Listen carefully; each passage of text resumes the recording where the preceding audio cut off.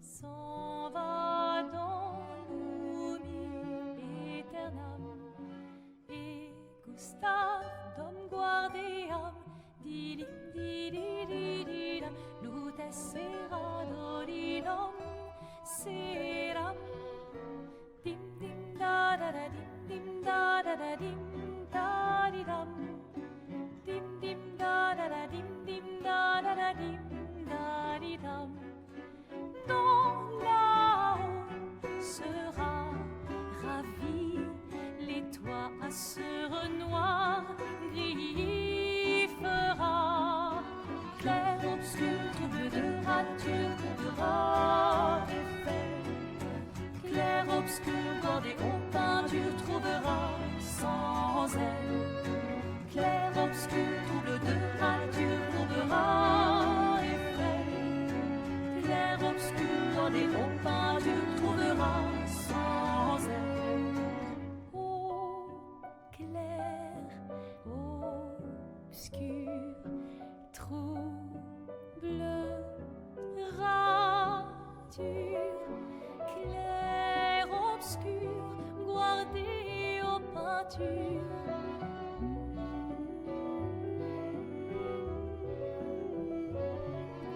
Clair, obscur, trouble de rature, couvrera effet. Clair, obscur, guardé aux peintures, trouvera sans elle. Clair, obscur, trouble de rature, trouvera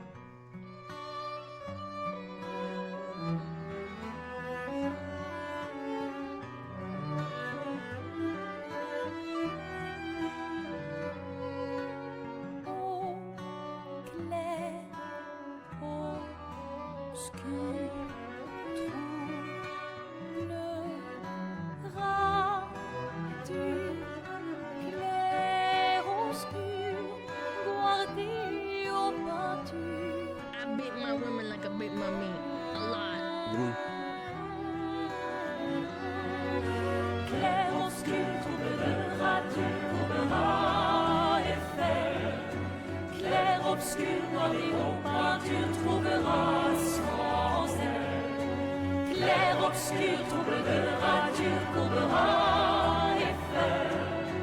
Clair, obscur, guardé aux peintures, trouvera sans elle.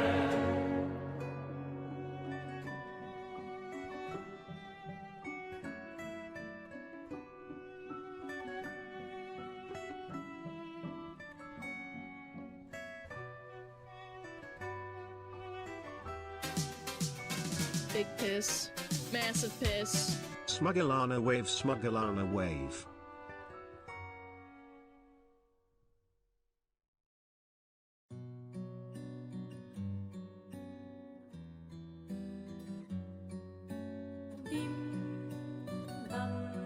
Men are not objects of sex. I disagree.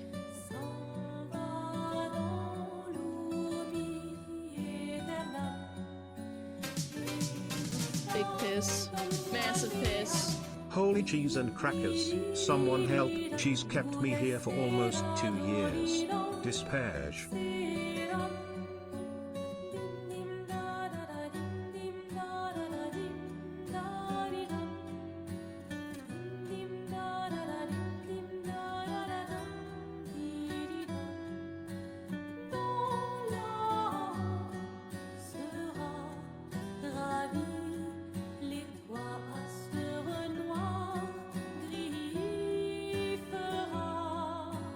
Clair, obscur, trouble de rature, courbera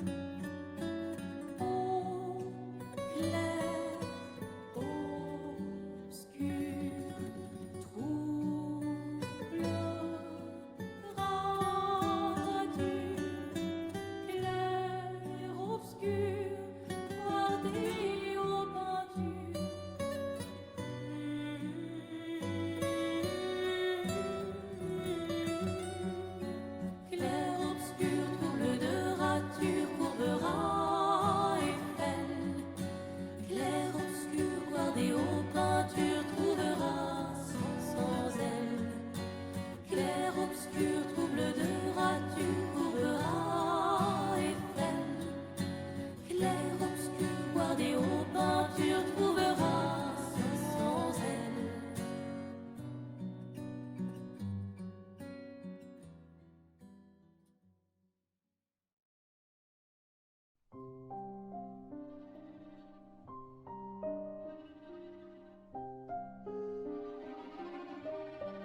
Casuidale,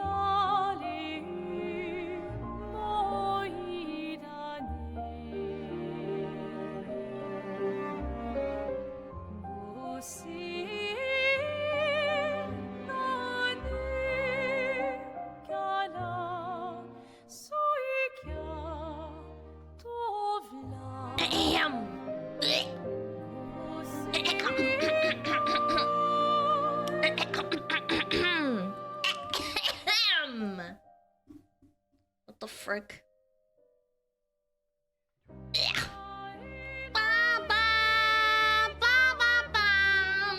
Voice box malfunction. Nah! No, my voice changer broke.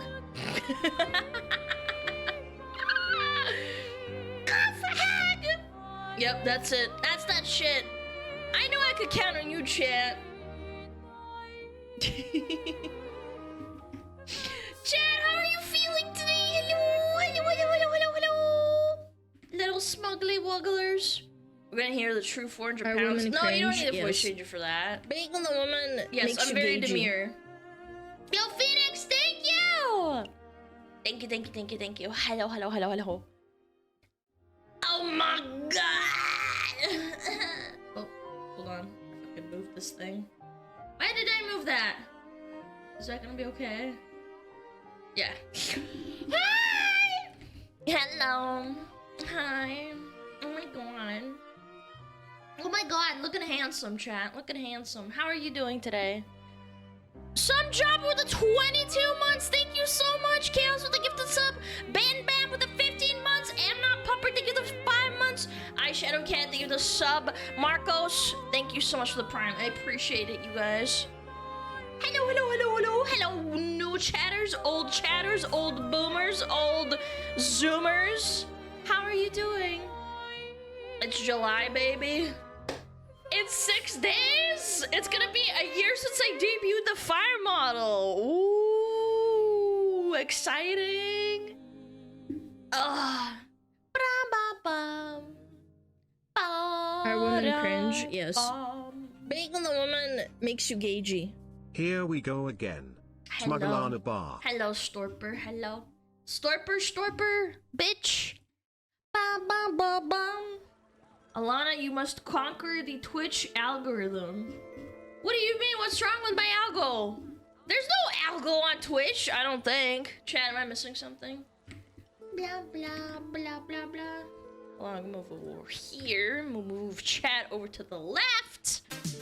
You guys are a bunch of lefties. Massive piss. 10 months with the best fox. So happy I stumbled on your YouTube all those months ago. Thank you for the SmugAlana tier love. 3 for 6 months in advance. Well, hopefully I don't, make you regret that. Yeah. It is I, Captain Nut the Third. Do you nut a lot? Is that what you do, buddy? Is this what's going on? I'm left-handed. Well, it's over for you. Don't like Catholics or something say that being a left-handed person is like being the devil or some shit? My dad's left-handed too, and they made him write with his right hand. Yeah, my dad's left-handed, apparently. Yeah, he told me when I was like 10, and he's like, yeah, I can write with both hands, and I'm like, what? Crazy. Yes and no in the past, yes, not anymore. Well, good. I don't think there's anything wrong with being fucking left-handed. What the fuck is wrong with you? They beat me with a stick on the left hand? Oh my god, poor little smuggler. What the fuck? I'm sorry, that's so mean. Guns are designed for right-handies. Well, you can get a left-handed gunji. Bonk, bonk, bonk, bonk, bonk, bonk. Yeah. My entire family's left-handed. I would say I guess we're cooked, but I'm really lucky, usually so. You're blessed with luck. I feel like some people really are born with like extra luck. Greetings, and welcome to the Undertuber project, where I attempt to assign all of the Undertale songs I know to every VTuber I can think of based on vibes alone. As Subject 04, you have now been assigned the song, Battle Against a True Hero. Is that a good one, chat? This is not a comparison to the associated Undertale Chat, is that character. a good one? Or is that a terrible song? It's a good one. Shruggy, question mark. I don't know. Man, you guys don't know anything. I thought you guys were smart. Ba ba ba. Listen to it. I don't know if I want to. What if it's got rotten words in it? Ba ba ba ba. Didn't play it. You know what's funny? I listened to the songs of Undertale because I like the soundtrack, but I never played it. It's funny. Because it was like so popular. Ba ba ba. But it's also kind of like the Homestuck fandom. I think a lot of them are like really crazed. Yeah. Ba-da-dum bum bum bum. Ba-da-dum bum bum bum. Ba-dow ba-dow. Ba-dow ba-dow.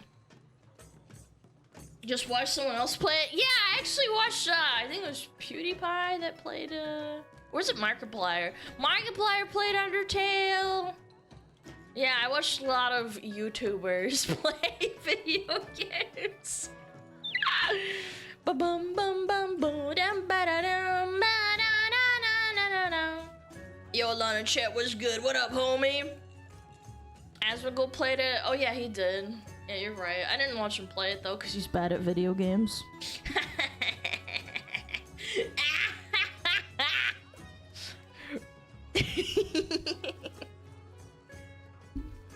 Undertale, Deltarune, greatest game of all time. Alright, nerd. I got a bunch of nerds in my chat.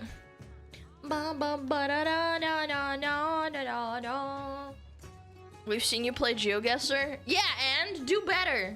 How about you do better? How dare you shit talk me and say I'm bad at it? Fuck you, stinky ass. Are women cringe? Yes. Being a woman makes you gagey. Yo, Dart, thank you so much for the sub. Still not 25k on WoW GeoGuessr. Man, don't remind me. I was so close one time. I was like 24,800 or something. Ugh. Alana should only play WoW GeoGuessr to impress chat. Imagine that's how you find your, like, you know, your soulmate. You're just good at GeoGuessr. Oh my god. Oh, that would piss me off. Oh yeah, you're impressed by my WoW GeoGuessr skills? Not because I'm actually smart or anything. Cringe. Yeah, exactly. Chat, what did you have for breakfast today? I had a piece of bread, a little piece of meat on it, and then I had cherries. That was pretty much it. And coffee. And coffee. Cookies! Corn dog! Whoa, you guys are strong. Cookies for breakfast? Coffee and alfajor, cheese omelet, croissants. A Monster. Guys, don't drink just Monster, please. Not first time we wake up. I feel like that's bad for your heart. I remember there was a chatter that was like, oh yeah, I drink like 4 Monsters a day. And I'm like, how's your heart palpitations? And I'm like, maybe you should go to the doctor. Yeah, they drink like 4 Monster cans a day. I'm like, brother, your heart's probably keeling out at some point. I'm sorry to say.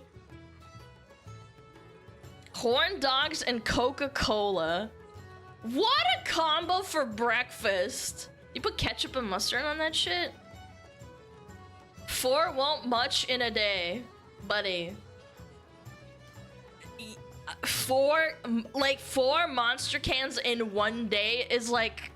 Okay, let me look it up. Monster can caffeine content. 500 milliliters. Do not the Smug Fox. How much caffeine? 13 monster cans right now. 160 milligrams. So 160 times 4 is 640. What is the maximum intake of caffeine for a person? 400 milligrams. You are like over the limit by more than half. Buddy, I think doing 4 monster cans is like a bit much. Exactly. I think you're cooking your heart if you do that all the time. I have a couple of 4 Locos for breakfast. What is wrong with you? The 4 Locos got alcohol in them, or am I cooked? Does 4 Loco have alcohol in it? Yeah, it has alcohol! Oh my god! You guys are cooked. Jesus Christ, you guys are fucking strong.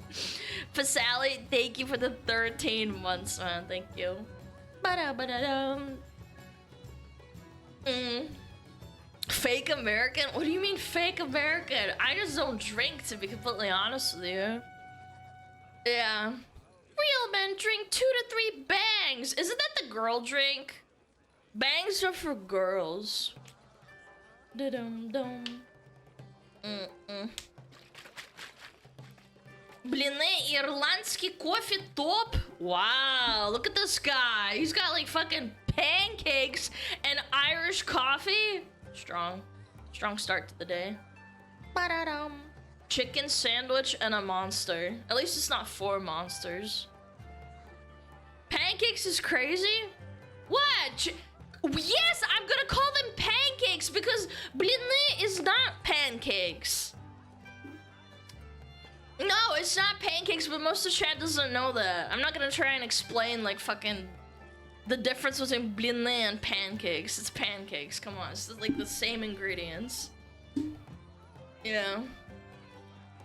I'm sorry, all I heard was White Claw. Can you repeat that? You need to stop you need to lay off the fucking White Claw. Bum bum bum. Milo was goated. I thought Milo was okay. I had Milo a couple of times when I was a kid growing up. I didn't like it that much. It was alright. It's okay. It's not like my favorite. Yo, Big Tony! What up with the 11 months, Big Tony? I hope you have a great rest of stream, Alana. SmugAlana, love, have a good time, chat. You too, man. Thank you so much. Bye bye. You just offended every Australian here. What do you mean? I didn't say it was bad. I said it was okay. I didn't say it tasted like shit. I said it was fine. It's not a terrible, like, you know, it's not a terrible take. It's okay. I don't hate it. It's alright. Not terrible.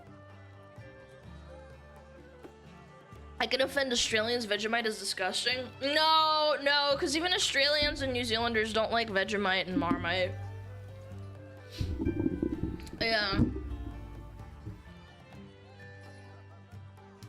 I wouldn't say that saying that is like gonna piss them off. I love Vegemite. I feel like everybody says they love Vegemite, but they don't actually love it. I love Marmite. What are you talking about? You don't actually like it. Yo, Plummet, thank you! Thank you so much for the sub. Thank you. Bum bum bum bum bum ba-da-dum. What's better, Marmite or Vegemite? There's like a small difference. What's the difference? Is it a brand difference or is it just a chemical difference? Like they make it differently. Vegemite and Marmite. Vegemite, on the other hand, is a much thicker texture than Marmite. Is more of a spreadable paste. There's also dark in color, whereas Marmite is more brown. Whilst also made from leftover brewers' use, Vegemite has added vegetable extracts. Yeah, it has like a more umami flavor.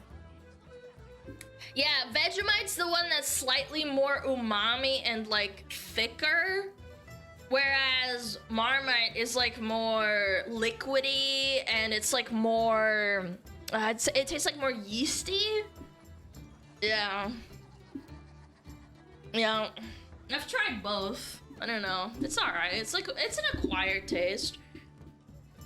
They're both easy to straight. Yeah, but one of them adds like Vegemite, like veggie, you know, veggie stuff.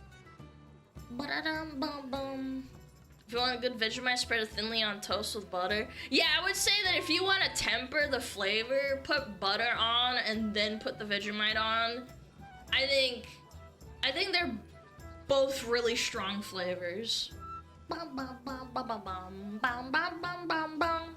I want to try it. Yeah, it's really strong. It's really strong. I don't know, some people hate it. It's like too strong for them.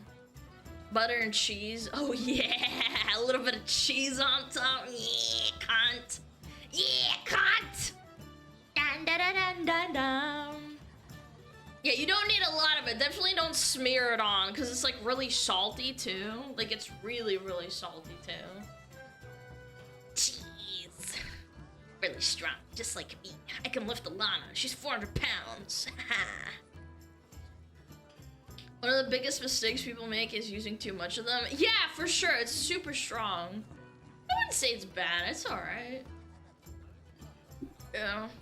I would say when someone says, when someone tells you, or I see like YouTube videos of people trying Vegemite and Marmite, they always tell them, oh yeah, just lick the spoon. And it's like this massive tablespoon. There's no bread, no butter. Like, of course you're gonna hate it. It's too strong. Whenever I'm here with you, I'm always happy and all my stress goes away. You're so funny, strong, and beautiful. I'm not. I love you, Thank you. smugglers. Oh. Oh, hi, Alan. I didn't see you there somehow, you fatty. You fatty.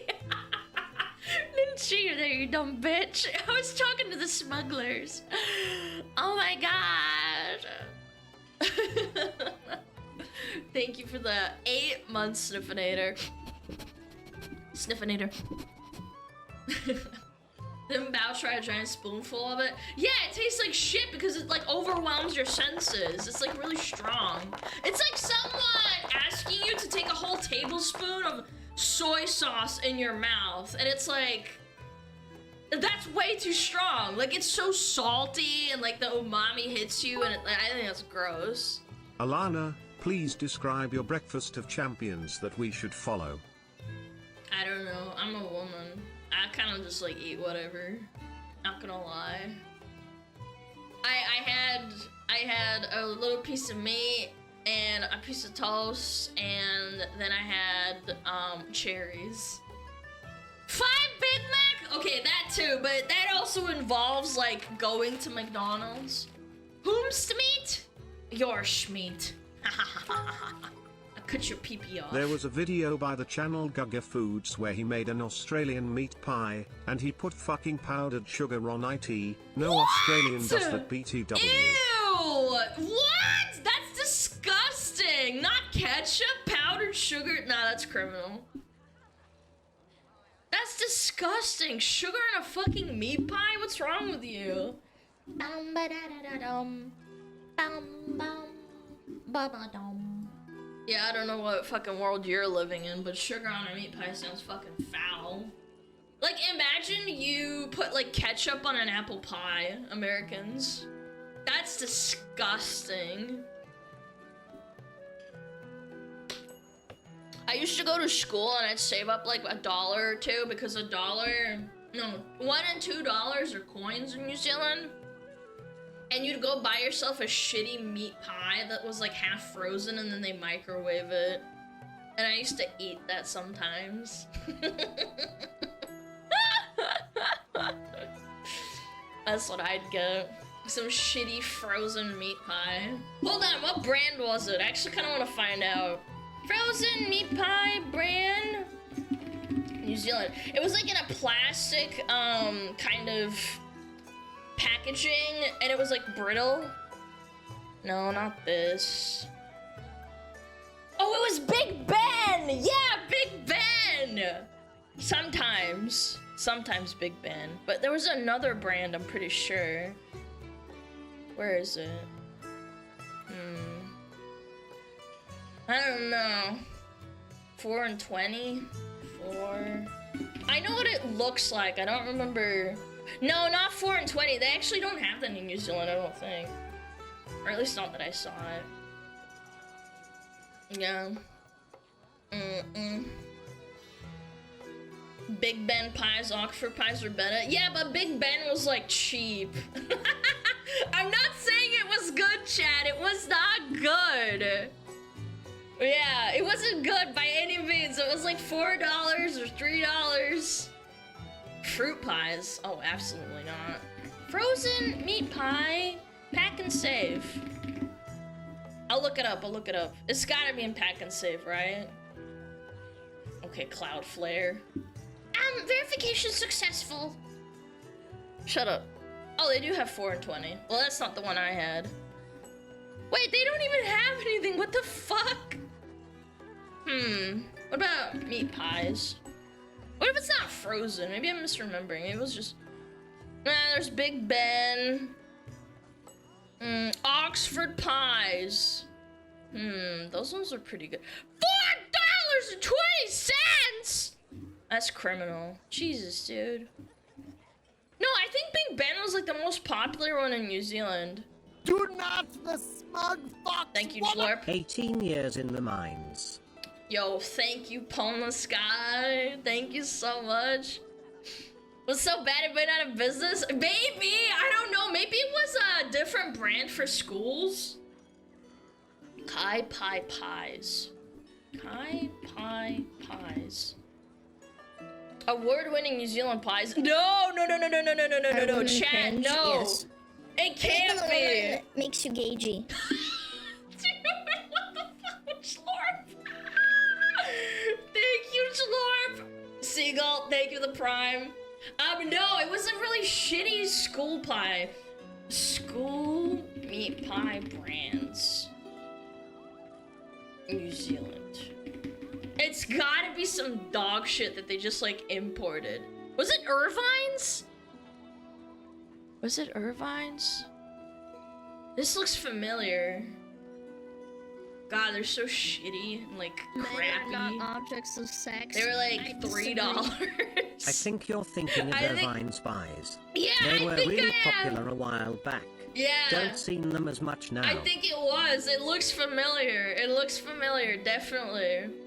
I think it was torn between Big Ben. Big Ben's kind of shitty, just for the record.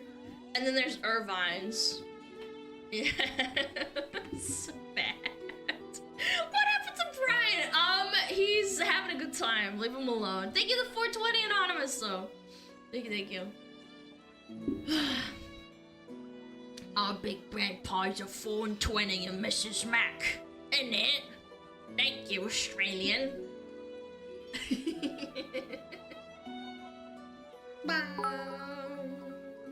Here, Alana, my last fox tax until I get paid, or I want to say something mildly relevant again. SmugAlana love. There's no such thing as taxes! Shut up. They are bad but tasty. Look, when you're a child and you have only $3 to your name, or like $2, it's fine. It'll do. What was New Zealand school like? I don't know, just like a school, you have a locker. I can't really divulge like details because that's kind of unique to like schools and stuff. Diverse? Yeah, for sure. I had a lot of, I had over 1,000 schoolmates. I don't think that narrows it down, does it? No, I don't think it does. There's a lot of schools like that. In New Zealand, government funding gets paid depending on What how is your bad your opinion, school rhubarb is. pie? I don't know, it's alright, it's fine. It's got strawberries in it, it's nice. I remember my parents were like thinking about what school to send me to, and there was a school that I was gonna go to that was really, really ghetto, and the funding was basically a 10, like on the scale of 1 to 10. So it was like really bad, and they were like, I don't know, I think we should move, probably. And they did, and I went to a school with slightly like less funding. And they ask for money a lot from schools because the ones that are in better areas, they get to have the parents like pay for a lot of it. school, by the way, just so we're like clear, it's not a private school or anything like that. Private schools are insane. You have to pay so much money. Yeah. So all schools are fighting for you because your debt would drag the average down? No! Yes, there is now take the fox tax womban donk Shut bonks up. donk bonks Fuck donk you. bonks. Bonk you! Fuck you, bonk you. Damn. Here's by donation / protection fee. Today's my Friday, I'll be having a blast at Anime Expo this week. Men are not Thank objects you of so sex. much. I hope you have a lot of fun, disagree. man. Anzac biscuits are the best. They're pretty good. They're pretty good. I like them. Did you dress for school? Yeah, I had a uniform. There's very rare cases where you don't have a uniform. 99% of schools have a uniform. I actually appreciated that a lot because then you don't have to worry about getting Here's my bullied for your GeoGuessr. clothes. Please don't banish me to Siberia. I'm not going to, you fucking ding dong. Frick you. You get banished anyway for saying that. Yeah, you start school, you can pretty much wear a whole, you wear a uniform the whole time. Yeah. I had non-uniforms a special day during primary and secondary school. Yeah. You have that like once a year, maybe twice a year, and that's about it. It's called Mufti Day. Yeah, Mufti Day. It was a big deal. I hate uniforms. I hated it too, but then I realized on Mufti Days, there was a lot of fucking classism. I remember this one time, I've told this story before, but like I brought the same jacket for 2 Mufti Days in a row, and they're both like 8 months apart, and one of the popular rich girls fucking made fun of me and said I was poor, because I brought the same thing twice. Chat, don't forget to do the secret I'm not smuggler even handshake joking. at Anime Expo to SmugAlana. Yeah, and then when I talk to people who are, educated in America and like people where you don't have to wear a uniform, I was told that like that kind of bullying happened a lot. Like you got bullied for being poor and like clothes, and like you had to wear like certain clothes, and people bullied each other. So I think there's like a downside and an upside to it, if that makes sense. Like you always wear the same shit, right? But at the same time, there's no individuality, but there's also less bullying. Everybody's the same. I think there's good and bad to both. In my youth, kids bullied each other for a lot for not wearing the $100 pants as a 12-year-old. That's what I'm saying, dude. Fox tax again, I guess not making rent this time, smile. Stop!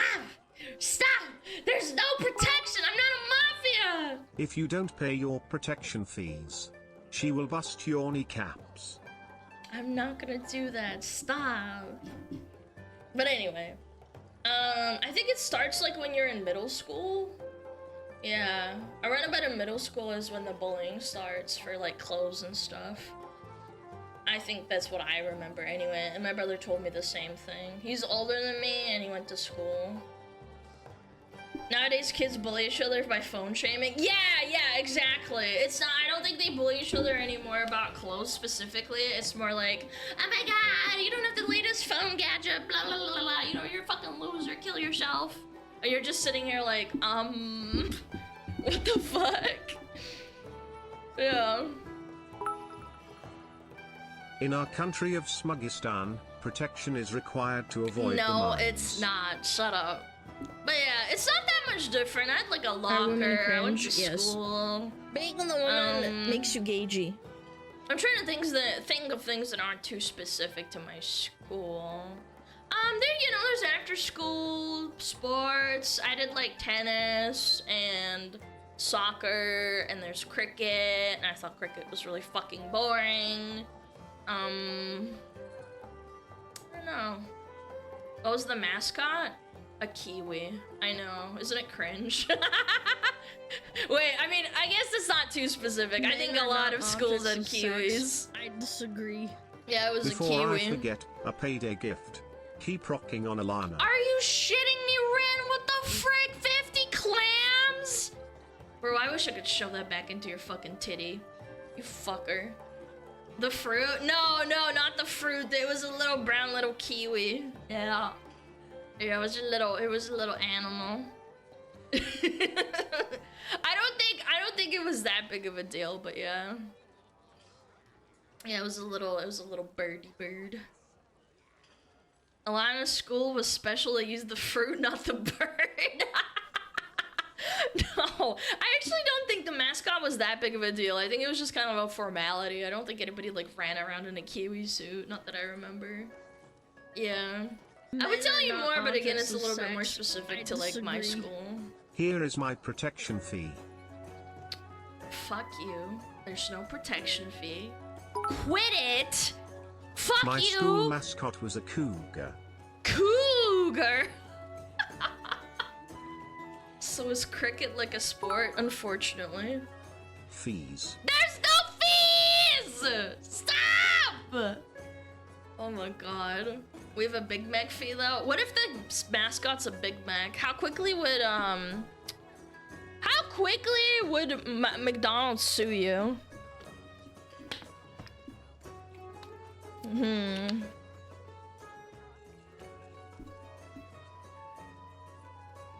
Skirts or pants?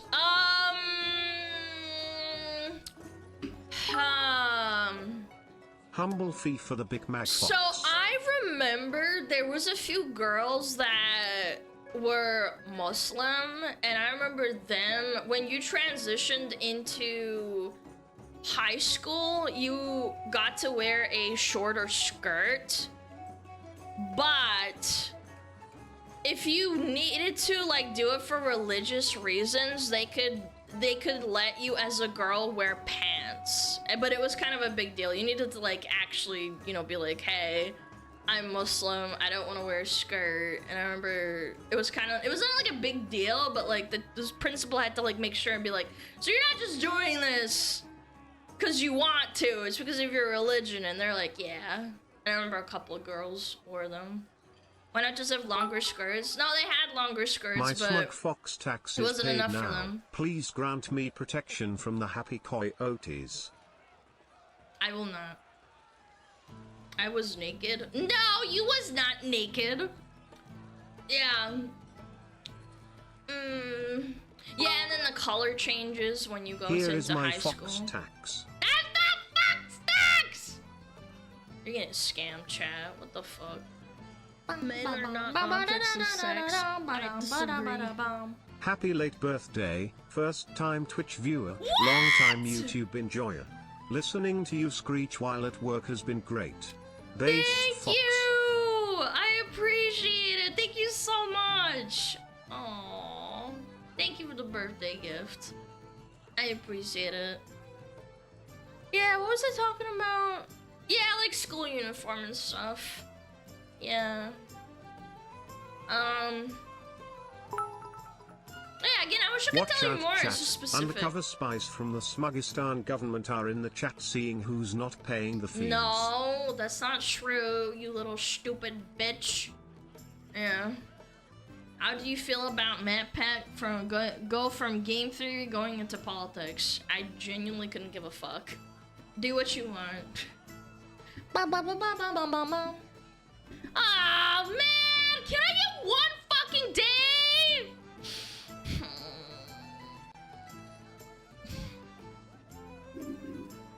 Ugh.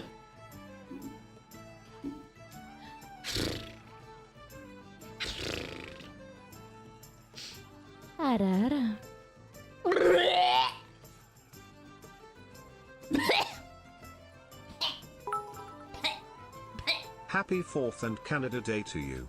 I won't be here the 4th, so I hope you get lots of good food XD. Thank you! I will. It's gonna be on Friday. Oh yeah. I won't be streaming Friday normally anyway. That works out. Yeah. Yeah, I won't be swimming on Friday. I have 800k points. Wanna do 4 more? No! MHM. No, please! Ah! Please, no. 800k? This guy's a fucking loser! Oh my god. I hate you guys. You know what? You get a flashbang for that. Fuck you. Fuck y'all. Do it, pussy. Fuck you. Ah!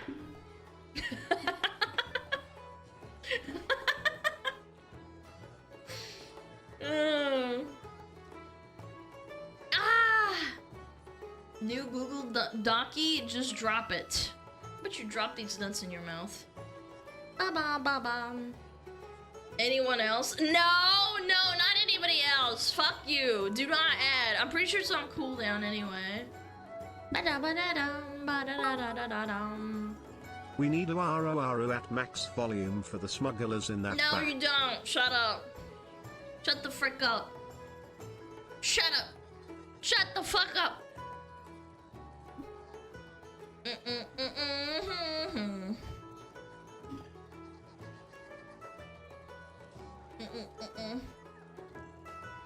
Sorry, I'm reading something. A lot of good RR. I'm intrigued. Soy pog. Oh my god, I gotta beat my speed. What's the high score for a number of RRs in the stream? I think back when I had like 30 or 40 viewers when I was playing WoW Classic, I think I did like 40 in a row or something? Or was it 50? I can't remember. Yeah. Because it didn't have a cooldown and it didn't cost that much. Yeah. Ba-da-dum, ba-da-da-da-da-dum. That's a lot. Yeah. I increased the price after that. Tops facts, get yourself a commemorative 75th anniversary Whataburger Cup nerd. But I don't need one. I don't even eat Whataburger that much. Yeah.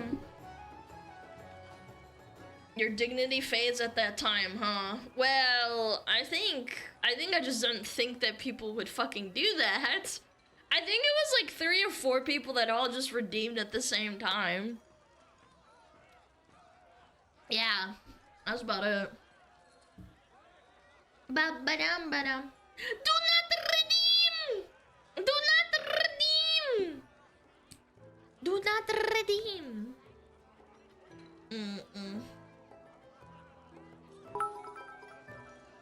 Just got my first tub of blowhole blast and smug was the code. So I guess I'm smuggling blowholes now. I don't know, I'm talking to gamer subs and they're gonna probably do a second drop someday. Not super soon. Not super soon, but they're gonna do a second one. And then maybe a flavor. I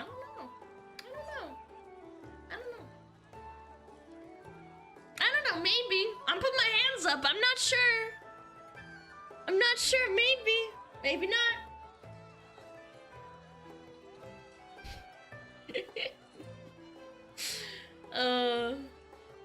Do not redeem.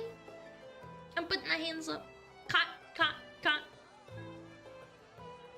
I'm still waiting on the cup of mousepad, so there's that. Yeah, I think it's supposed to ship like now-ish, no? Yeah, it's been like 3 months, no? Yeah, it was April, wasn't it? Am I fucking stupid? Yeah, it was April, so it was... Yeah, it should be shipping this month. It better. I don't know, I hope it fucking does. Jesus. But I don't know. And of course, there were people that were like, I missed out on the cup. Why didn't you, like, make it longer?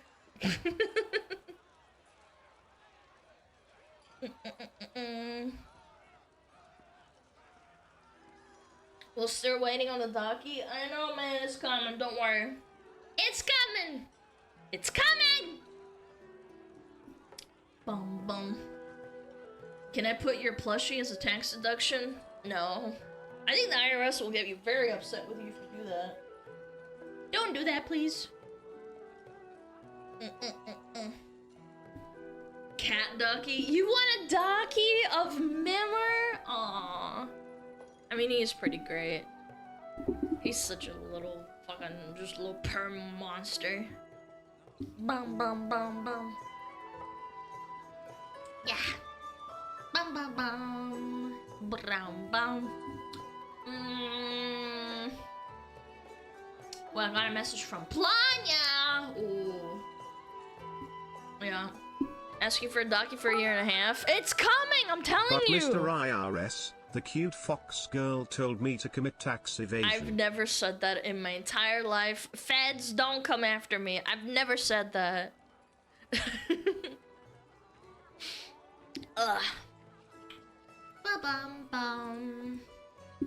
Yeah. Lots of shit coming up. I don't like spamming you guys with like fucking stuff. I like to give you a recovery period. The refraction period. Bum, bum, ba-da-dum. I gotta finish freaking Expedition 34, 33, 32, 31, 30, 41st. Blah, blah, blah, blah, blah. Very cringe. Bum, bum, bum, bum. Make our wallets cry. Bro, fucking Face Connect is making my wallet cry, man. They have a bunch of shit I wanna freaking buy, man. It's fucking annoying. What about a trade for a trade? We get Alana Darky and you get SmugAlana Darky. Do I get like a big cheese? That's kind of strong. I like that. Bum bum bum bum bum. Thank you, Glorp. Jlorp. Yeah, it's Origin merch, 4th year Annie merch, and then birthdays. Yeah, and I'm just like, bro, my wallet. What about Saba? Yeah, I know that too. I ordered mine yesterday, I'm just saying. A Jlorp a day keeps the doctor away. No, it's not true. You still have to go to the doctor, chat. Bum bum ba-da-dum. Yeah, and then gamer subs drops. Dude, it's hard being a fucking VTuber fan. Brum ba-da-da-dum. Papaya. Papaya, papaya, papaya, papaya. Papaya. Papaya. Brapatapatapatapatapaya. She said it, oh my god! Did you see the big sock on a plushie? Suck on these nuts. Yeah, and then it's anime time. It's anime expo, Offkai, TwitchCon. Oh my god, there's so much shit going on. I can't imagine. Papaya. Papaya, papaya, papaya, papaya. Papaya. TwitchCon, ew. I know, but some people enjoy that shit. Hey! Grok, please, famous, being smothered by wait, what? Grok, please drop famous VTuber SmugAlana being smothered between 2 giant cheeseburgers in the shape of a large booba photorealistic masterpiece FBI watch list. What the fuck did I just read? Mods, get us kneecaps. What the fuck? Why being a VTuber is hard? I didn't say that. I said that being a VTuber fan is hard. Look at all the fucking stuff you have to buy. Grok, is this real? Break his kneecaps. He deserves it.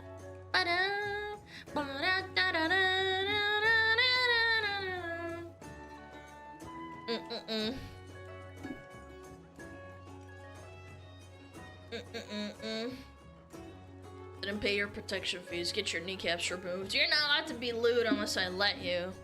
Slut.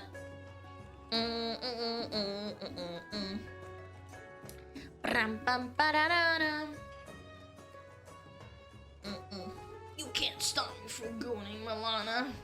I always wonder why people ask me, like, can I draw not safe for work review? And I'm like, I can't stop you, technically. Sex. I disagree. Yo, Banana Don Juan, thank you so much for the 5. Calls a slut? Yep, absolutely. Slut. You're just a slut for turning on stream and just sitting there watching. Hello, Alana. Hello, Pingu. Hello. Ba-ba-da-da-da-da-dum. Drawing SmugAlana hand holding. Aw, that's so nice of you. Ba-dum, ba-dum, ba-dum. Just saw the results of that creepy Jaguar ad. Their sales crashed by 98%. I'm not surprised. Considering that shitty fucking ad that they released with all those fucking people that just looked weird, I'm not surprised. Why would you ever try and rebrand like that? Really? Only like fake rich people buy Jaguars anyway. I've never seen like a Jaguar in my neighborhood, let alone like in a town or something. Ba-bum.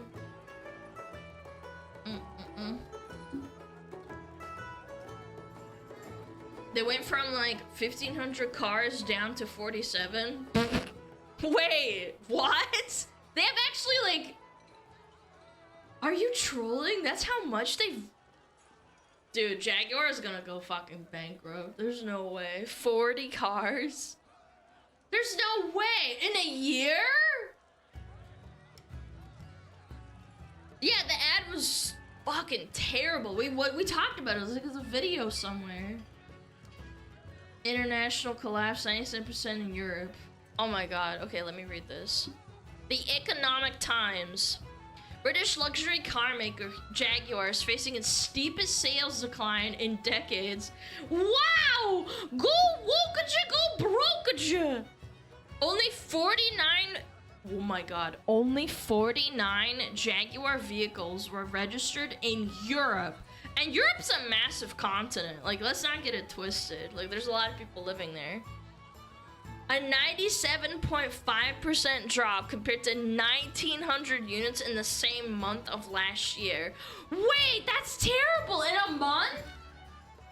That's a horrible drop-off, man. They're so cooked. Yeah, it was the rebranding controversy. Yep. Rippin' peppers, buddy. Ba-da-ba-da-ba-da-da-dum-ba-dum. And Jeremy Clarkson owns them all. He's gonna try and offload them at this point.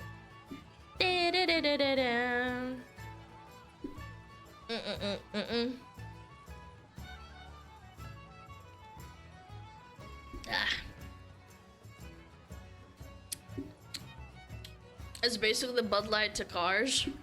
Yeah, but people still drink Bud Light. Yeah. Ba-da-ba-da-bum. Bum-ba-dum, bum-bum, ba-da-da-da-da-dum, bum-ba.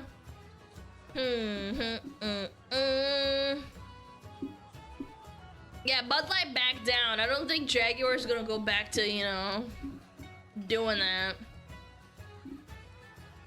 Ugh. How long ago did they do Jaguar ad? Jaguar ad controversy. November of 2024. Yeah, so it's been like, what, 8 months almost? Yeah, let's just round it to like 7. No, like 8. Yeah, 8 months. Can you say DA? Can you say privet? Would you suck my nuts? I'm not gonna do what you're telling me. I'm not gonna do what you tell me, bitch. You just did? No, brother. Can you say spicy, buh? Yes. Fuck you, what you tell me? I won't do what you tell me.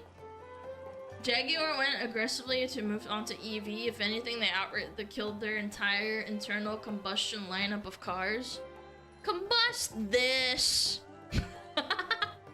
No, I totally agree. I think them heavily going into EV when, unfortunately, Tesla basically has like a massive monopoly on EVs at this point. There's not a massive desire or like, again, I don't like monopolies in that way. Like, at least you should let other people try, but basically that's what happens when you try to like push into it. Sucks. Bum bum bum. Not in EU. EVs aren't very popular in Europe, I don't think. I don't know. Bum, bum, bum, bum, bum, bum, bum. Maybe like in Scandinavia and stuff, but I wouldn't say in the vast majority of places. EVs are fucking expensive. Most of Europe isn't like, you know, a first world fucking country. No. Bum, bum. There are quite many in Finland. Yeah, but Finland's not a third-rate country. You just proved my point. Yeah, I think there's a lot of countries that have them because they can afford them. Yeah, for the most part. I'm surprised though. In Finland it gets really cold, and I would say electric's like, I don't know, I feel like it sucks. You laughed at me for saying Hungary is not third world country. Yeah, I did laugh at you because it was funny. I like high bread. This guy just spelled high bread. Like when you're like breeding something that's so strong. I like high bread. That's powerful. I like that. I like them cars breeding. I like them high bread. I like bread too. I want to get real high bread. You mean hybrid? No, I mean high bread. It pops out like a bread. Yeah, it like cooks bread in your backseat. That'd be sick. What? Yeah. Making your own bread kind of fucking slaps, dude.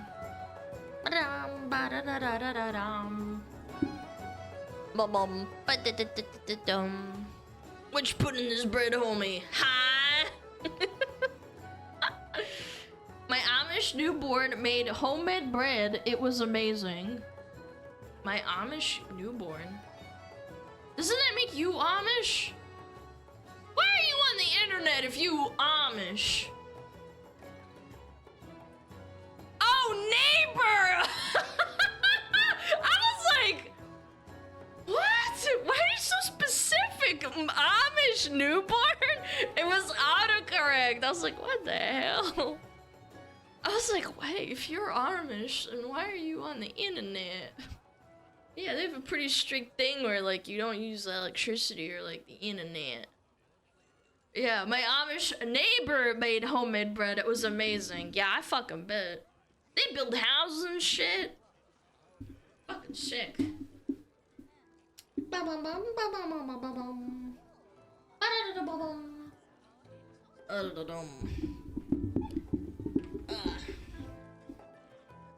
They're using HTTP over Pigeon. Yeah, Pigeon speak.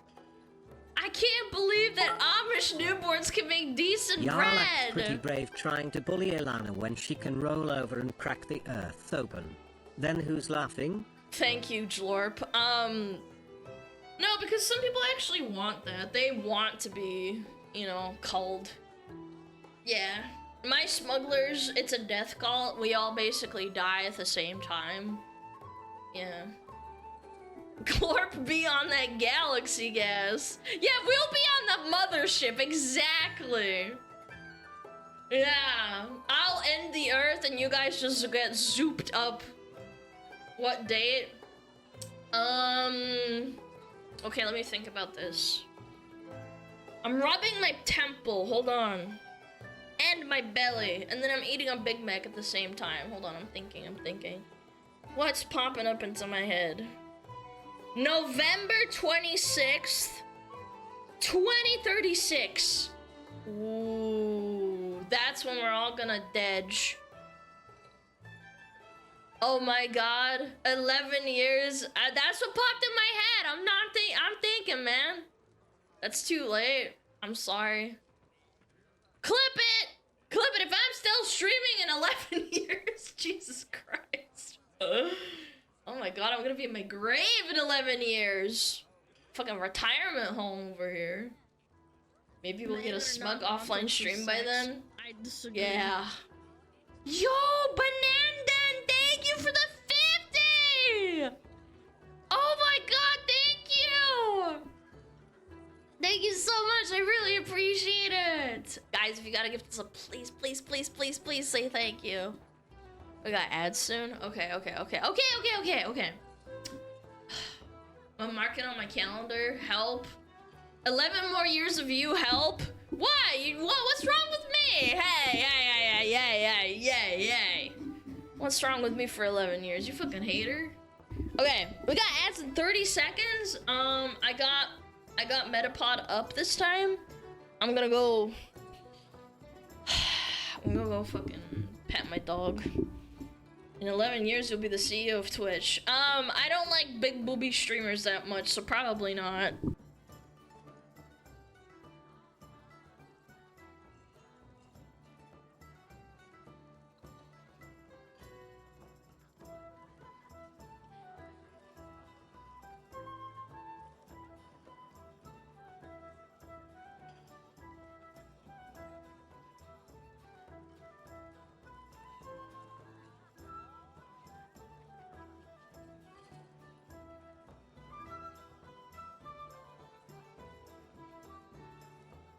Oh, Metapod.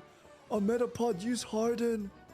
Metapod, Harden. Oh, yeah, Metapod, you're so hard. Metapod, Harden. Oh, he's so hard. Look at those two hard throbbing Metapods. They're so strong and hard. Wow.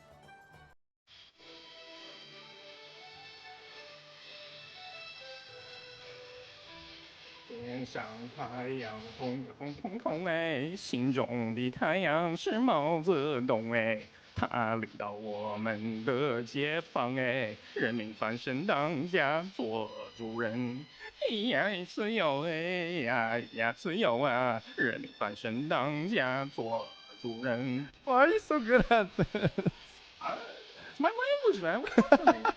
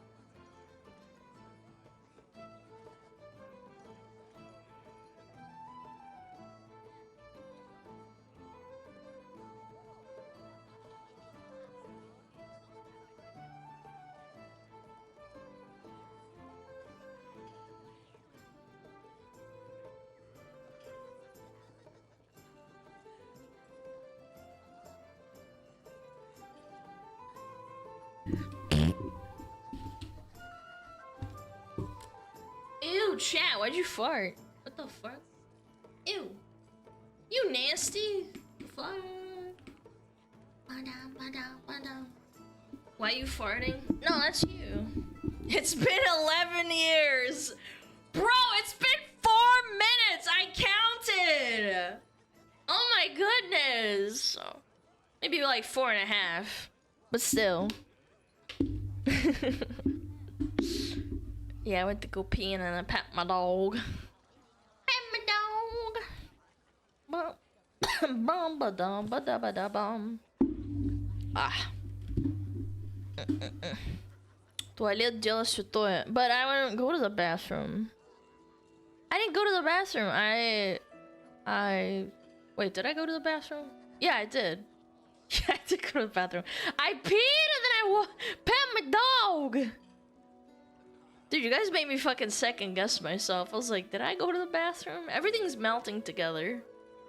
She don't remember! She got dementia! It's over, chat. Did you get Swifty? Alright, 2016 called. They want their joke back. Jesus Christ. Wake up, Alana. Wake up.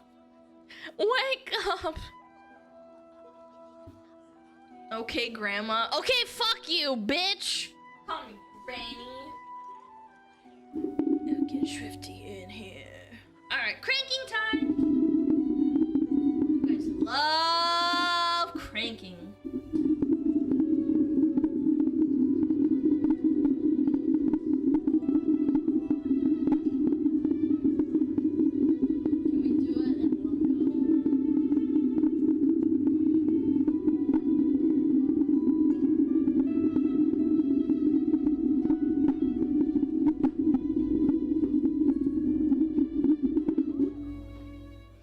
What is that sound? What is that sound? I'm cranking my hog, Chan. There we go. Alright. Was it good for you? What? What was good? What the frick? Good for me? What? How? Eh? Sounds like my stomach when I'm hungry. Man, you gotta get your tummy checked or something. Woman like I bit my meat. A lot. Holy shit, 10 months, let's fucking go. Yo, SmugAlana, Neil, SmugAlana, Thank Neil, you. SmugAlana, hug. Thank you for the 10 months. Thank you so much. Alright, we're ready, we're ready, we're ready, we're ready, we're ready.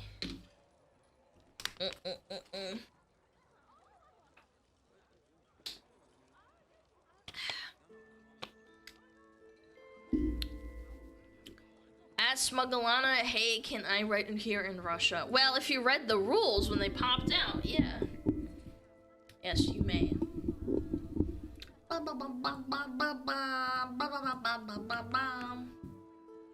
wash myself with a rag on a stick. I understood that reference.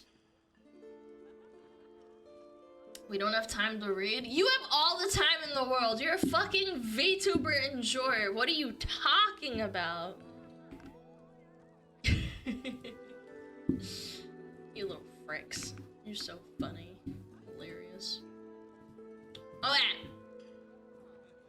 Let me get my ducks in a row. Yeah. Well, well, well. Look at Jaguar over here.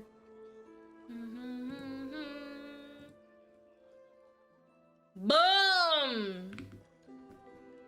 Oops. There we go. Okay. My goodness. Well, well, well. How the There's turn that free have spit. tables? SmugAlana wave. Yo, 24, thank you for the 2 months. Oh my goodness. What happened here, chat? Anyone want to tell me? Remember that Jaguar rebranding? The creepy one? Jaguar's April 2025 Europe sales plunged 97.5%. Are women cringe? Yes. Oh my Being a gosh. woman Oh makes my you gay. Jesus Christ. Sorry, I forgot to mute alerts. Let me restart. Jaguar's April 2025 Europe sales plunged 97.5% from 1,900 units sold to just 49 vehicles, marking a near total collapse. during its rebranding phase. BMW, Mercedes-Benz, and Audi each retained market stability, selling approximately 50 to 75,000 units in April 2012 across Europe. Chat, it is so unequivocally over. It's actually just cooked. What do we expect? Nothing? I don't know, I expected like a little drop, not 97.5%. That's crazy work. 49 vehicles in a month? More BMW drivers in the world? I don't think it matters, they're all arrogant fucking buttholes anyway. Yeah. It is so over, chat. For those that don't know, I don't know if this is gonna be copyrighted or not. Probably will be. I'll play this really quick. Yeah.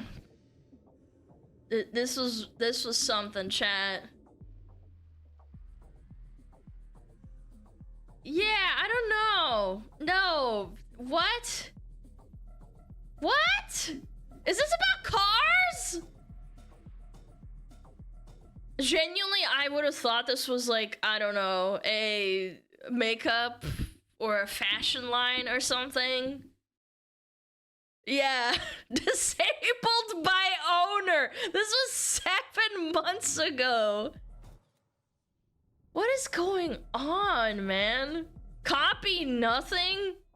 Jaguar. Oh yeah, and then they rebranded the logo too. God damn, this should be studied, how to run your brand into the ground in less than like a year. That's crazy work, chat. Perfume? I mean, yeah, makeup, perfume, maybe like a fashion line or something. It's studied now? Oh, I bet. How to ruin your brand in 2 easy steps. Being cringe, not catering to your original audience at all. I thought Jaguar was for would-be like rich boomers. Also, look at this recommended video. Jaguar is dead 6 months ago, 300,000 views. I bet this is gonna get recommended a lot more too, since the news came out of the massive drop-off. Yeah, I bet. Ooh, stinky. Jaguar's a brand for posh people. They don't want that shit. Yeah, but like, I don't know. I'm of the opinion that it's like a fake posh. I don't know. I've never seen like really posh people buy Jaguars. Those concept cars are so ugly. Look, dude, chat. It looks like a. It starts with a D and ends with an O. Yeah, it kind of looks like one. Like maybe like a. Dio? Yeah, Dio. A Daco. Did you redo?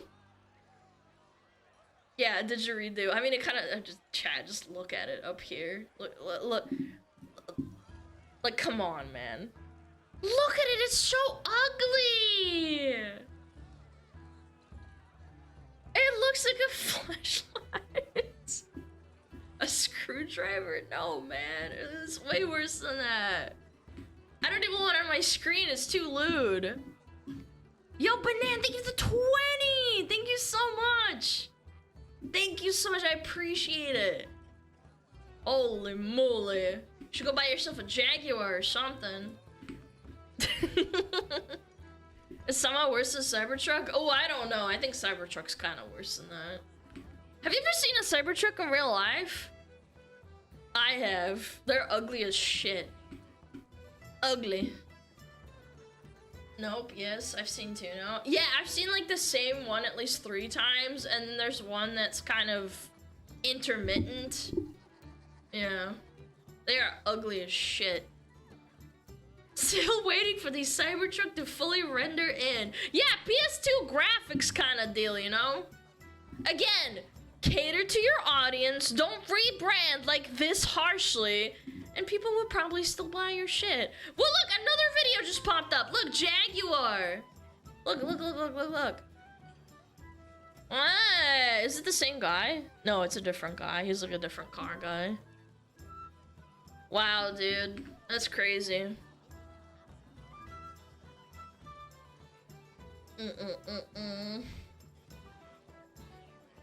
They're hideous, yeah. Okay. What's going on? Yeah, I just wanted to glance over this. Cooked. Dum. I saw this. Someone sent me this in. This is pretty funny. I've been called a grifter before. I'm getting tired of these anti-woke grifters. Discussion. At first, they didn't really bother me. They had a valid point. But now, if the lead character is a woman or someone of color, the show, game, or movie, they going to fail. Okay. Like Ironheart, just because the lead character is a black woman, they already decided the series would suck before even watching the first episode. It's true that Ironheart's trailer didn't help. So you're supposed to watch something even though the trailer sucks. Okay, got it. Right. That makes sense. Watch the series. If you don't like it, it's okay. Sometimes they have valid point, but too often if the character is a woman or someone of color, they've already decided the movie or the TV series going to fail.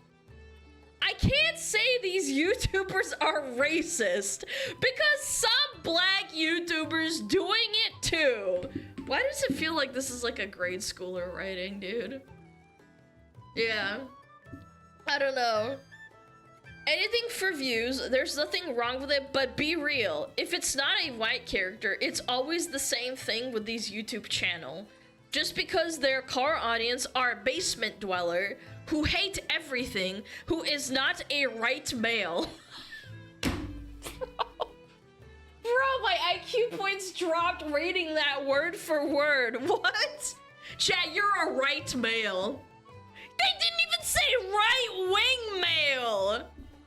What about wrong males? Yeah, I mean, I guess those are fine, huh?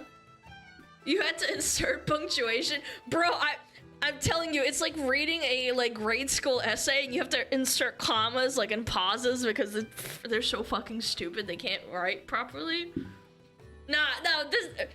Chat. You see, Mr. Retard Redditor, the reason that many people automatically assume that a series or video game or a movie or whatever medium of media you want is going to fail is because in the last fucking 5 years, 99% of them have.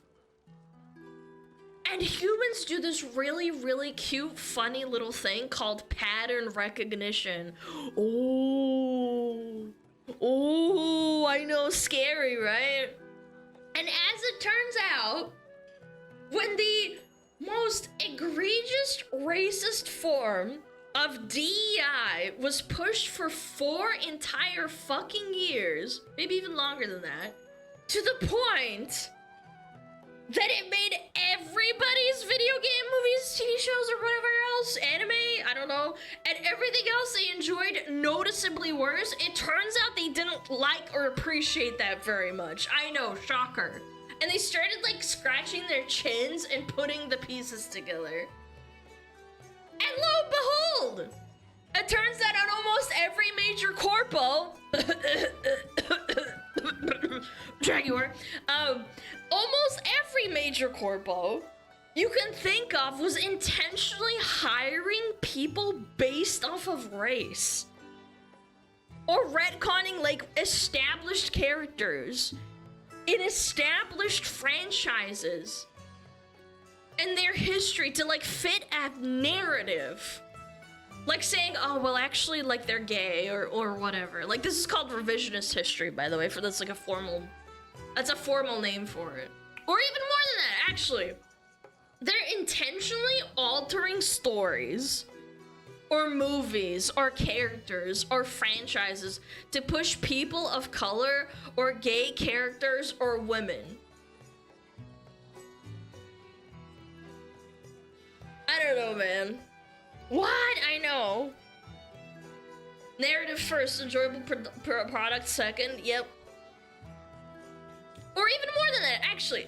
I have to think of this. I think Lilo and Stitch is the most recent example. Needless to say, like, change is purely for the sake of diversity good boy points. So, like, again, I'm getting tired of these anti-woke grifters. Why do they do what they do?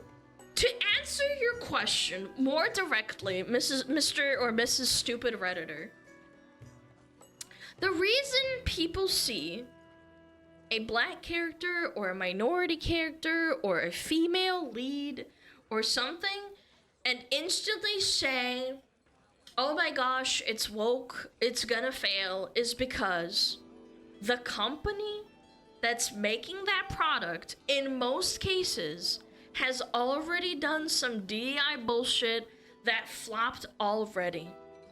And then stupid, woke, retarded journalists ran defense for it.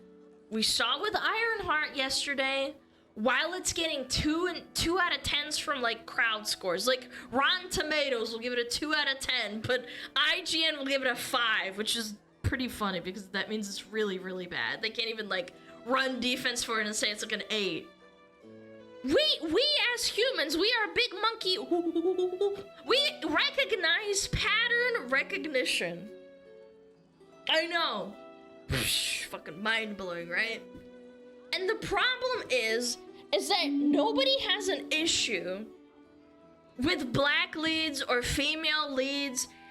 They have an issue with forced leads that are only there because of a writer of the show or the movie or the video game, like the video game Karen writer is openly a dipshit like Twitter activist. People aren't stupid.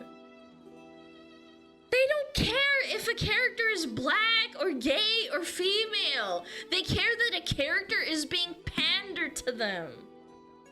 Because they're being pandered to them because they're black or gay or female, and not because their story's actually good or endearing or relatable or well written. Like, give me good stories, not slop.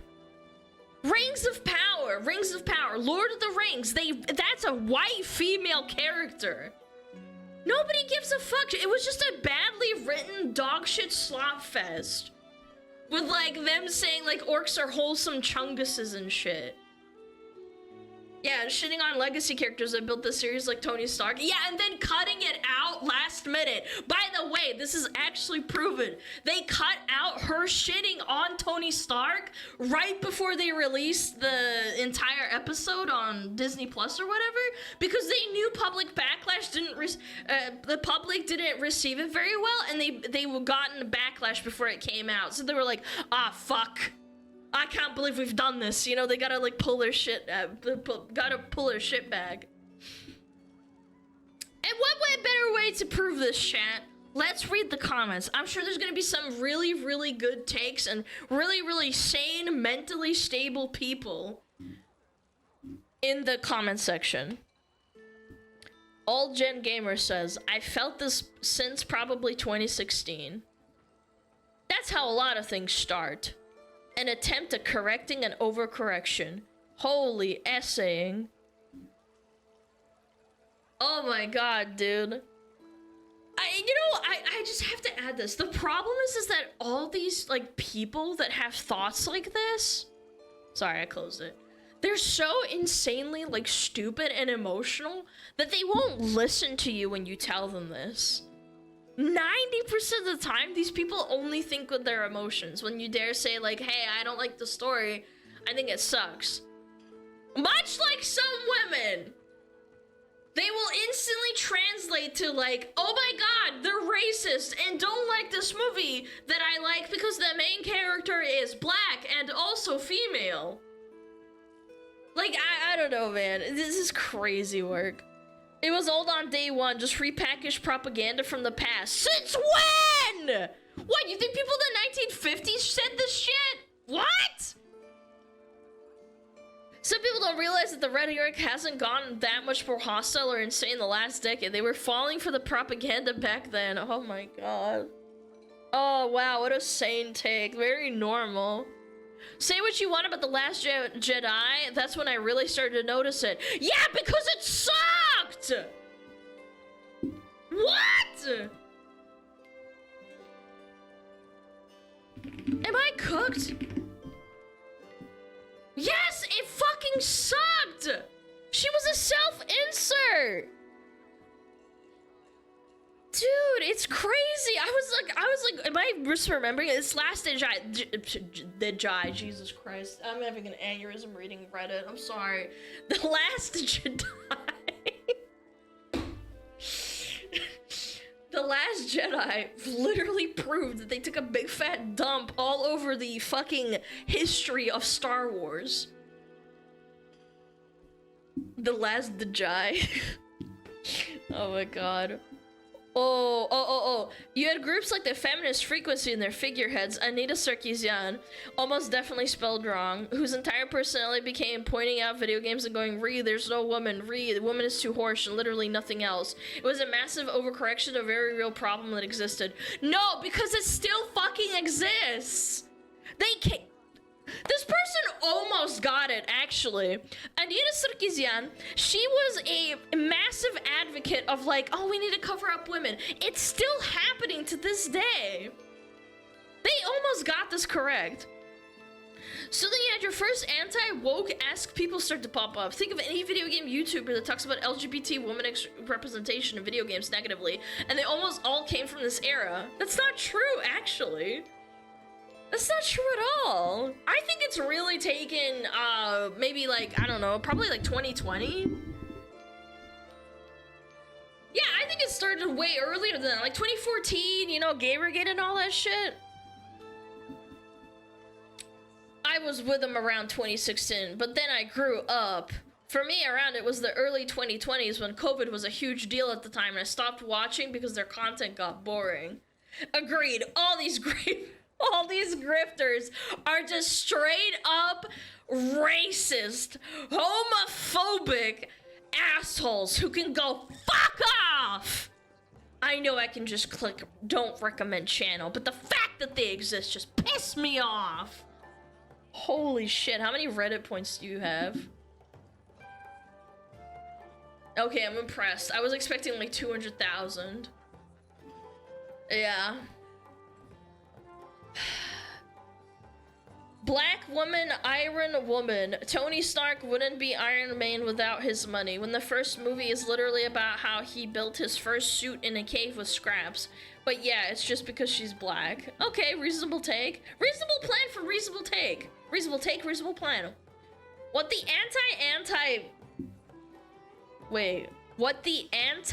anti-woke grifters don't get, though, is that it is not about race or gender. Why does every established movie or story hero or whatever suddenly need to have a black female version of it? The problem is that it screams Me Too, and nobody likes people who try to push themselves into the spotlight. Okay, base take, sure. Got some little updos. I can't say these YouTubers are racist because some black YouTubers are doing it too. It's like you were less thinking about the actual context of their arguments and more about buzzwords you can smear them with. True. Me, I watch their content. They're just saying some stupid stuff. Bro, how? What is this guy? Oh, Ironheart. Sad part, these YouTubers doing it for views. Their audiences are a bunch of basement dweller who hate everything. I've not watched the first 3 episodes yet, and it can't be that bad. This guy actually is defending something he hasn't even watched. That's fucking insane. Is this a plant? I love based men. Yeah, me too. I love based men. There are a bunch of them in my chat. Maybe a couple of women too. Chat, you could not have me run defense on something that I haven't even watched yet, bro. Oh my god, this guy's like fucking posting screenshots. Wait, what language is this? Oh no, it's English. Dude, this is crazy. What? His subscriptions are Watch Mojo, Miss Mojo, and Law and Crime Network. This has gotta be a bot, Chad. Chad, look at the fucking subscriptions. This is a bot.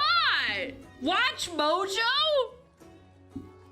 Yeah, Law and Crime is fine. Okay, let's disregard that. I'm talking about like, what is going on, man? I watched Mojo when I was like fucking 8 years old or some shit.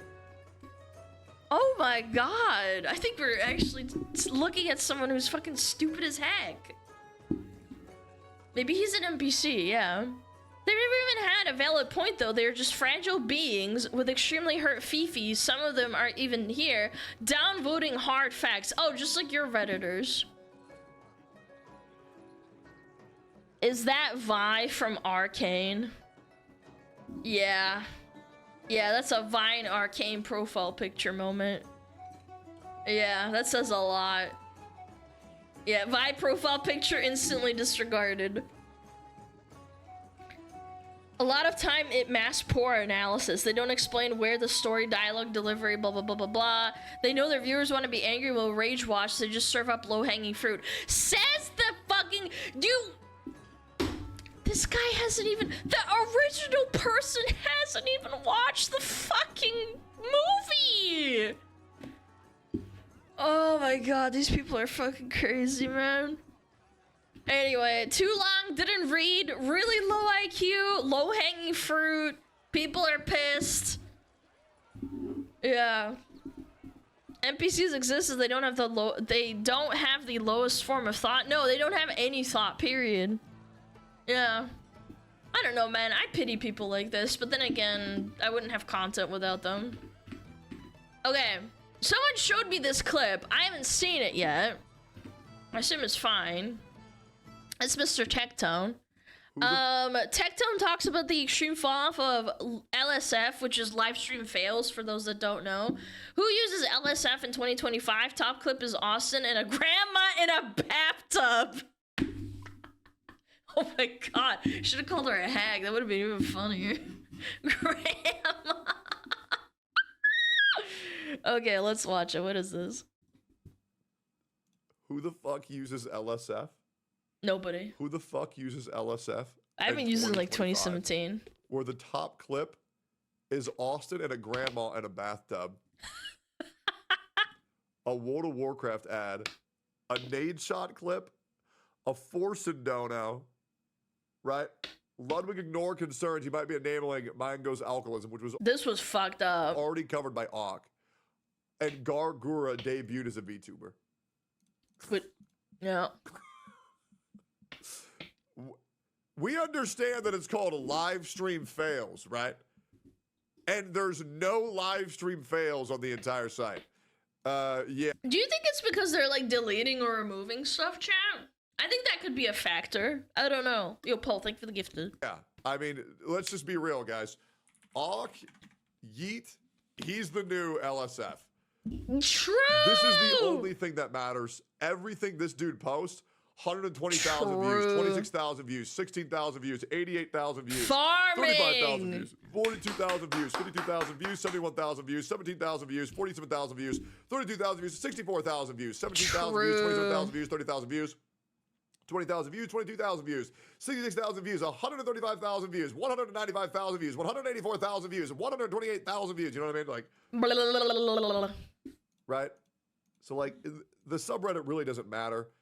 And we already know what all of these people are going to type, because the problem is that Reddit is a website where all you do is pander to the pre-existing agendas that exist, and then you get upvotes. True. I gotta farm those upvotes, chat. My karma's low. Right? That's pretty much how it goes. So Yeah, there's not feed really me slop. any room to have meaning. And also you get downvoted to shit for posting anything. Like, that's not in, you know, the agenda, quote unquote. Meaningful discussions with a group of people who are all fighting to just say the popular opinion, to just farm updates rather than talk about anything niche or complicated in any manner whatsoever. It is the platform with the biggest echo chamber, outside, of course, of, you know, Mr. Poke's Twitch chat. Is what it is. True. And Auk follows me. Oh, Pogger's in the chat. Who the fuck uses He's been popping off. He's gonna hit 100K, dude. If you're into, like, you know, drama, I don't know, it's not everyone's cup of tea, but if you want to follow for actual, like, news and stuff, probably follow Yeet. Yeah. LSF turned into back and forth drama farming during COVID, pushed me away personally. I liked LSF back in, like, 2016 up until, like, probably 2019. Yeah, that's probably, like, before the COVID bullshit. You're totally right. Because it was actually, like, about, you know, streamers and failing and drama and, like, people talking about things that happen on stream rather than fighting each other constantly. But I digress. Let's start with the obvious, chat. Why is LSF failing? Well, first of all, it's a freaking subreddit. The term shouldn't be like, who uses LSF in 2025? The term should be, who the frick uses Reddit in 2025?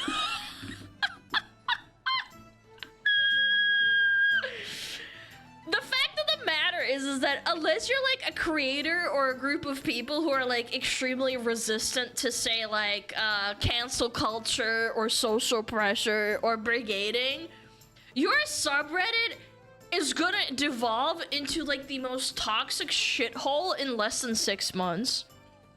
That's the culture of Reddit. It's a hive mind safe space for retards that are like too scared to hear an opinion that's different from their own. Many such cases. Given that, though, I have to say this. It is no surprise that, like, LSF, live streaming fails, is a shell of what it used to be.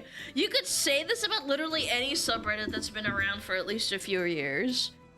Like one of my mods just said, they got pushed away around about COVID, and it's gotten worse over time. It's been, like, what, 5 years? But, how did it get this way, chat?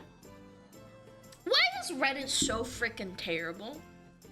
It's because it's ran by people that don't want to hear your opinions. It makes them upsetty spaghetti. Reddit doesn't engage in free thought. Reddit bans you for wrongthink. And it's scary how accurate that statement is, because you could say literally nothing wrong on a specific subreddit that you like, but they'll still ban you because they found out that you subscribe to r/Asmongold or r/SmugAlana or Tectone or, I don't know, VTubers even. I wish I was joking, but like, yeah, you could probably get banned for that. And what ends up happening is when you have a bunch of pussies that run a website like this, you eventually alienate a lot of your own people who actually brought you good content. Like, who knows? I don't know. Maybe he was like, I don't know, a Reddit dude that posted clips on there and now he runs his own thing. Like, you never know. You attract, at the end of the day, you attract the most low IQ, unmedicated schizophrenics with zero social skills that find every single thing defensive, and these people will just hold you and each other to a higher and higher, like, social standard or whatever, like, I don't know, the bar shifting until they start devouring each other. Because these are basement dwelling freaks that with zero social skills and perpetually offended Karens that perceive anything that isn't essentially like HR speak as like a massive transgression or microtransgression, you could even say. Yeah, the purity spiral. That's actually a really good word for it. The purity spiral. If you aren't like this, you can't be my friend. If you say this, you can't be my friend. Blah, blah, blah, blah, blah. And it's like, oh my god, that's not how the real world works. You find out, say, hypothetically, so you find out someone at your work, and you are a high IQ smuggler, and you find out someone voted for Biden or for Trump. You don't automatically start shitting all over them at work because they're your fucking coworker. You're just talking to them every day. It's a different story when it's like, you know, them bringing it up all the time. I'm saying like, oh, you just found out. You don't like immediately start taking a big fat dump all over them. I voted for Boom Jibden. Yeah, people are allowed to have different opinions. It's not that big a fucking deal. If I found out you voted for XYZ, I would fucking ban you from chat. Who the fuck cares? You're a smuggler. I don't give a shit. But let's think about it. You now have like a website full of the most radical, I'm not exaggerating because we saw what happened literally less than a week ago where they drove a woman to off herself. They are the most self-hating, basement-dwelling abominations the world has ever freaking seen. And let's say you post a clip of, I don't know, Asmongold spilling his drink, a live stream fail, if you will. And the comments instantly fill up with him saying, he killed his mom! He's a Nazi! And now you've alienated, like, the portion of that subreddit that likes Asmongold. And you start, like, banning them for, like, posting Asmongold posts, even though he's a streamer. Right? Like, that makes sense. Like, he's not a streamer. He belongs there. And, like, rinse and repeat this with every creator or topic you can think of. Oh my god, they brought up this topic. Oh my god, I'm gonna ban them from stream. Or from the Reddit. And then eventually you have this, like, shell of a subreddit, which you can tell because LSF is dying, with no active members, and the only people that remain are the Reddit mod phenotype. That's how active communities like this die, by slowly strangling themselves out with not only, like, censorship, but banning and removing posts about creators that aren't, like, you know, they're not on the list. Like, I don't know, maybe I'm on a fucking list. I don't fucking know. Yeah, death spiral, essentially. You're killing your own Reddit, and then you're like, oh, maybe, damn, what happened? And then also, like, accusing each other of being Nazis or supporting bigotry for liking a creator that isn't approved. Do you guys remember the whole Blue Sky shit we talked about like 2-3 days ago? It's the same thing. Oh my gosh, you said that you think that Pippa isn't a Nazi? Oh my god, freaking kill yourself. Like, what the frick?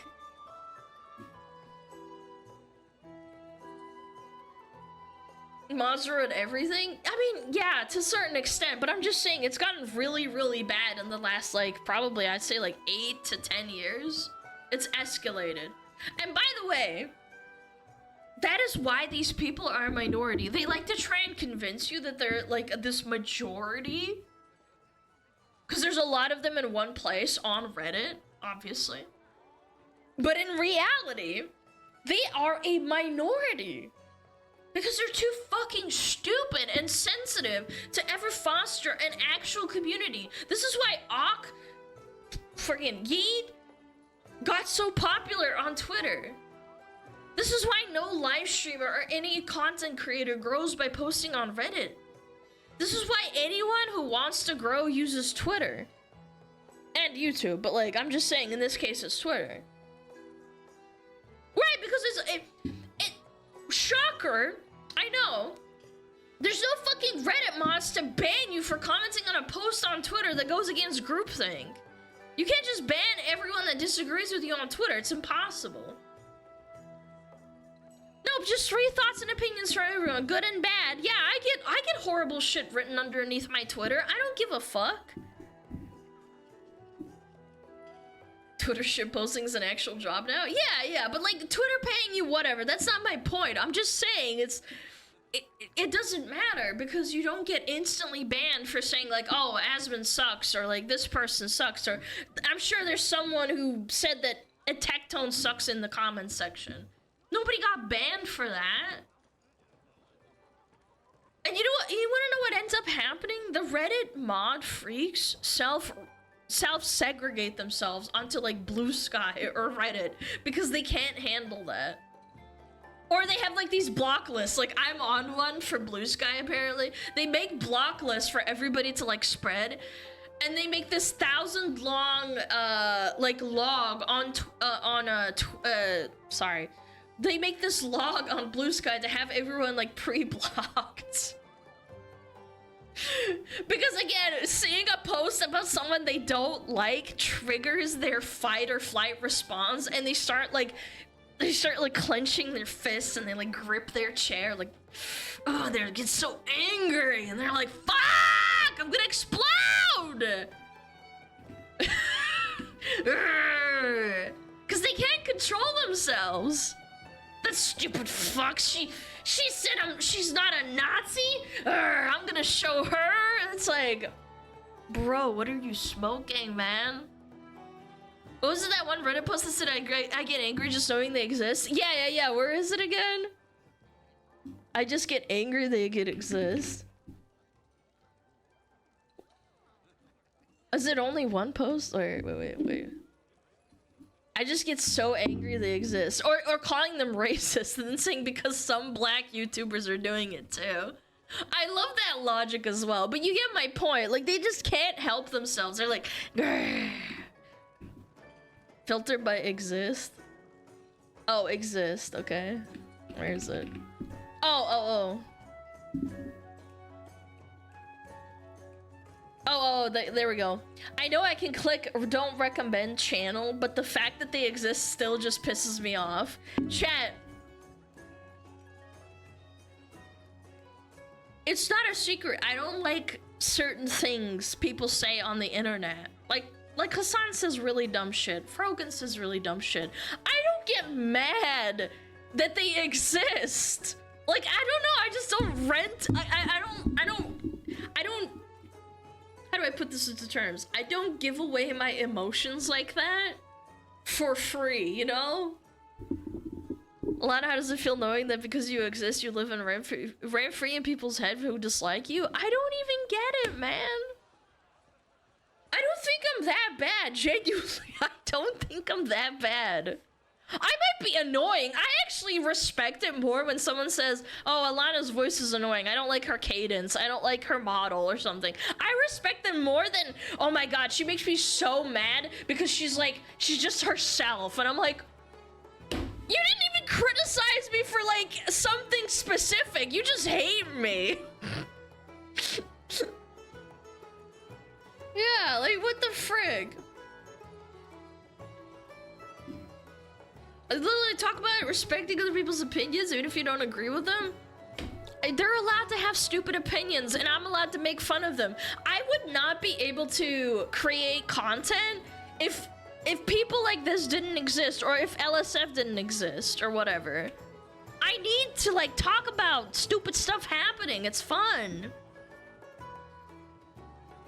I often disagree with your takes. That's so totally normal. Oh my gosh, that makes me so proud of you, chat. If you disagree with something, that's so fucking cool. Wow. That's fine. Because guess what? I don't agree with everything everyone says either. I think sometimes I'm like, shit, damn. I didn't think that you would think that, but whatever. Yeah. I always disagree with you. I'm a hate watcher. But you have a 10-month sub badge. What do you mean?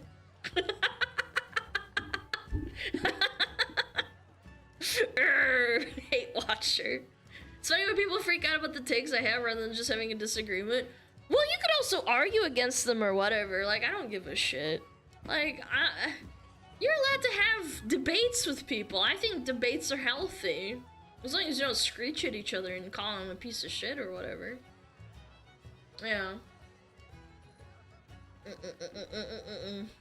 But yeah, anyway, LSF is dying. Reddit is dying slowly, I think. I think their stonks are not doing too hot.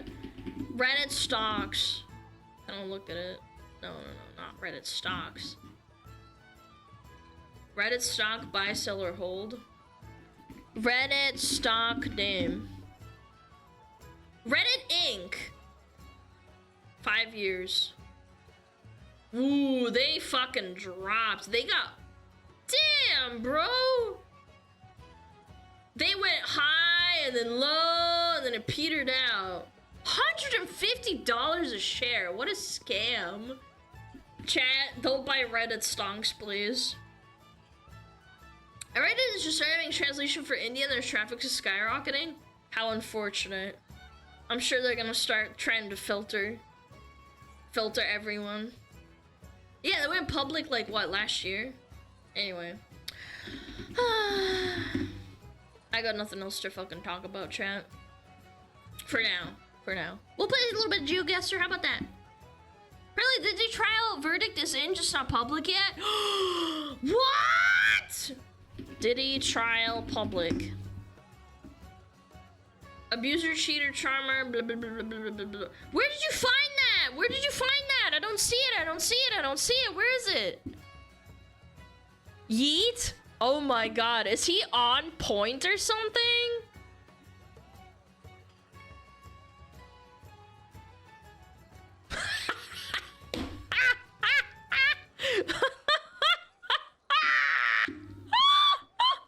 I love this guy that makes the blue cats. I forget his name. I follow him on Twitter. Retweet this. Dude, that's so good. Damn! Where did he hear that? Goodness gracious. I hope he gets convicted. I don't know if they will, though. They'll be like, you're on probation. Ha ha ha, smile. He's in their walls? Bro. I still don't understand how much lube this guy had. I don't know why he had this much lube. You have to be a sociopath. Alright, chat. If something else comes out, I'm just gonna play some GeoGuessr, maybe some Warcraft guesser. Oh my god. He was an extreme fiend, and yes, he is a psycho. So true. Oh shit, this is Eastern Europe. Look at these. Look at the izbushkas. Oh, смотрите. This is Eastern Europe for sure. Hungary? Yo, Tomix, wake up! Tarata. Is this Hungary? Romania? It's not. You think this is Romania? Poland? Looks like Romania, Moldova. Dude, Romania, Moldova looks nice. Show the sign. Kulit tereta. Primar Bariesti. Bariesti. Below that? I can't read it. It's too blurry. Those are Romanian names? Okay, yeah, I thought so. Again, I wasn't too bad. So, I'm thinking, because this is like a nice area. This is so comfy, chat. This is so comfy. I bet you it's like this way. Piatra. It's probably like somewhere in a village, like probably like here. Am I not goated with the sauce? Excuse me? Yo.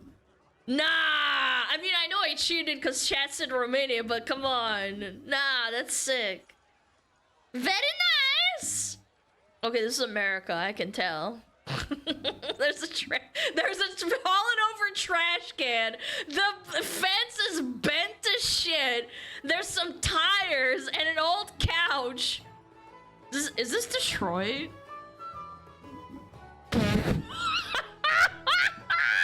Dude, is this Detroit? I don't know why. It's just calling to me. Dude, the washing machine and the fucking back plates. What do the plates say? I can't see. Well, yeah, obviously I can't see because it's blurred. Looking at the Google car. He's like, get the fuck off my lawn, you dumb bitch. I don't know. Maybe it's too nice for Detroit. You think this is Ohio? I'm guessing Indiana. What if it's like Indiana, like Gary, Indiana, but not too close to Gary, Indiana? Like some, you know, outside of Fort Wayne or Indianapolis.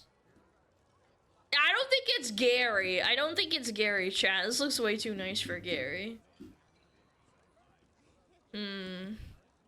I don't know. This just speaks to me. This is me after stream. I'm just a trash can. Okay. Lock in. It could be Ohio as well. You know what? I'm gonna do the middle ground because it's like between Fort Wayne and Cleveland. I'm gonna go like somewhere here. Yo! Strong! It was Dayton, Ohio. It was Fort McKinley. Wow. And a Kroger not too far away. Nice. Chat, you doing fucking sick. Fucking sick. Okay, what is this? Some flowers. There's some motorcycles. This is East Asia. They love motorcycles over there. Vietnam, maybe? Vietnam, Indonesia, Philippines. There's some mountains in the distance. Peep the sun. Peep the sun. The sun is in the east. Juji, what the frick? What are you doing? Find writing? I am. I'm trying. Nagual.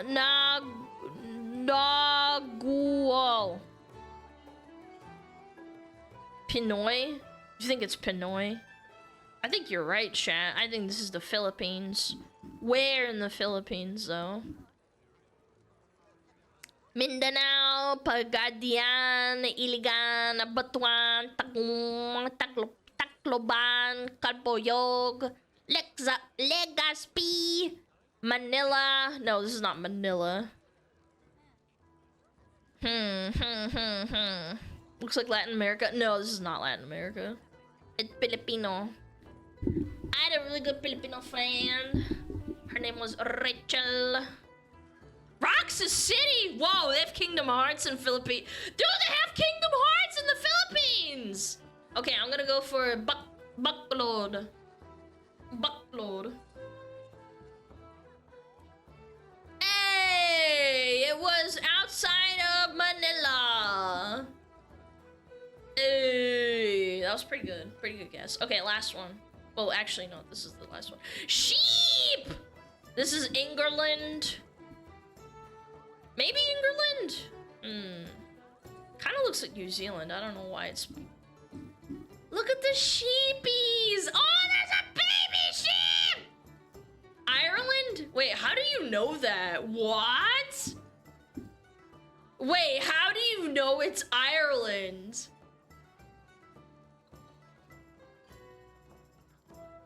How do you guys know that? Wales, it's got sheep? Yeah, but like, you know, the UK, Ireland, and Scotland, and New Zealand, and Australia have sheep. I mean, Australia's dry, but like, I'm just saying. Clouds? What do you mean clouds? Hi, buddy. I'm not mad at you. Come here. I'm not mad. I'm not mad at you. I'm not yelling at you. It's okay. How did you open the door? He's telling me to stop yelling. I know. I know. I'm not yelling at you. I'm not mad. How did he knows the door open?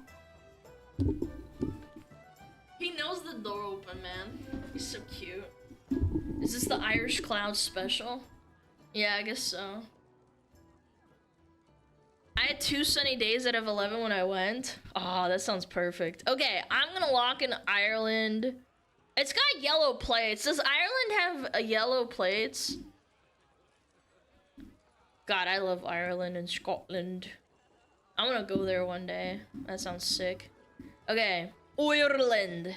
It's probably a little bit far away in a... I don't know how to do an Irish accent. Filet potatoes. It's not Scotland. I feel like Scotland's a little bit more, like, elevated. I don't know. Probably, like, Longford. Hey, it was Northern Ireland. Hey. Hey, it was Northern Ireland. We did a chat last round. Oh, jeez. Oh, mama. Where am I? Where am I? What?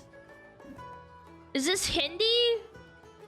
This is Hindi script, right? So this is India. Probably in like a really major city. Yeah, it's gotta be India, yeah. That's that script rating. Okay. Oh, look at this guy. He's just chilling. Dude, this guy's just chilling like a villain. Look at the Google Plays. Okay, they're crossing like a massive river. That doesn't help. I'm guessing like a massive town. I don't want to be stereotypical, but New Delhi is a massive town. Do they have a river? They do. Is there a big river here? I don't know. I almost want to do it. I'm gonna say it. Where's the sun? Oh my god, it's so bright! India's sun is so bright! Okay, I'm just gonna do it. Fuck it. It's this big bridge right here. No way! No way! I was just guessing! It was the same river, but north. Nah, that's crazy. I'm not, nah. Holy! It was a different bridge. Oh, it was the Yamuna River, huh? Damn, dude, I did good. Chat, good job. What? We almost got the gold medal? Oh, if I got a little bit closer on one of my guesses, fuck, dude. Man, I'm pissed. Ooh, I'm mad. Ooh, I'm mad. I could have gotten a golden medal. That would have been crazy. That's fucked up. We're so close. What is it, 50 points off? Because it's like 22,400? God damn, dude. Chat, good job. Give yourself a round of applause. Does time matter with points? No, this is unlimited, but you can't move. Like, I don't make it that hard. I'm not like a fucking GeoGuessr pro. And also, chat's cheating and helping me, but like, I think that's part of the fun of it, because someone in chat says like, fucking Ohio. That Ohio guess was very skibbity. Good job, boss. Alright, you're getting $10 million deposited into your account. Yo, Benandon! Thank you! Thank you for the 50 freaking gifted. Holy shit. Okay, you know what? Just for you, real quick, right before ads start, I'm gonna do it. I'm gonna do it. 30 seconds, no move. Start the rounds. Alright. This is Northrend. This is somewhere over here in the alligator area, I think. Okay, so this is in the north. So one of the mountains has got to be in the north nearby, but I can't really identify them that well. Oh, that's kind of cringe. Oh, fuck. I can't believe you've done this. In the north. So over here? Hey! Hey! Oh! Oh my god! No fucking way!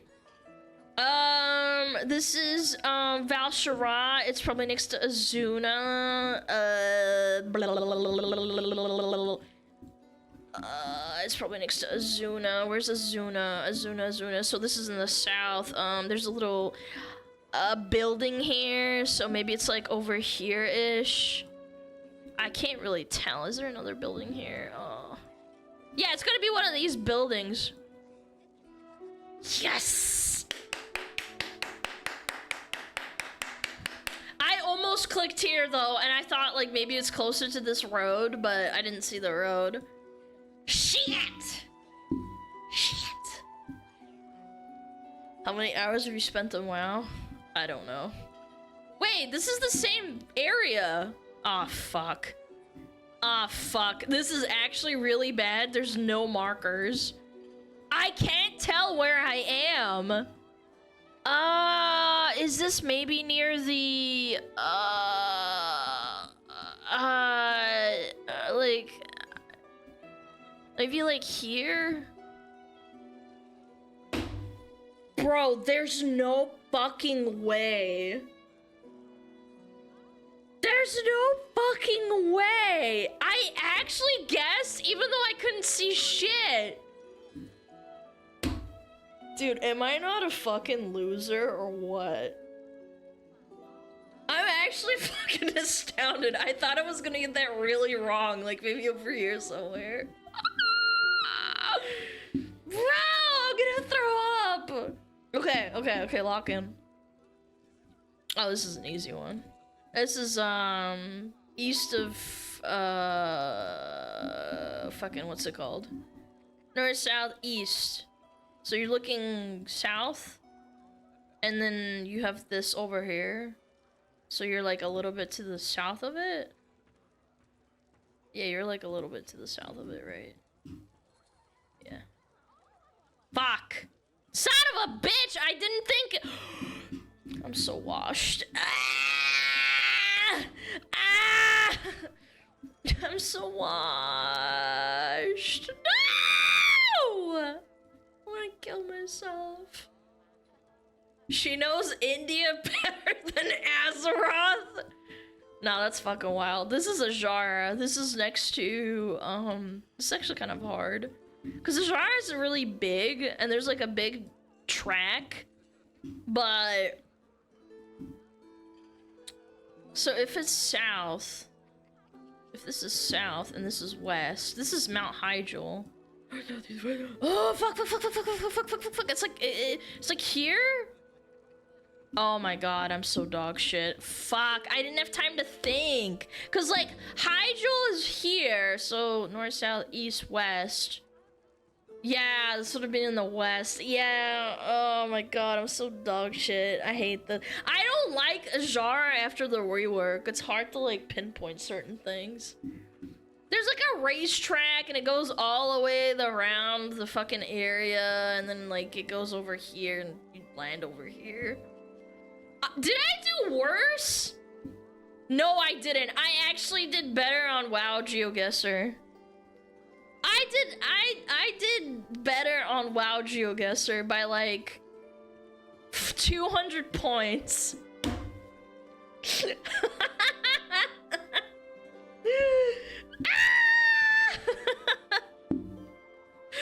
Oh no. Oh no, it's over. I'm not defeating the allegations. Anyway, chat, I'm gonna go tinkle, and then we act as per usual. As per usual, chat. Okay, Metapod's up, everything's up. Mods! Break their legs. Oh, Metapod. Oh, Metapod, use Harden. Metapod, Harden. Oh, yeah, Metapod, you're so hard. Metapod, Harden. Oh, he's so hard. Look at those two hard-throbbing Metapods. They're so strong and hard. Wow.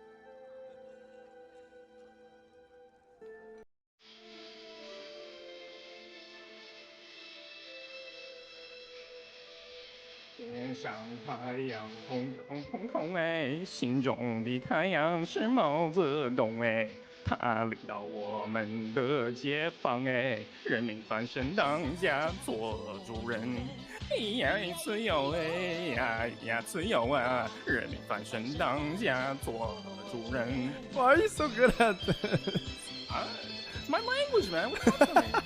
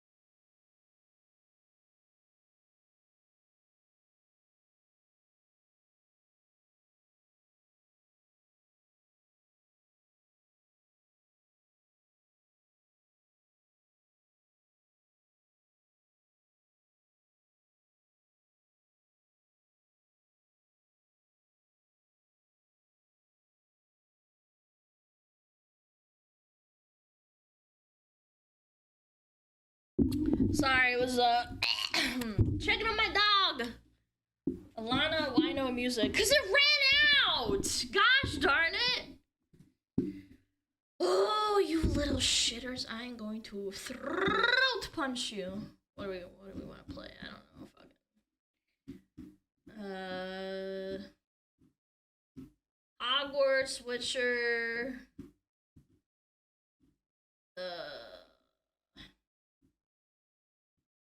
What do we have? Hogwarts, Witcher, Warcraft, Skyrim.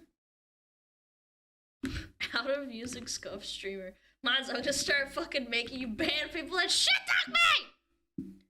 Did you try SmugAlana? Oh shit. Kitty, what are you doing? Okay, hold on.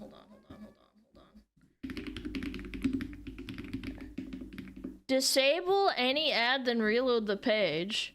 Shut up! I'm gonna fucking keep... Hold on. I gotta put music on. I can't think like this. Alright, I'll do one real quick. What is this? This is Blessing of Might. The Paladin spell. This is Devotion Aura. This is Curse of Weakness. This is Demoralizing Roar. Wait, what? It's Demoralizing Roar! Okay, man. I feel like I got scammed. This is Holy Wrath. Wait, no, never mind. I did get it right. Okay, never mind. This is Arcane Shot. This is Piercing Howl. This is, Desperate Prayer or Bubble. No, it's Desperate Prayer. This is Greater Blessing of Salvation. This is Multi-Shot. This is Shred. This is Aim Shot. This is Sanctuary or Elemental Shaman Shield. I forget the fucking enhanced Shaman Lightning Shield. This is Strength of Earth Totem.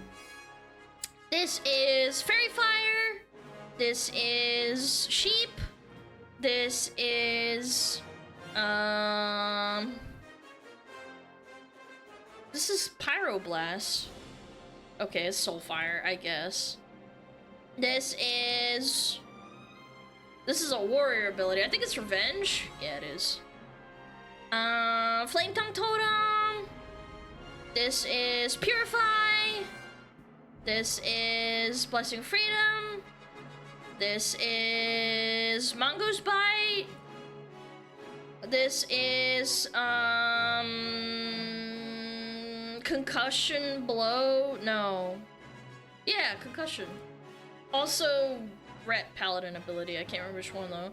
This is Sprint. This is Curse of Elements. This is Create Hellstone. This is Cleave. This is Blessing of Salvation Lesser. This is Shadowwood Pain. This is Starfire. This is Renew. This is Leader of the Pack, Feral Druid. This is Death Coil or Unholy DK ability. I forget which one. This is Demon Armor. Blah, blah, blah, blah, blah. Frost Resistance Aura or the reset for Ice Block and Frost Nova and shit for mages. This is Nature's Grasp. Dude, I can keep going forever. I mean, you know what I'm saying? This is Pummel. This is Pounce. This is Psychic Scream. What? I mean, I guess it's Demonic Sacrifice. I'm not sure.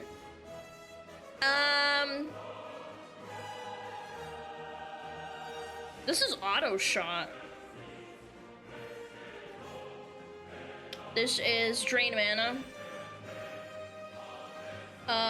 This is Turn Undead. This is frost. Wait, this is frost armor, I think. Okay, thank God. Okay, this one's prayer of healing. This one's nature swiftness. This is bash. This is lightning bolt. This is curse of doom. This is bark skin or totem. This is a warrior ability. It's gotta be last stand, I think. I'm not a warrior player. This is Farsight. And last one, this is Hammer of Justice. Alright, I'm done. Disgusting. Fucking nerd! Disgusting, I know. Foul. Absolutely useless. Now do normal mode? No, it's gonna take me forever! You guys want me to do normal mode? You guys want me to do normal mode? I'll do 5. I'll do 5. I won't do any more than that. Hello? Return home? What the frick? There we go. Okay, normal. Oh, fuck. Wait, this is actually a lot harder. This is purify? No, abolish. This is abolish disease.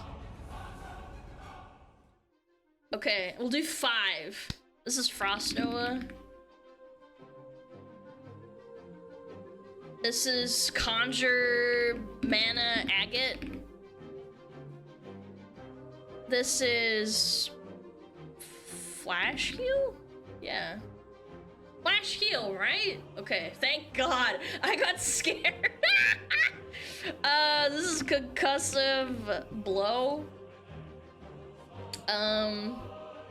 This is Blink or Distracting Shot.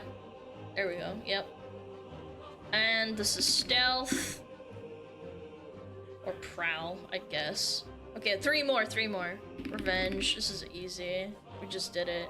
2 more. Prayer of Shadow Protection. Yep. And last one. Oh no, this is a warrior ability. Oh no, what is this? I don't play warrior. Is this like Mocking Blow or something? It's not Rend because that's like a sword with like blood on it. This one's like a...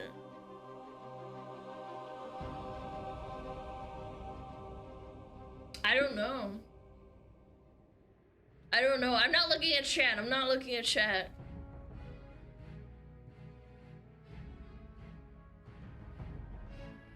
What the fuck? Hemorrhage? No, it's not hemorrhage. Oh my god, I don't play this class.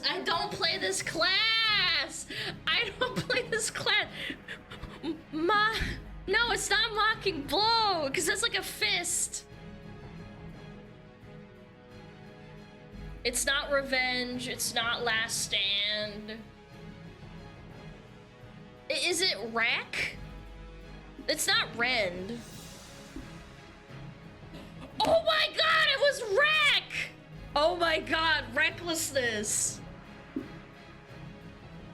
Dude, I don't play this game, man. I don't play this class. Okay. You guys are fucking distracting me. Jesus, man, you scared me. Ugh. Okay, speaking of World of Warcraft, I want to watch a video today. Don't you watch Asmund a lot? You think I look at that motherfucker's bars when he's playing World of Warcraft? Plus, he hasn't played World of Warcraft in years. Chat! I know, yawn! World of Warcraft, I want to watch this video. I want to do this. I want to see it. What is going on? World of Warcraft is going viral. Ooh, Asmonbald is not looking happy. Ooh, is it that bad, chat? Is it that bad? Are you ever gonna get back into WoW, or is it a lost cause? Dude, I've been watching these clips Everybody is talking about this fucking cinematic, bro. They're absolutely, like, this cinematic is making World of Warcraft go absolutely viral in the year 2020. It's got 3 million views. When I saw it, it had like 100K maybe. 5. You thought it wouldn't happen? I'm gonna be honest, neither did I. But here we are. And so let's take a look and watch the cinematic. This is the cinematic. Yep, guys, get ready. Chat, brace yourself. It's really bad. You ready? No, you're not. Let's watch it. And by the way, I coped and said that this wasn't in the live game, and it actually is in the live game, and it's not in the beta. This is not beta movement. It can't be that bad.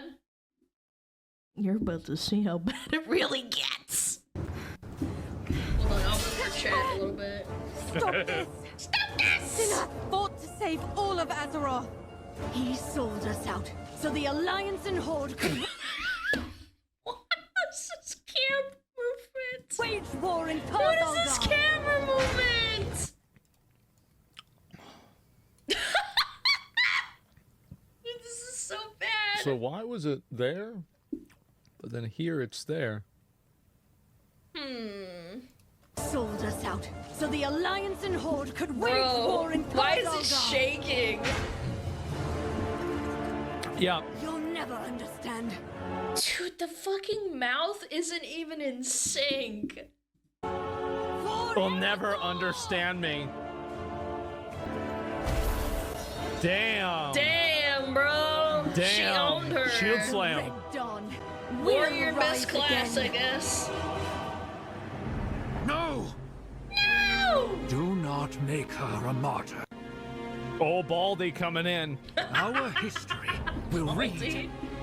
Faerun, This is real, guys. true This daughter isn't. of the Arathi. This is real.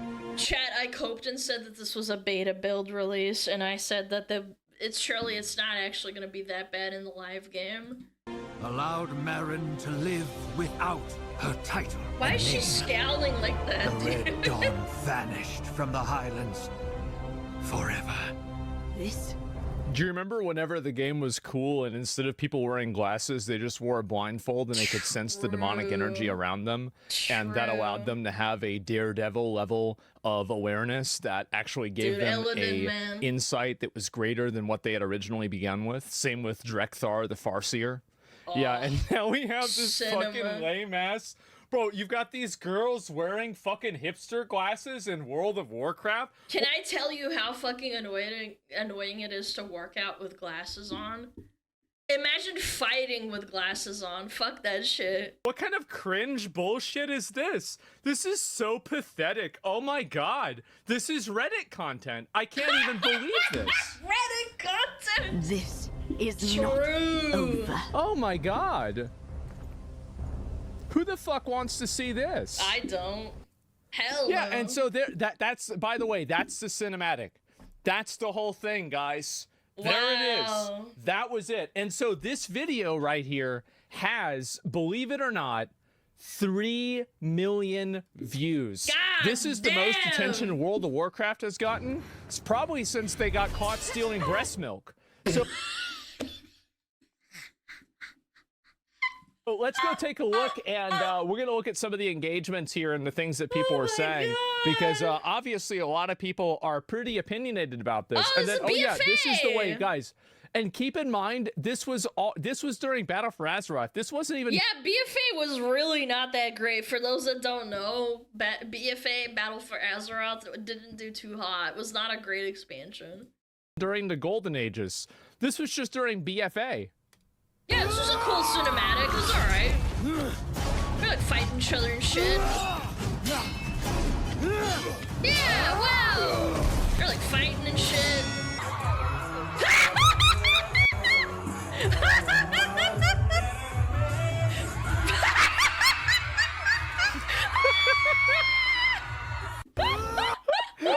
Oh shit! And then, Dude, that should be criminalized. How is that allowed?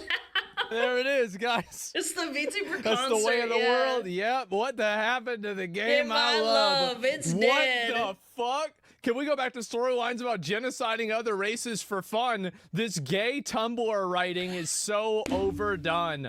World of Warcraft is such a good IP that gets ruined year after year by self-fucking 80 people. Yes, exactly. True. A retarded monkey could do a better job. A blind retarded monkey could make World of Warcraft the game it's supposed to be in a year. Sadly, it will continue to be lame and gay. Oh my god. Hey, they stole my post! Hey! Well, they didn't steal it. I'm making a joke. This is how we started. This is where we're at. And for those idiots that kept saying, oh my god, Alana, this is fan art. This isn't actually Blizzard work. And I'm like, guys, they would put this into Hearthstone in a fucking heartbeat. You can't tell me that this is fan art when it is the quality and the expectation that they would have for Hearthstone. Yeah. This would be an actual Blizzard game at this point. It is in Hearthstone? I don't think so. I think it's a fan art. Yeah. I don't know what to say, guys. Yeah, exactly. But that's it. Can Metzen fix it? I don't know, but he's really got a long road ahead of him. I'm going to tell you that. And I don't even know what the fuck to say about this. Oh my god. Google LinkedIn? I'm not going to Google some fucking idiot's LinkedIn. I'm sure that there's a million woke, annoying, obnoxious people that work at Blizzard. I don't need to look at LinkedIn. I miss when they would just make characters look burly and just beat each other up. Where's the testosterone, bro? Yo, Anonymous, thank you for the 10!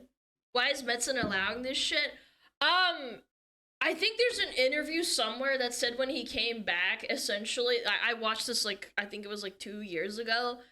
They basically said, like, he doesn't, like, really have that much say in the game anymore. Like, he's there working, but it's just, like, he doesn't really get to say, like he can't draw the line anymore. All I need to do is look at what they're making, and I know that. I think he said that. I don't remember. As used to always, like, I met Heel versus Babyface whenever he made WoW only videos, and now he says the actual fuck is this shit, bro. True. Like, I haven't subbed in years. I play on a private server. So cool how every game is bad now as black lesbians. Bro, people are just tired of this fuck. You want to know another horrible, like, fact about this character is that this character talks to Anduin that's been in the game for 20 years, and he's in, like, this depression about, like, he's basically emoing out in the story at this point, and all she does is say, pull yourself up by the bootstraps, king, you can do it, and he's like, thanks. And it's like, that's, like, what? Like, that's what it takes to, like, move the story forward? She's like, lock in, king, and he's like, ah, you're right. And it's, like, in the campaign. It's, like, actually part of the story, dude. And shit, man. This whole cutscene looks like when people would make the Sims 2 music videos on YouTube 2010. I think that it would look better. I saw Sims 2 videos look way better in 2010 and 11. That is an insult. Oh my god, I love this one. With the DK and the Red Paladin. This was made by some teenager 2008, okay? Bro, dude, this doesn't even hold a fucking candle. Look, the Red Paladin flying! Yeah, keep this in mind. Some fucking little ass kid made this in 2008. Dude, the RAM required to render this was probably capped at like 500 or 800 megabytes. Or was it like several megabytes? I can't remember. Like, it's insane to think that how much better this shit is. With a toaster. This guy made this on a CRT monitor with 4:3 resolution. Okay? This video is from WoW. That's right, guys. Man. It was McConnell. How much do you want to bet McConnell watched this? Dude, this is so cool. $1 million, at least. There you go. He killed the DK! Oh my god!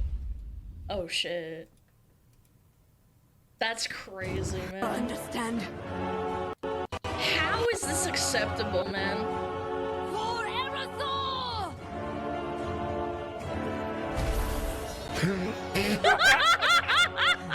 She just shield slams him, bro.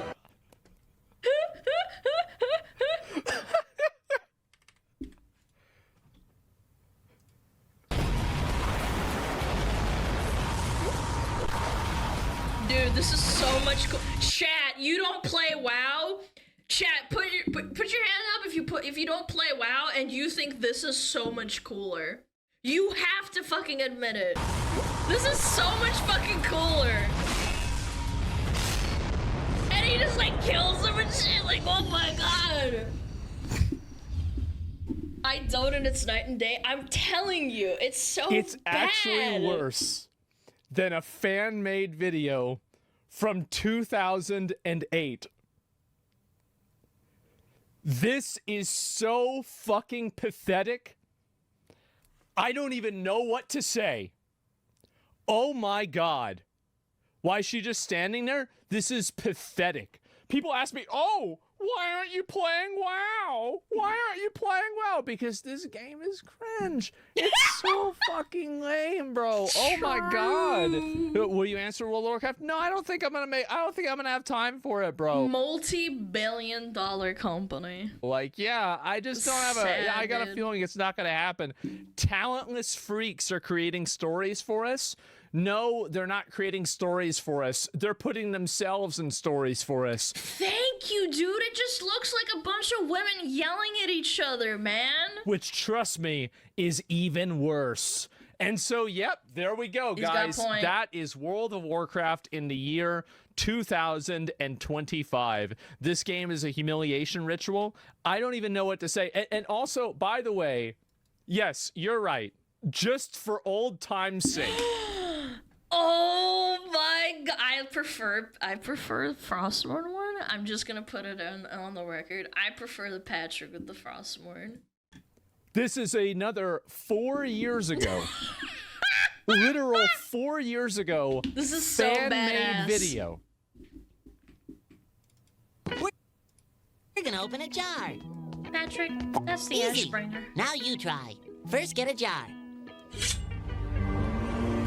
Absolute cinema. Yes. Yes.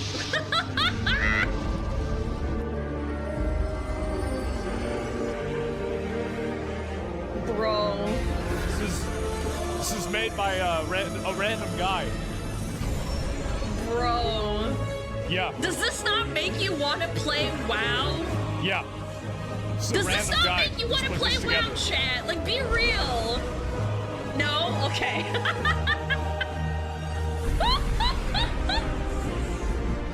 Dude, it's sick, man. Just keep in mind the video. Hell no! You play classic? Okay, that's fair. Holy! Look at the graphics. They're absolutely terrible. And nobody cares. It doesn't matter. It's about the soul, the energy, the spirit.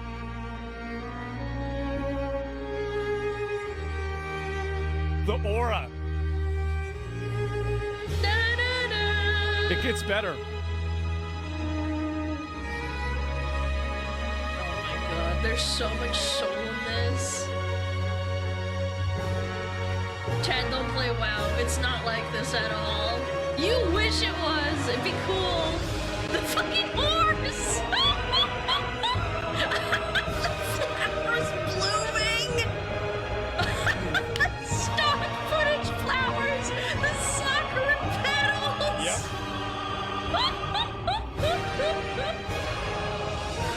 Oh my god, it's so good. This animation's so bad. From that day onwards, he was known as Patrick the Pure and spent the last of his life purifying the land. Beautiful. You need a jar. Patrick, that's the frost. Stop showing me this, man. I'm so disappointed. So I don't play retail, bro. I can't. the fuck? What a pathetic bunch of garbage. Ugh. Oh my god. What the hell is going on? What the fuck happened? This is insane, man. I think you guys just grew up. No, bro, the problem is that we had people that think they're grown-ups that want to write these annoying, boring PR, HR stories. Reddit and women. they don't know about the real quality. They don't know about that real shit. They're into this garbage. That's the problem, is you got people, you got millennials in here. How much you want to bet the person that wrote this story is a fucking millennial? I bet my entire channel, hands down, my entire channel could get deleted tomorrow if it wasn't a millennial. A million. Could be a Zoomer. Nope. Zoomers don't play well. Dollars, probably $100 million. No, I'm kidding. It's a I think there millennial are that put Zoomers this that play shit well, together. but holy Absolutely, shit, a dude. Disney adult. Yeah, that's the problem. That's where we're at. And so anyway, and somebody even tags me. It's never coming back, is it? Oh my god. Dude, this is terrible. That's a I can't fucking believe fact, this is right? real. Watch Varian in the Undercity. Guys, there's a million cinematics we could watch. I just wanted to show that one. Started from here, and now There are Halo, like, little machinimas and Team Fortress machinimas that are better than this from, like, almost 15 years ago, man. now we're at the bottom. Actually, that's not true. The next patch could be even worse. So yeah, guys, I figured I'd show you guys that because this is where we're at right now. This is World of fucking Warcraft, sad, in case man. anybody was thinking about playing the game again. Just a little Reminder. inoculation there about you know, what you want to avoid. And so there you go. Oh my god, That was dude. Millennial Soy Boy wanting good boy points from his Discord kitten. Yeah, and it turned into a Discord hog. That's the problem. And so any Discord hog. You got catfished by a Discord hog millennial. Anyway, let's go back. I can find a few more of these, like Khadgar in a fucking wheelchair. Jesus, this Thank game is so you. fucking I cringe farmed now. that It's chat. embarrassing. This is freaking sad, bro. Yeah. Ba-da-da-da. I don't know. What's a good example? Probably the Wrathgate cinematic. This was, by the way, this is from 14 fucking years ago. 14 years ago, Blizzard made this. Oh my lord, man. It's so cool.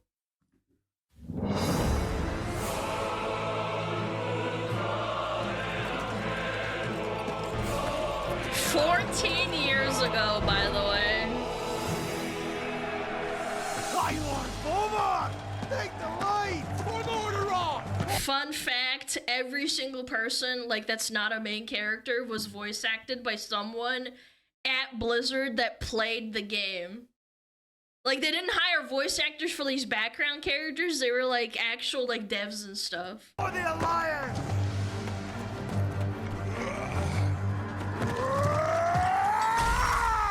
Yeah! Get him, Bulbar! Back, you mindless wretches!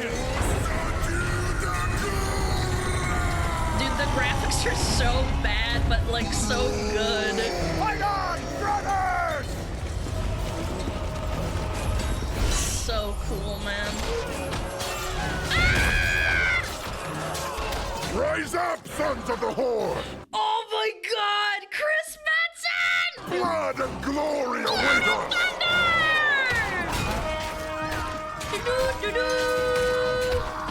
Luntargar! For the Horde! I was wondering if you'd show up. I couldn't let the Alliance have all the fun today. Dude. God, man. Oh, look at them. In front of the Wrathgate. Arthas! The blood of your father, of your people, demands justice! How did they do better with this than now? Explain.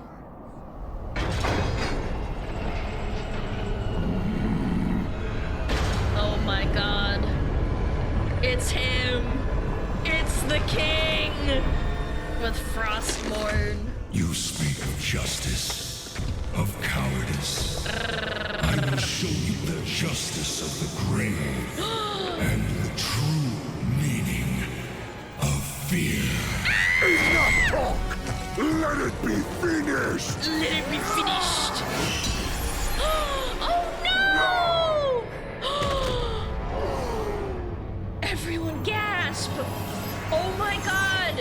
He took his soul, chat! You will pay for all the lives you've stolen, traitor! Traitor! Stated, but there is nothing you can. What? You think we had forgotten? Did you think We had forgotten. Did you think We had forgiven. Behold now the terrible vengeance of the Forsaken. The foreskin, chat! The foreskin! To the living! Dude, you're getting like Vietnam flashbacks, man. Dude, this is so badass. No, everyone's dying!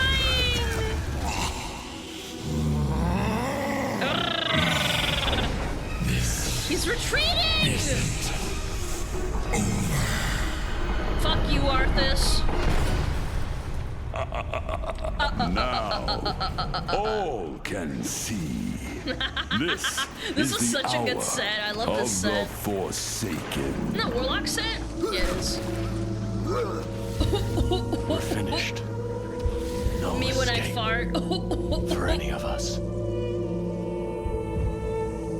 The dragons come. They save him. Awixtwaza! Yeah, when Juji farts, my face went. The wind wagons! Yeah, they like purge this whole place with their fire.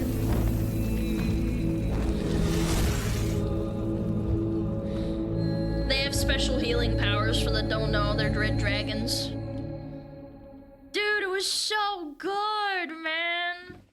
Oh my god, I miss it. Yeah, I don't know. Anyway, big trash, big slinky. Bro, that sends chills. I don't know, man. It's just like, I know people don't like WoW, blah, blah, blah. You're a fucking nerd, you're fat, whatever. I don't give a fuck. I love this game so much. I can't play the game anymore. It's impossible. It's impossible. You can't play that game. Yeah. Yeah. Can't we go back? No, chatters, we can't. I'm sorry. We're gonna have to sit here and suffer. Even Classic's not really the same. You're making me want to play it? No. Wait, is that 100 clams? What did this guy say, bro? Based yapper, love ya. Smuggler! That's all you said?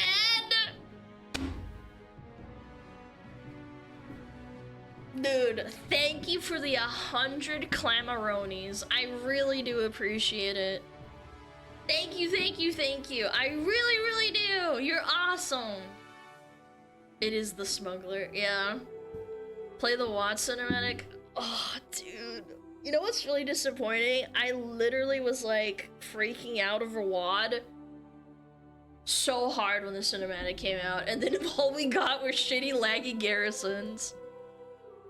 I loved it till Kata just died for me since then. Yeah, because the lore didn't like really follow up after Kata. Like they were kind of pulling on strings.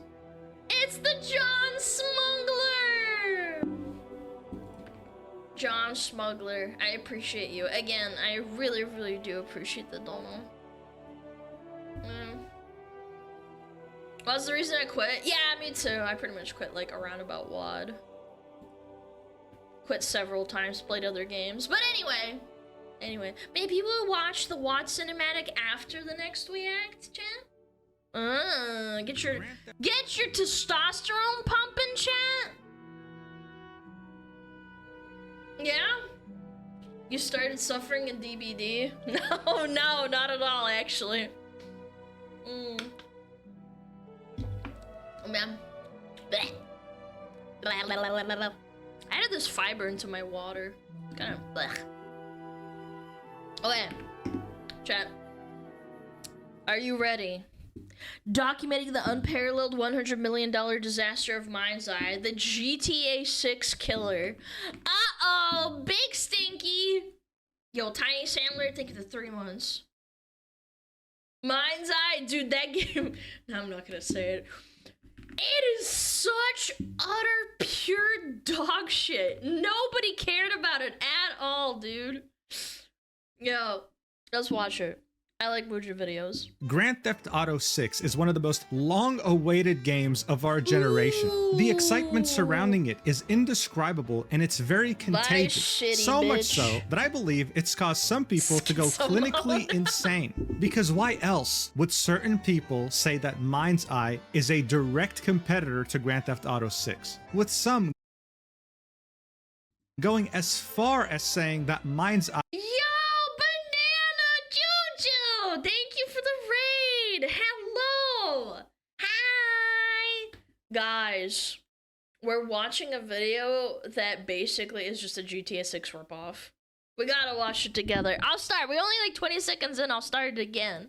I hope you had a fantastic raid. I mean, stream. Fantastic stream. Yes, we're talking about Mind's Eye. Thank you, Banana Juju. Or can I call you Juju? Best raid ever. I think your stream's pretty cool. Thank you so much. I really do appreciate it. You guys want to watch it together? I'll restart it. Restart just for you. Wait. Hold on. Actually, when is ads? It's fine. We'll squeeze it out. We'll be fine. Gotta go to bed right away though. Good night. Yo, thank you so much for being here. I appreciate it. Yo, Schrob, thank you for the gifted sub. We're gonna watch it together with the smugglers. Okay. 3, 2, 1, boom.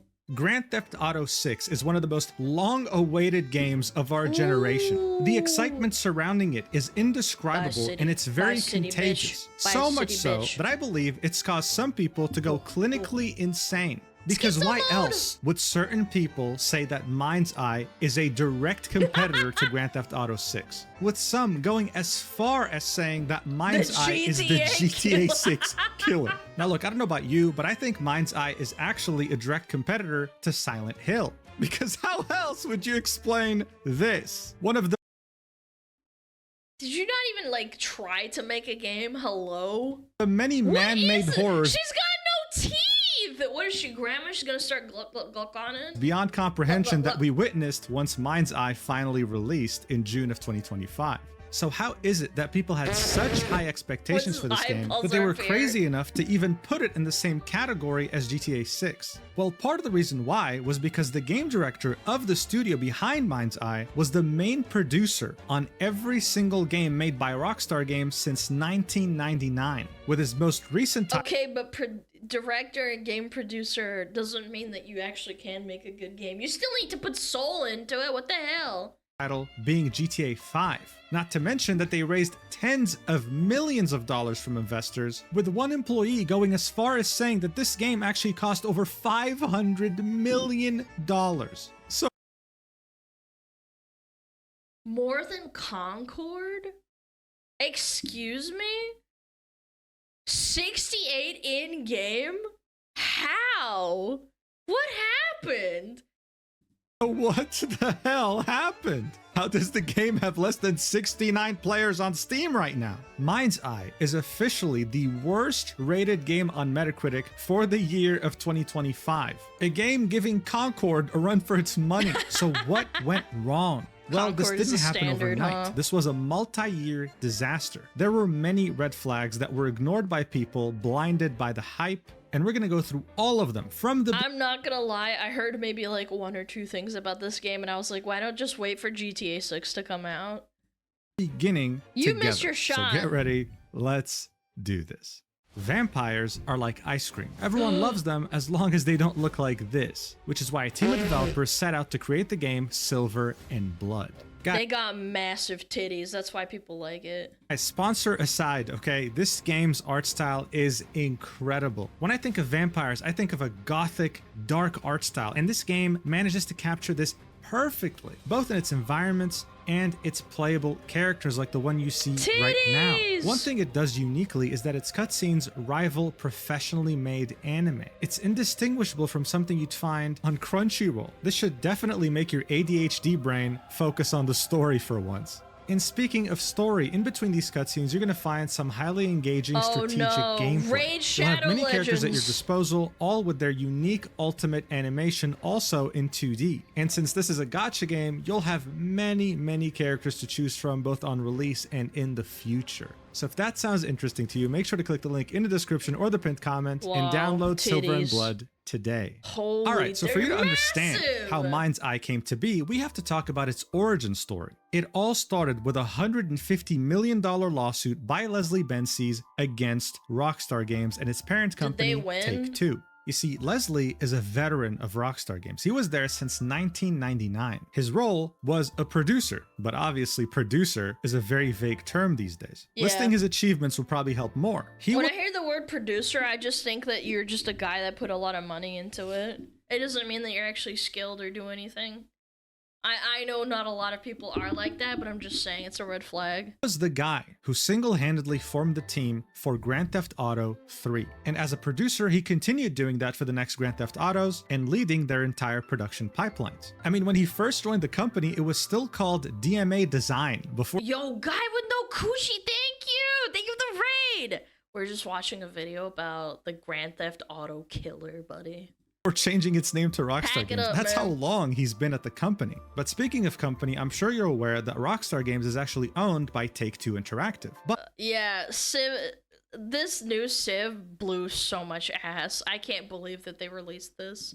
But because of the very big success of their games, Rockstar Games does enjoy I a wish I big could degree of refund it, man. independence, and it has its own hierarchy. Its main leaders are the Hauser brothers, so Sam and Dan Hauser, as well as Leslie, who's been with them since the beginning, since the days of DMA Design. On September 1st, 2014, Leslie decided to take a sabbatical. Think of it like a really long vacation. What the hell is a sabbatical? Is that something for rich people? Yo, Chef Gaki, thank you to 50! Oh my god, thank you so much! Here's a percentage of the 400 million you'll need for your official SmugAlana Yapper Simulator 2025 TM. Well, if I ever make one, I'm gonna make it a gacha so that you have to spend even more money. Sabbatical's like a long vacation? Brother, I think that's like a term for rich people. I've never heard the term sabbatical unless you're like extremely well off, because most people fucking have to work. lasting 6 months. Yeah. Leslie argued that during these 6 months, he didn't receive any of his owed royalties by Take-Two. And additionally, when he came back to the office after those 6 months, he was refused entry. Shortly afterwards, Rockstar Games released a statement thanking Leslie for his contributions and essentially saying goodbye. So less than a year later, he sued them. The lawsuit detailed just how dirty the politics inside of Rockstar Games were, saying that he was forced to take a sabbatical and that when he did, his own son, as well as many of his friends at Rockstar Games, were very quickly fired afterwards. The Wait, that's actually really fucked up if that's true. lawsuit then specifies Even if he's a rich guy, that's still really fucking fucked up. that Leslie believes this happened Yeah. because the Hauser brothers, more specifically Sam Hauser, felt threatened that Leslie was trying to take over the company. Leslie, on the other hand, said that without him, GTA 3 would have never been a success because what Sam was doing was mediocre. Take-Two countersued and called his actions bizarre and unwarranted. And back when this happened in 2016, it was a Rich pretty people big story drama. because it gave us perspective, an inside scoop as to what happens inside the secretive Rockstar Games. But as this was all happening, Leslie wasted no time whatsoever. 12 months after presenting his lawsuit, he formed a new studio in Scotland as well as a studio in Los Angeles to Scotland build a game forever. titled Everywhere. The team was initially comprised of 30 I hate this. Everywhere. I know, stop. I hate it when they purposefully misspell names for companies like this, even though it's Where's the E? people. And they, just like Leslie, were incredible veterans of the gaming industry, having worked on some very popular titles. The company didn't even have a name yet, but Leslie was already making some pretty big promises about what Everywhere is going to be, promising that it's going to be a massive open world where you can do virtually anything.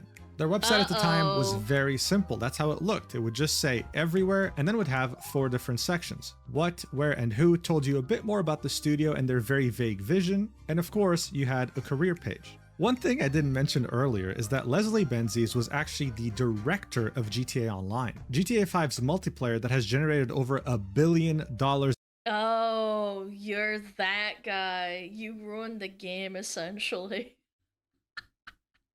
You introduced shark cards, bro! In revenue since the game's release. So him saying that he was going to make a game that's multiplayer, while saying things like, the vision is long-term with the capacity to develop and grow forever, as well as, our goal is to create a platform where players can be entertained and also entertain others while blurring the lines between reality and a simulated world, was definitely hyping things up to the maximum. This was all said with the announcement of him forming a studio. The studio didn't even have a name. And yet, the expectations were astronomical, and why wouldn't they be? This was the ex-director of GTA Online and the guy who had formed the team for GTA 3. He was also unjustly fired from Rockstar Games, according to him, and was forming his own studio as a way to give a middle finger to his previous employers by making a more successful and next-generation game that will blow Grand Theft Auto out of the water. There's nothing wrong with that. I actually think that's really good. I wish Blizzard North and like a couple of other companies that basically shattered because of this fucking corpo shit. I think it's a good idea to do that. However, you should never overpromise. The whole like, oh, you can just do anything in my game, and it's like, how about you produce a game first and then say that? I'll be the judge of that as a customer. That was the narrative that game journalists were going with. The statements that he made flowed directly into that narrative, and people, the consumers, gladly ate that up. And bear in mind, this was all 8 years ago. Now, we wouldn't hear much about the game or the studio until 2020, when the pandemic was in full swing and every studio was beating their records of player count for their multiplayer games. Money was flowing into the industry like there was no tomorrow, and it was the perfect time to find eager investors because the excitement was simply too contagious. This was when Leslie was able to raise over 32 million pounds, in other words 45 million USD, for his studio, which had a name now, Build a Rocket Boy. Yeah, I know, Build a Rocket Boy, Everywhere. I mean, seriously. Wait, Build a Rocket Boy? That kind of sounds like a North Korean reference. Who the hell's coming up with these names? In any case, they now had studios in Edinburgh, Budapest, and Los Angeles. So 3 different studios, which meant they were growing very fast. By 2020, this was their key staff. And as you can see, it's a star-studded team. Personally, what drew my attention was the cinematic director who had worked on Red Dead Redemption 2 and GTA 5, or the lead programmer who worked on GTA 5. The talent was clearly there, but there was one big question on everyone's minds. When were we going to see like a single detail about what the hell Everywhere was? Well, we finally got an answer to that question in the summer of 2022 during Gamescom, where they would release this 1-minute, 15-second teaser of what this game actually is. And to be honest, it only caused more confusion because what the hell is this? People were expecting something realistic, something that can rival Grand Theft Auto, but all we saw was like a discount Fortnite. To say that people were disappointed and confused. Yeah, it looks like a Unreal Engine flip. I'm not gonna hold you. This looks like some straight just rip off. Used as an understatement, just but that was until we had reached the 50-second mark in the trailer. This is when, for the first time ever, Mind's Eye would be revealed. Watch.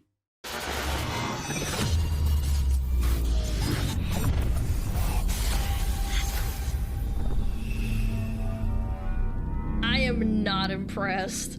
Where's the game? Whoa, where the hell did that come from? Was the first 50 seconds like a prank? Is this the real game? That's what people were hoping for. But instead, things got even more confusing. At the time, Leslie Benzies said that Everywhere was going to launch at the end of 2023, but that it was a completely separate title from Mind's Eye, confirming that they were working on not 1, but 2 AAA games at the same time.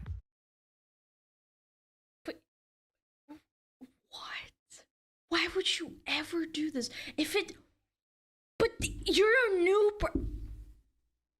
Usually honestly, when this kind of thing happens, at least release one game in its entirety. Don't split yourself up. Good lord. Now, this is already crazy news for a new studio that had not released a single game yet. But don't worry, things got even more confusing. Because according to Leslie, you'd only be able to play Mind's Eye through everywhere. You wouldn't be able to buy Mind's Eye on like the PlayStation Store or something. No, you'd have to go through everywhere and get Mind's Eye from there. Yeah, you're not the only one who's confused here. Look, in a nutshell, the whole point of Everywhere is like a knockoff Fortnite Roblox. You have access to a deeply functional level editor where you can make your own experiences for other players to enjoy, and Mind's Eye just happens to be one of those experiences. So what this looks like Fortnite, like actually. Again, I don't want to say every single Unreal Engine game looks like Fortnite, but it kind of does. What they were saying is, imagine launching Roblox and one of the experiences happens to be Mind's Eye, which is a ridiculous thing to say, because what they were indirectly It looks so weird. Look, realistic anime outfit. saying here is that Mind's Eye is just deadly Indian truck driving.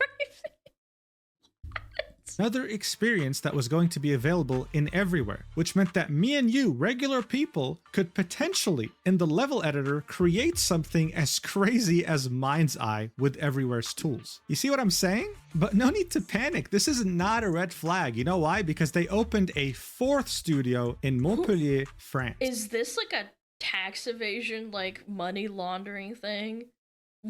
Why do you have so many studios as a new studio? You're not even a multi-billion-dollar company yet. They kept expanding even further. And as people waited until the end of 2023 for Everywhere to finally launch, they were only met with yet another trailer. On September 2023, another trailer dropped about Everywhere, detailing the fact that yes, you can make levels, you can play against players or with them, build a bunch of different experiences, showing off the level editor, etc, etc. But this looks like some ass. Who asked for this? As you can see from the dislike ratio, people just didn't really care about this discount Fortnite anymore. The most replayed part in this entire 1 minute 42 second trailer is right here, at the 1 minute 19 second mark. You're probably wondering why. Well, let's check it out. Oh, that's it. That's it? 1 minute 19 second mark. You're probably wondering why. Well, let's check it out. This is what I want to be. Some purple-haired lady shooting people. What? Oh, that's it. What? That's the game.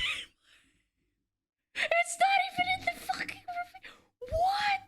Literally 1 second of Mind's Eye gameplay. In other words, people could not give less of a shit about what Everywhere was. And you can see this sentiment reflected in the comments. Like this one saying, 119 is the only thing I'm interested in from a former GTA producer. A Fortnite knockoff just won't cut it. People were starting to get very skeptical about the scope that was being advertised by this company. They just didn't know what it was meant to be, and every time Leslie opened his mouth to explain, people were left with even more questions. And as you guessed it, because we're in 2025 now, Everywhere didn't end up releasing at the end of 2023. They just went radio silent and didn't update anyone on anything. Well, yeah, because nobody cares about the game, so they're not gonna hold them accountable. I mean, it's as easy as that. Again, if I made a game, I would very rarely talk about it. If I wanted to scam people, I'd very rarely talk about it. Only show little snippets and shit, and that's about it. The next piece of news we'd get from the studio was that they were gonna have layoffs on the 19th of February, How? You haven't even made a game yet! 2024. Not a good sign. You know what else? And you have like 4 different studios? What happened? This is not a good sign. This article revealing to me for the first time that they also had offices in Hungary. So far, we've heard of a studio in the United States, in Scotland, in Belgium, in Hungary, and in France. That's 5 in total. And yet, Everywhere had, well, gone nowhere, and we didn't even know if Mind's Eye was going to release. Until the end of 2024, when the studio behind the Hitman games, IO Interactive, announced to the world that they would be publishing the game Mind's Eye. What followed a few months afterwards on February 2025 was 2 different trailers, one cinematic trailer and one official gameplay trailer for Mind's Eye. But here's the thing, when it came to gameplay trailers like for GTA or other blockbuster games, you know what's the biggest like gripe with me is that I'm so, like, the market is so oversaturated. It's not like this is the first, like, shooter GTA style with cars and shooting robots and shit. Like, why? Who asked for this? Games, they would be detailed and long videos explaining mechanics with a voiceover and really showing you the depth of the game. But this that car looks like it just got like dropped in. It has no rendered shadows. And really showing you the depth. Yeah, I don't know.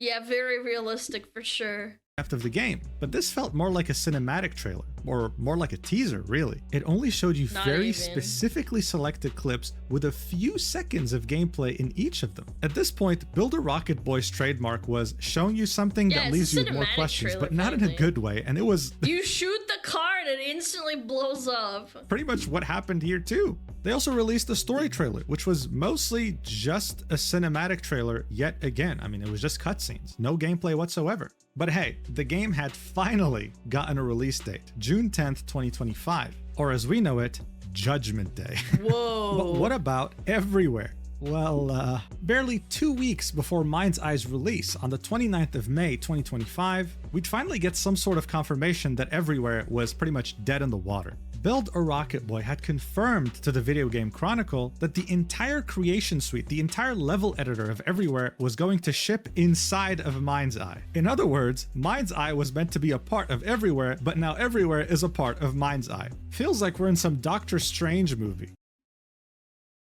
You don't think that's confusing? I think it's kind of confusing. But this was just an unofficial way of saying, hey guys, Everywhere's dead. We're now focusing all of our resources on Mind's Eye. This was a huge red flag, but people were still hopeful, thinking, what are you focusing on? The second game that doesn't even have a name for it? Okay, well, now that you're focusing on one thing, I'm sure you're gonna make it worthwhile, right? Well, hey, game journalists sure pushed that narrative. I mean, look at what PC Gamer said when the official story trailer came out. This was the title of their article. The new game from former Grand Theft Auto producer Leslie Benzies is coming in June, and boy, it sure looks like a Rockstar game. Or how about this ridiculous title from Games Radar saying, former GTA 5 lead properly shows off his new city-sized action game coming this summer, and yep, it looks like Cyberpunk 2077 meets GTA.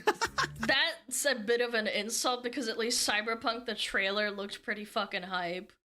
Yeah, they might have lied to you at the time and it was unplayable at launch, but I don't know, man. This is some ass. Like, bro, shut the fuck up, man. God, gaming journalists are a plague. The game was already hyped beyond belief, and this was only confirming that hype. I mean, this is a French video game website calling Mind's Eye the next rival of GTA 6. Le prochain rival de GTA 6. He talked about these comparisons 8 days before Mind's Eye released, and he downplayed these Grand Theft Auto 6 comparisons, hyping the game even further by saying, as an independent studio, we have the freedom to break ground in experimental new ways, and the challenge is balancing innovation with familiarity. Too much new risks alienating fans, too much same feels stale. It's about nailing what makes your game's world feel alive and urgent. Mind's Eye is about consequence and connection. It's cinematic, reactive, and meant to feel like a world you're not just playing in, but able to create in too. So guys, this is not just another Grand Theft Auto knockoff. This is like the Elder Scrolls Skyrim with the creation engine, but on steroids. Guys, this game's gonna be played in 2040. You just watch, okay? But here's the thing. One day, and I'm not even joking here, literally one day after that interview with Leslie came out, and 7 days before the The CFO and the CLO fucking left. They jumped ship instantly.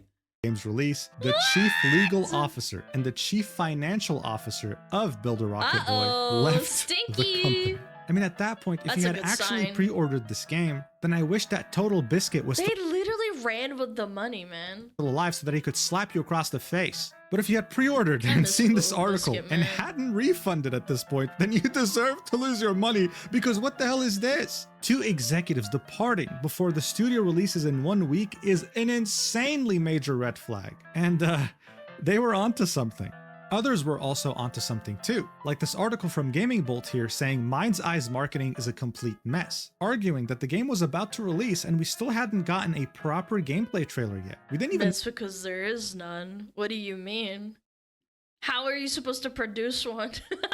know what the hell this game is, so other than a few cute! cinematics and very carefully timed clips of some tiny aspects of gameplay. Additionally, this game hadn't even supplied anyone with review copies. As this comment here points out, even Gollum gave review copies. Gollum! The worst game of 2023. But guys, don't worry, okay? This was a previous producer of the Grand Theft Auto series. This was going to be a rival to GTA 6. This was him giving a middle finger to Rockstar Games. Come on, this has to work, right? Well... Bro, the eyes are closed and the teeth are like on the... Chat, do we have any like coders in the chat or something? What does this even mean? How is this possible? Is it like beep boop, like it glitched out the phone? This is terrifying. Oh, we got ads. Oh, that's fine, I guess. Come here, get close. Is this not freaking terrifying as shit? Looks human enough? That's really mean, chat. I don't think so. The bones are like out of the mouth. The 3D models and bone riggers are drunk. It's not a coding error or something. It's like the rigging is fucked up on the character. Just misaligned missions, slop work, so to say. Oh. Shit, man. They didn't even have people working on this damn game. What a surprise.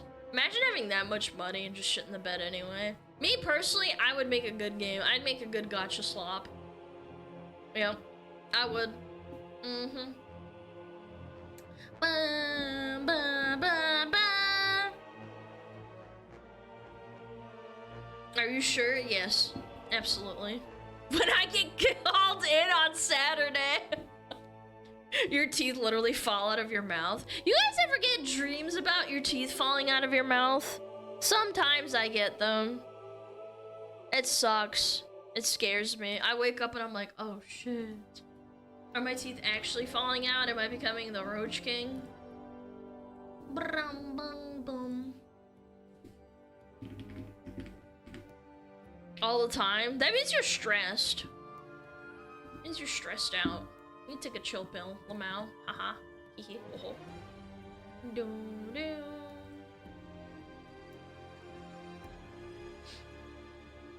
No. You're just turning 60. Mods! Ban that guy! Yeah. I try to jam them back in. For me, when that happens in dreams, I always like try to put them back in my mouth. I'm like, they're like falling into my hands. I'm like, no! I'm really trying to put them in my mouth. Oh yeah, ads are over. All right, no more complaining. Go back, go back. Get your seat, get in your seat. Ads are over. Chill the frick out. All right, 3, 2, 1. Boom. Release day came by, and to say it was catastrophic is an understatement. PC Gamer, who was hyping up this game like there was no tomorrow, released this article shortly after its release, saying, I've played 2 hours of Mind's Eye and it's pretty bad so far, I'm afraid. And I love the game journalists are like, you need to play more than 2 hours to tell if a game is bad or not. I hate that logic so much. The Guardian released their review, saying, a dystopian future that plays like it's from 2012, giving it a 2 out of 5. And guys, when people say this... 2 out of 5. Not a 1, a 2. You do realize 2 is, like, playable, right? Yeah, I was gonna say, like, that's generous. Game is glitchy. They are not exaggerating one bit. There are compilations over 10 minutes long that are like part 1, part 2, part 3. Simply, I mean, look at this. Whoa, look at that tearing. Simply because there are just that many glitches. Absolute Unity moment. Dude, what the hell is this game? Dude, this looks worse than, what was that thing before VR, chat? Second Life? Yeah, this actually looks worse than Second Life. Hey, bro, look at this. 7 years for this. 7 years for this. Bro. Oh my god, dude. This post right here says, this generation's Assassin's Creed Unity, brothers and sisters, look at it in all its glory. I'm telling you, man, this is a competitor to Silent Hill, not Grand Theft Auto. This is horrendous. This is terrifying. Some people tested out the level editor to see if they could swim in the water when they got close, and yeah, apparently you can. He's Jesus. He can walk on water. Just like Jesus would. And the horror game continues. Guys, I don't even want to delve into how this is even possible. This person's on a stretcher while standing up. Again, I don't know why this is such a common glitch. Bro, she's got back hair. Oh my god, she's got back hair growing out of her back. This doesn't make any sense to me. Wow, this is the main character, by the way. This is the main character in the cutscene, by the way. Yeah, I mean, this is nightmare fuel at this point. I don't know how IO... Do you guys know the meme where it's like awooga and your like eyes pop out of your head? That's kind of what this reminds me of. Interactive agreed to publish this. I don't know how PlayStation didn't see the red flags, but there we were. Horrors beyond our comprehension. Awooga. A day after this catastrophe had released, Mind's Eye said, our engineering team are working around the clock while promising a performance update. Because guys, guess what? It wasn't just funny glitches. This game was crashing and stuttering on some of the most high-end PCs imaginable. It was a mess in terms of optimization too. And just to be clear, the optimization issues also stretched to consoles. The game launched with a mostly negative review on Steam, and it still is, at only 37% of the reviews being positive. Bear in mind, this game also had the gall to sell you a deluxe edition, containing a bunch of skins and a premium pass. Chat, there's a premium edition to join the Discord. You have to pay me $1 million to get access to Discord. It's normally free, but you should like totally give me $1 million anyway. Containing extra missions and challenges. Q3 2025. Wait, what?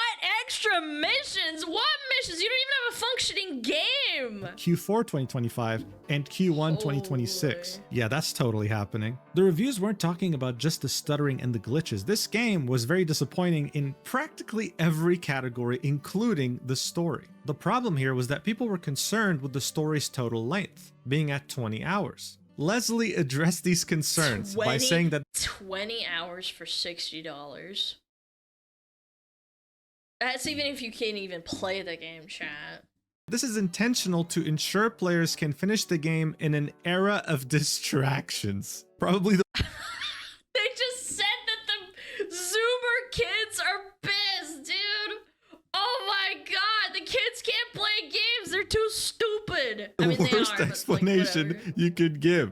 But hey, Leslie kept insisting this story was going to be amazing until people actually played it and realized this is one of the worst stories they could have ever played in their lives. Not to mention that the ending was one of the worst things I've ever seen. Look at this. Look at this. It literally ends like this. He just jumps to the portal. That's it. That's it. The game's over. Like, that's, you get no other context. Crash counter 6. This guy only crashed 6 times. You get no other explanation. Deal with it, buddy. Hope you enjoyed the game. So he blew himself up. You know what's funny in all this? A couple weeks before the game's release, the co-CEO of Builder Rocket Boy, not Leslie, someone else, said this in the Discord server for Mind's Eye. A fan asked, "Do you think that all the people who reacted negatively to Mind's Eye were financed by someone?" To which I wish I had the time and the effort to like spread propaganda in my free time. That would be so funny. she replied with, 100%. Doesn't take much to guess who. Look at the Indirectly implying replies that to the little Rockstar Games or reacts. Take-Two was paying people to react negatively to this game. Now, what's really funny and embarrassing is that barely a day before the game had released, the publisher of Mind's Eye, IO Interactive, said that they don't believe negative comments were being paid for. I wish I got paid for negative comments. My lord, I'd buy everyone a Big Mac. Head of IO Interactive Goodness. specifically said, I don't believe paid that. for I don't free." believe that. I just think the game should speak for itself on June the 10th. And boy, did it speak for itself. Kotaku made the review and said, Mind's Eye is an incredibly boring and confusing mess. Yep, it spoke for itself, all right. To me, what's even funnier is the fact Even the game journalists can defend this one. that they used up all their marketing budget on streamers. Yes, they paid people to play this live on Dark Viper AU highly recommends this Mind's Eye after his great experience. Wait, why does this name sound familiar? Isn't this guy kind of a dick? I have this vague memory of this name. I know him from somewhere, but I can't remember from where. He's a speedrunner for GTA. Yeah, but he's been yeah, there's like a drama with him. I just can't remember who it was.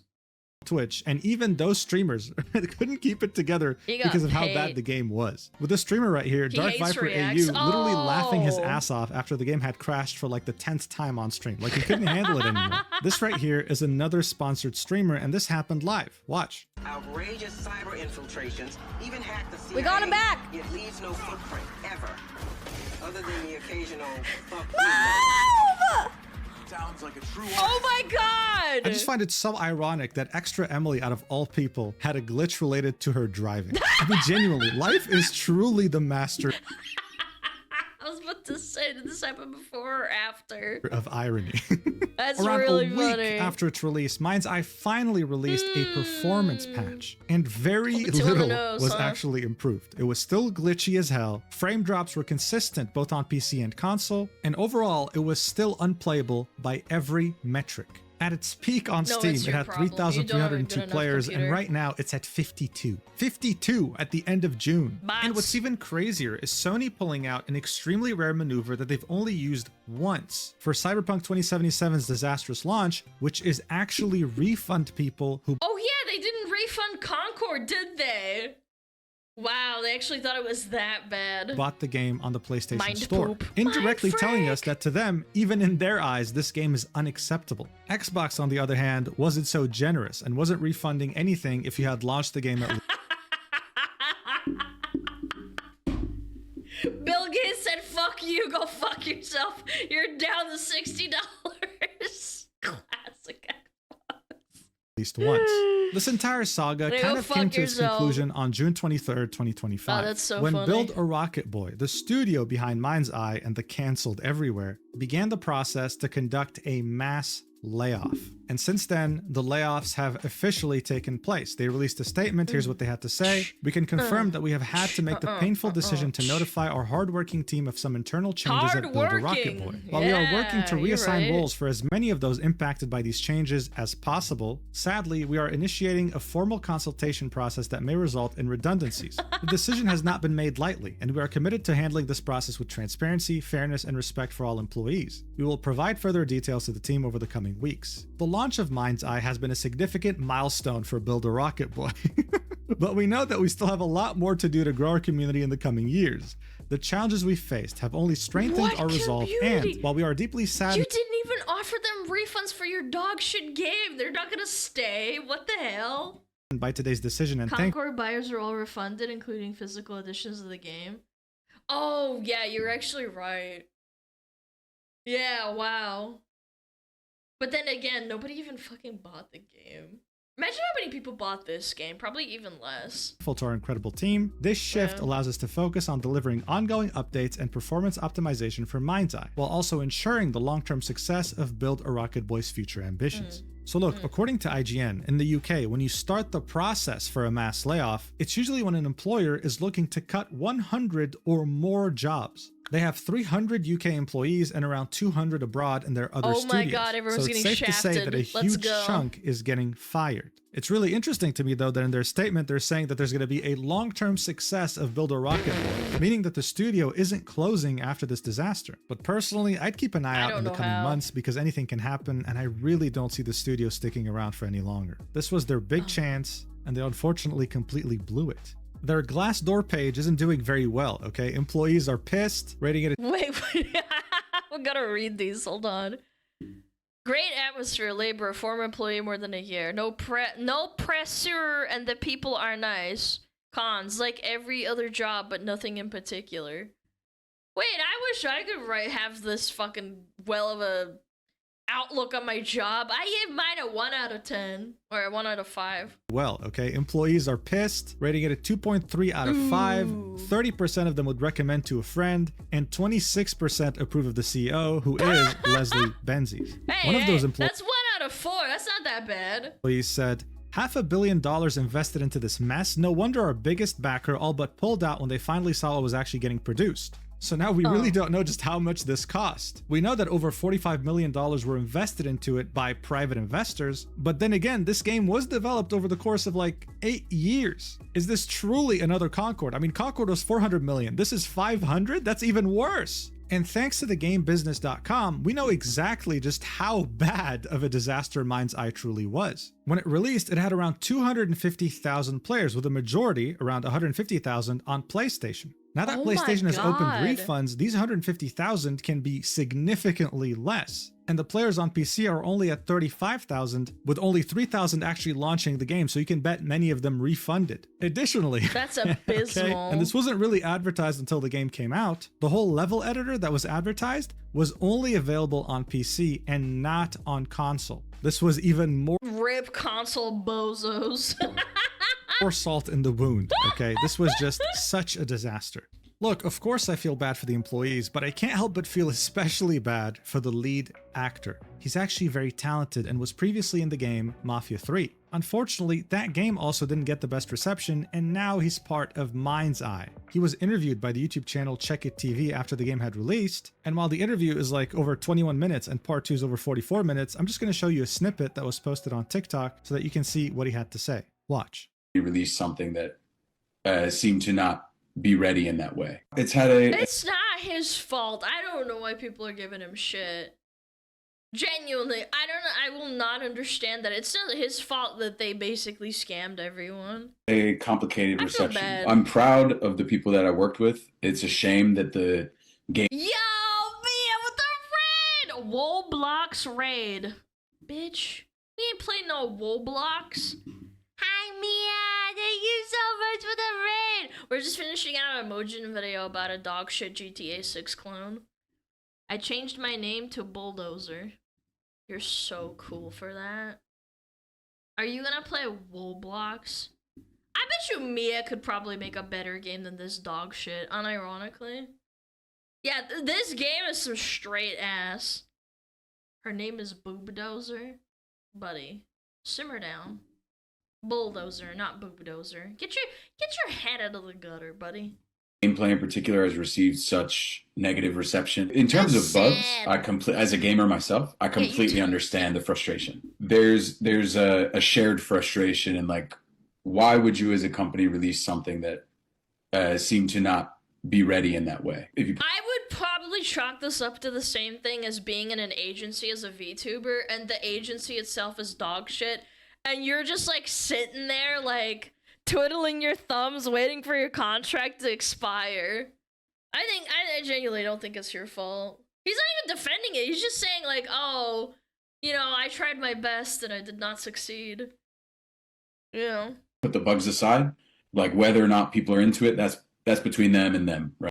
Yeah. If by any chance there's a casting director watching this video, guys, please hire him. Can we please just put him in a good game? Please. Thank you. Look, whether you can see this or not, we're already in a gaming depression. Layoffs in the industry have been... That looked like AI. Why are they glitching like that? Hello?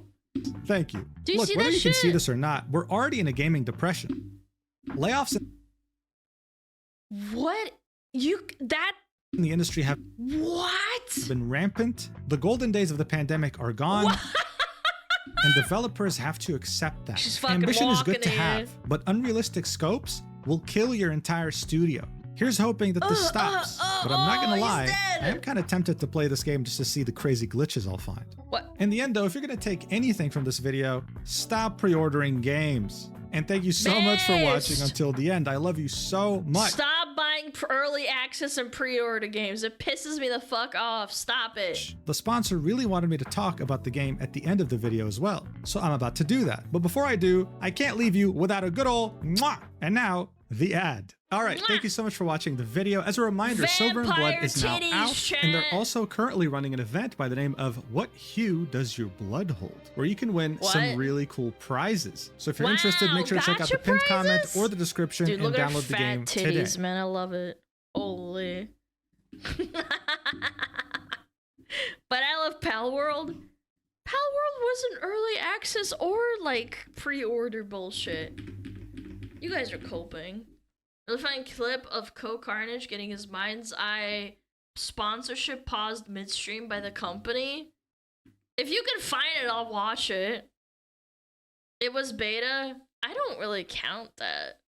It's still in early access. Yeah, but you can play the game and it's fun. I like Pal World. It was an early access, guys. I'm well aware it's fucking early access, but let's be realistic. I would say early access for a indie game is not that bad. I'm talking about like early access for a AAA company. Early access, like, for example, Blizzard does this now for some reason. I don't know why, but they love to put 3 days early access for expansions. A AAA company making you pay money to play an expansion early. That's what I'm talking about. Like, I think that's criminal.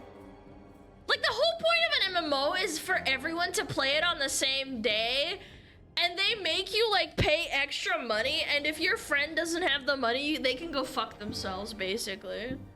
It's, like, super cringe. Is this it? Alright, what is this? Sponsors cancel sponsorship as a game is booting up. Oh, I know this guy! Chat. I know this guy. I've seen his face. What? Okay.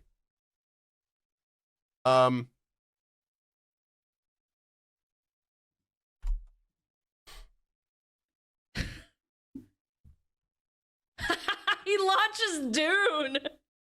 The sponsor just paused the sponsored stream. What? So, first time that's happened. Wow. Excuse me? Yep. Just got contacted and they wanted to pause the stream. Yep. That's Was it because I mentioned the wild. reviews?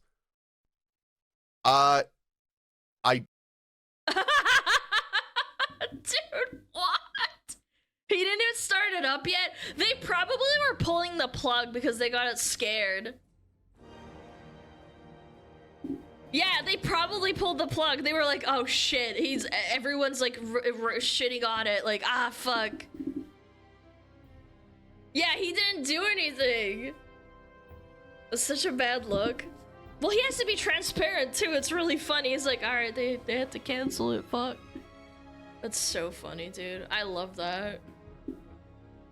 Ah! Ooh! For the company? Yeah, I understand. It's a terrible look for the company, but it's like, would you rather pull the plug or keep letting people see how dog shit your game is? It's like 86ing an order in a restaurant, I would say. It's like the same thing. It's like, do you want to keep sending out shitty food? Or would you rather pull the plug on the order? Yeah, I think it makes sense at the end of the day. But yeah, that was fantastic. That was great. I need to pee. Get more water. The number one Ooh, it's Patrick. Ooh. Kitty, what are you doing? Kitty. Hi, Kitty. Hey, Kitty. Oh, you're so hot. Oh, you're so big. Oh, you're so big, kitty. You're a good cat. Mwah. Mwah.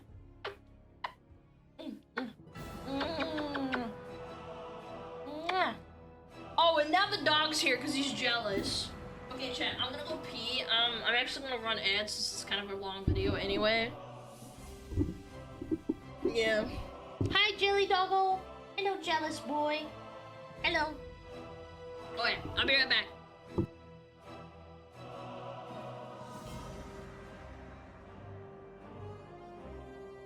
Oh, Metapod. Oh, Metapod, use Harden. Metapod, Harden. Oh, yeah, Metapod, you're so hard. Metapod, Harden. Oh, he's so hard. Look at those two hard-throbbing Metapods. They're so strong and hard. Wow.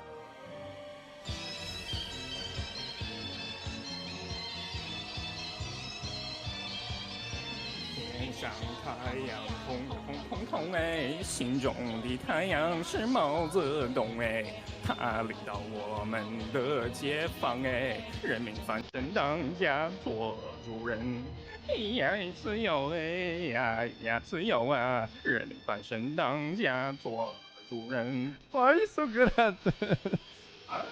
My language, man. What the fuck?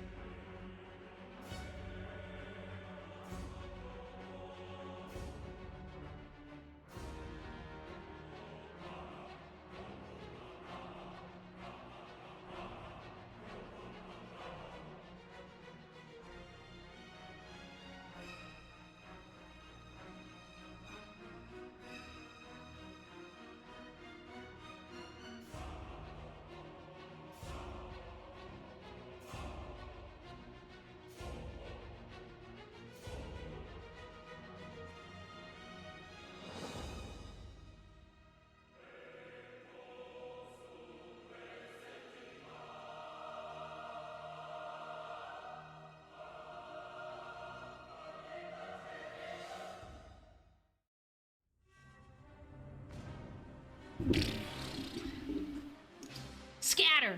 Run! Run!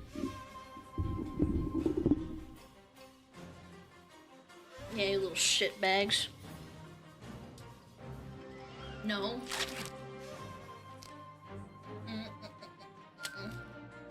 Yo, Strike, thank you for the 14 months for tier 3. You're crazy, thank you! Alright, thank you for the 3 months. I appreciate it. Iron Tiger, thank you for the sub. Shrub, thank you for the gifted.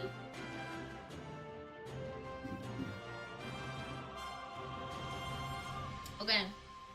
I got a cheese stick, I'm ready. And water. And I peed! Whoa.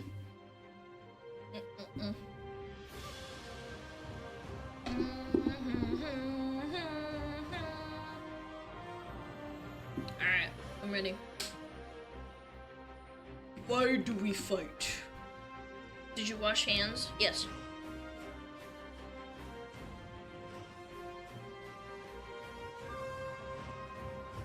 Beep, beep, beep, beep, beep. Alright, what is this? The comedians who got caught stealing jokes? Uh-oh. Amy Schlumer on the screen. Wait, no Watts cinematic? Fuck. I did promise it. Okay, fine. You know what? That's for 20 more seconds? Yeah, that's fine. That's fine. Alright, chat. You're about to see some insane fucking just absolute giga chat. Doggy, what are you doing here? Buddy. You know I'm streaming. I'm working. I'm gonna start yelling. He's so cute. He probably just wants something. He just wants to hang out. Okay, let's watch it. Oh my god, it's like my favorite. Okay. Chad, get your testosterone ready. Oh, he just laid down on the floor. He's so cute.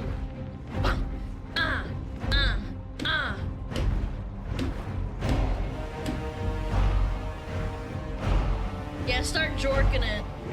Pre-jorking. Dude, this is so fucking hype. It's insane. Oh my god, dude. That's Grommash and Gul'dan. He's gonna make him drink the demon blood, and which makes them green orcs. Hellscream. Yeah. Claim your destiny. You will all be conquerors. So cool, man. And what, Gul'dan, must we give in return? Everything. Everything. It's so cool. This was the last badass cinematic in my opinion. BFA was okay, but this was the best one. It's Manoroth! This gift.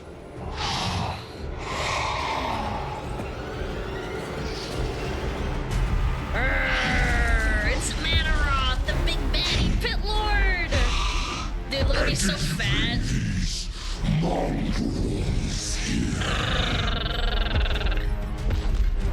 Dude, he's so fat.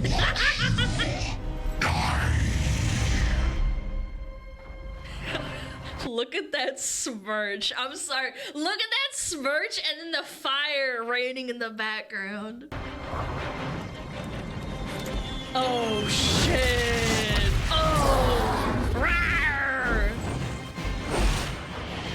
Dude, look at him. Dude, I miss him, man. I miss this motherfucker. Dude, when orcs used to be fucking cool, man. Just pinning him down! Oh no, the fell blast! No! Dude, so badass.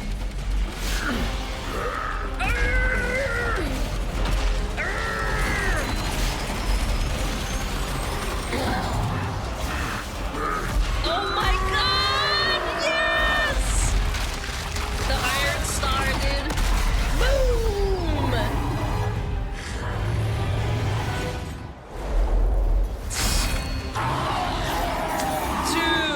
Dude! So cool, man. And then he jumps in and saves him. Oh my god, dude. So badass. Oh, and then the blood pooling everywhere. The music! Chills, chat chills. This wasn't supposed to happen. This was not our destiny. Times change. Times change. Dude, Garros did nothing wrong. He thought he did the right thing and they wrote him off, man. He gives the axe to his dad. It's so cool. It's got the blood of Manoroth on it. We will never be slaves! Dude, jacked up orcs! But we will be conquerors. And then there's the portal. Oh my god, dude. So cool! Dude, this is so cool, bro! Dude, I was still in school, man, when this came out. It's so sad.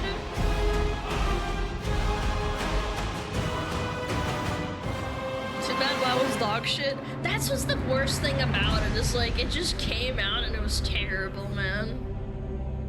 It was so ass. The music, the fucking, everything else is really cool. Like there was this really cool, I forget what it's called. It's like a little animation. They did this and it was really cool because it showed all of the orcs, like the main orcs and all the clans and their stories. The one with Khadgar Bladefist was really sad because he got like his arm lopped off and shit, and he was like a weak little orc. Yeah, I don't know. Really sad. Really sad. Anyway. What a good raids. I didn't like Black Rock Foundry. Paimon was okay. I think the last one was the best one. Hellfire Citadel. It was really long though. Alana show Garrosh deleting himself in Shadowlands. I don't want to do that. No, I'm okay. All right, chat. Gather up your horses. Gather up your popcorn. Take a seat. Chill the frick out. We're gonna watch some funnies. Yeah. We only got 20% of the whole WAD expansion? Yeah, pretty much.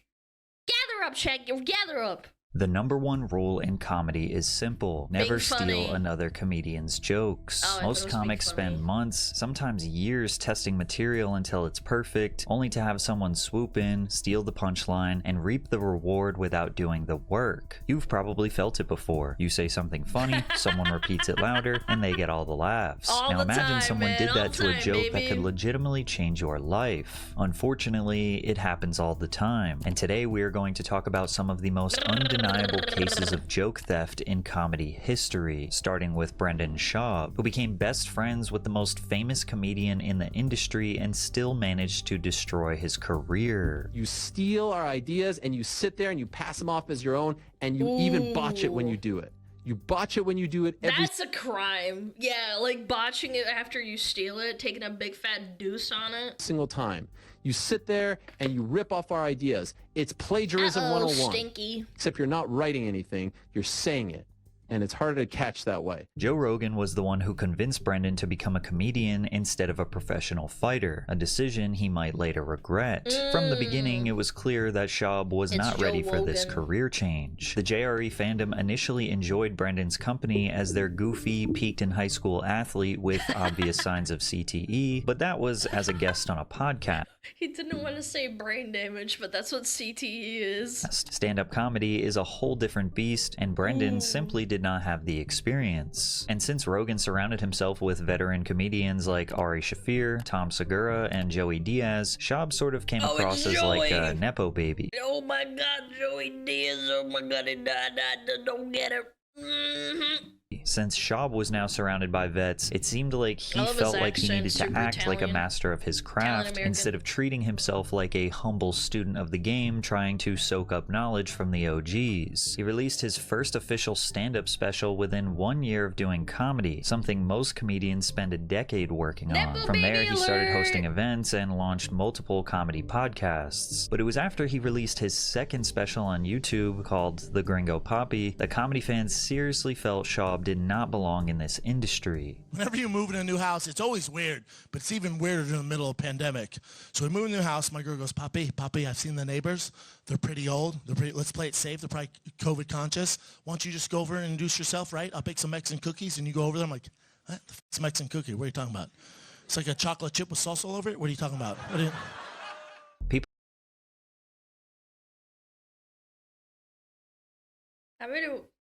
I mean, it was kind of just a really bad joke. That was a really bad joke. People are always underestimating Brendan Schaub. He's almost as bad as me. He should be a streamer. He'd probably do better. The first comedian to ever release a special without jokes. Nobody laughed harder than Brendan Schaub during the entire set. This guy sure has some hidden talent. Hope he finds it one day. Even with the Rogan friendship advantage. Dude, when a furry roasts you, you know you're fucked when a furry roasts you. This guy sure has some hidden talent. Hope he finds it one day. Even with the Rogan friendship advantage, Schaub had entered comedy hell. His special bombed, his live show audiences were getting smaller and smaller, and his own subreddit was now entirely taken over by people who despised him. And they did not just expose Brendan for being bad at comedy, they accused him of taking people's jokes and making them worse. Like when he made a similar Rocky Balboa joke as Bill Burr during his legendary Philadelphia rant. Philadelphia has a statue of Rocky Balboa. It's not even real. Rocky is your hero. The whole pride of your city is built around a guy who doesn't even exist. Now, this could just be a coincidence. After all, Rocky is a staple figure of Philadelphia. Or maybe it was just an accident. And accidents happen. Chances are you know someone who has been seriously hurt. I'm not gonna lie, I feel like there was probably a lot more people stealing jokes back when the internet didn't exist or like phones didn't exist. I'm sure that would have been like way easier to do back then. In an accident. If that wasn't bad enough, they end up with huge bills from the hospital, making not only their health a concern, but also their finances. When you're seriously hurt, your injury could be worth millions. Morgan & Morgan is America's largest injury law. The planes during 9/11 stuck a better landing than that guy with his jokes. What is with you and 9/11 jokes? Firm with over 1,000 attorneys operating in all 50 states, and they don't settle for lowball offers. They achieved significant verdicts in the past couple of months for victims involved in life-altering car crashes. For example, $12 million in Florida, 34 times the highest insurance offer, $26 million in Philadelphia, 40 times the highest insurance offer. Their fee is absolutely free unless you win. If you ever get seriously injured, your case could be worth millions, and you're only a few clicks away from potentially changing your life. It's so easy. You can start your claim now with Morgan & Morgan at forthepeople.com/Patrick or by scanning the QR code on screen from your phone's camera. Wow. However, his bit about ordering fajitas from Chili's seems a little too similar to Nick Swardson's. Because it's more than a meal, it's very exciting. When you order a fajita, you order them, and then a couple minutes later, they bring them out, and it is loud. It's a hot, sizzling plate. You go to Chili's and order fajitas. You know what I'm talking about. You order those fajitas, it's poppin'. Smoke, it's like 4th of July. Everyone's like, oh my God, what is that? What the is that? Those fajitas. I like fajitas. Like, what the? Come on, right here, bitch. Right here. Now sure, Chili's is a very popular restaurant with thousands of locations, but specifically talking about the excitement of receiving fajitas feels like it wouldn't even be that funny unless another comedian had success with it. But Swardson tried to clear the air, expressing that there wasn't any bad blood between them. You know what I mean? Just waiting to get drilled by Shop. Why is he putting his legs up like a OF girl? Just sitting there. Bro. Shop, Thief or Sutherland. Yeah, dude, that's what I call him. Dang, bro. No, I'm kidding. There was a bit about Shab, like, I guess he said, people say he stole some fajita joke from me. Did he? I don't care. It was just funny. I know Brennan. I don't care if he did, but I doubt it. I mean, he's had fajitas. Yeah, a lot of people have had fajitas, yeah. Now, he didn't... I think that once it starts getting into the crossover of, like, being personal, and it's like, again, I can dismiss the fajita thing because it's, like, a universal kind of experience. I can understand that, but, like, if it's, like, a personal joke, I think it's, like, way weirder. Necessarily outright deny that Shab took the material, but he clearly didn't think it was a big deal. However, Shab didn't like the idea that they were even considering that he may have stole the jokes, so he outright denied any and all allegations. Remember when he was on the Find the Kid back at the old studio? Yeah. And he roasted us? He said I look like an Italian Lego. He's the greatest. Good. Nick is the great. I just talked He's to the him. funniest guy of all time. I just talked. So I do, it's not a special or anything. I do that bit at the Comedy Store. I wrote it, I don't know, right before I went on, right? So I do that bit maybe 3 times, and then some fan was like, oh, that's like Nick Swardson's bit. Oh, he's getting offended and he's bringing it up. If you'd just shut your mouth, it would have been probably just fine. I go, Nick has a fajita bit? He goes, yeah. And this is what people don't realize. The comedy community is pretty tight-knit. We all know each other. So all I do is Nick is a friend is text him and go, hey, man, heard you have a fajita bit. I have a new bit that I wrote about fajitas. You have a fajita bit? He goes, I have something like it. What's your premise? I go, fajitas, how embarrassing it is when you order fajitas. It's sizzling. It's like ordering bottle service at the club. He goes, not exactly like... Nah, I don't think people talk like this. I feel like, no. Not exactly like This mine. is I can see how weird. people see it. I went, all good, not going to do it anymore. Well, I was even influenced by Nick Swartzen. I've never seen his hour. I just know...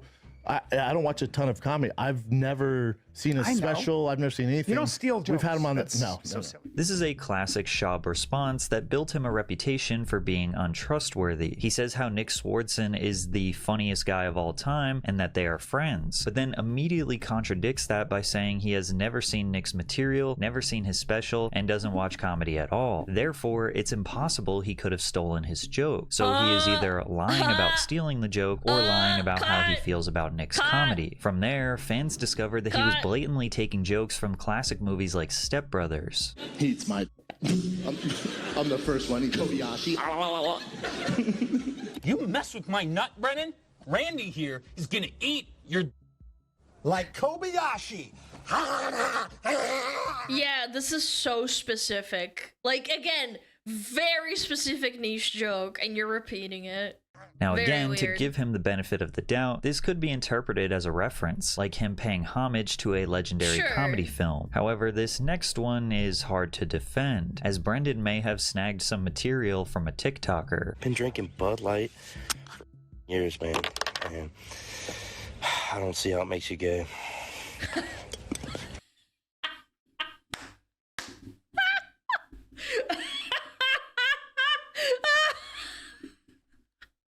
Chat, Pride Month's over. You can't laugh at this. How about Bud Light? Yeah, they messed up, huh? Boy, they just didn't read the room, did they? I don't see the problem with Bud Light, dude. I love Bud Light. Like, dude, people are so homophobic. Like, oh, you're gonna drink Bud Light, turn gay? Get it out of here. Okay, see, that's just... Like, you're stealing!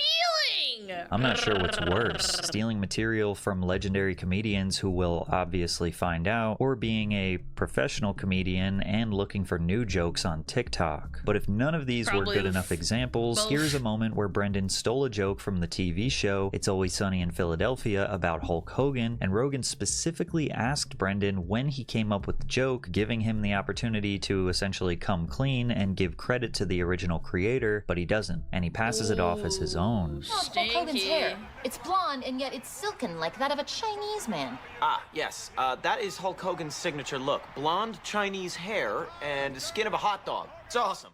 What'd you say? What'd you say? Look, he should be jumping out of a cake. Boss is the one with the Hulk Hogan skin, the hot dog skin. Yeah, that's him on top. Hot dog skin is hilarious. How funny is that? That's the tannest, best-looking guys have hot dog skin. They all have hot dog skin, right? Hulk Hogan. When your own friend calls you out like this, I'd want to die. Looks like a hot dog.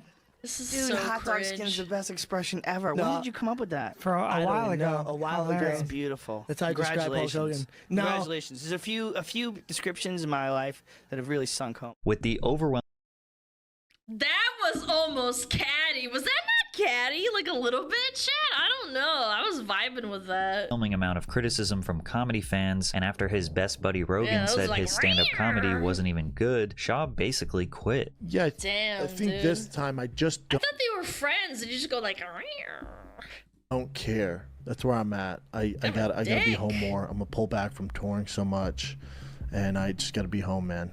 I can't miss Tiger's games. Can't miss my Basti growing up, baby girl.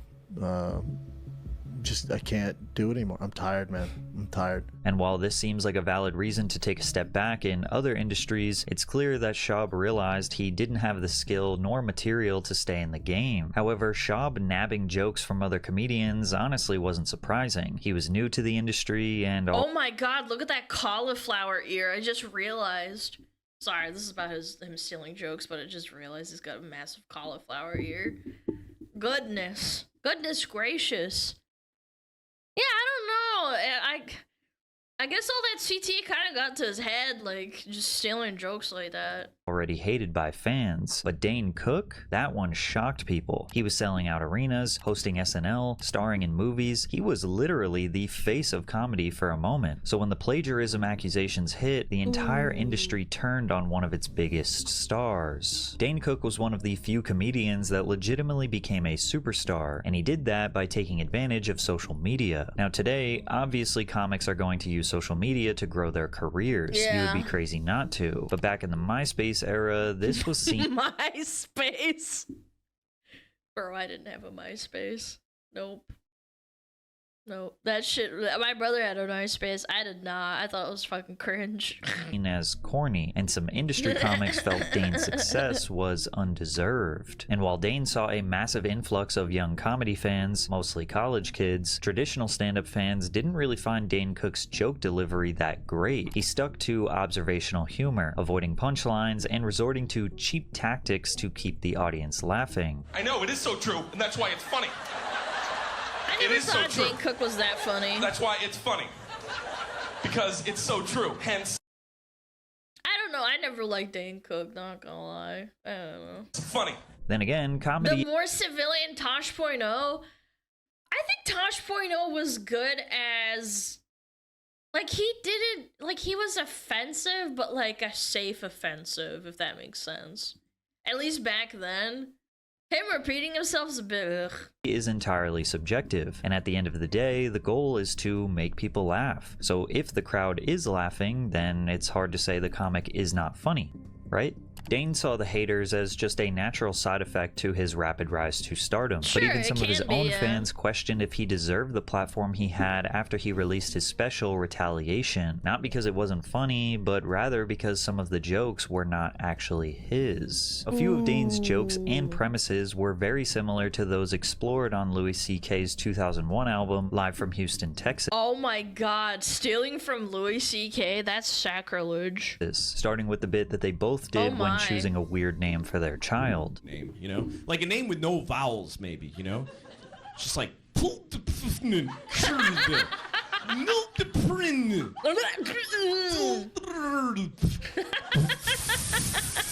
Just like 40 Fs, that's his name.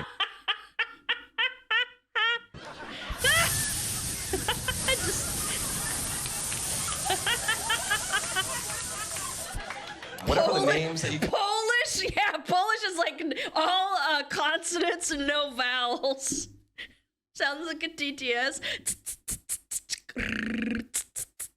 That's what you should do. You should name your kid a fucking sprinkler and call it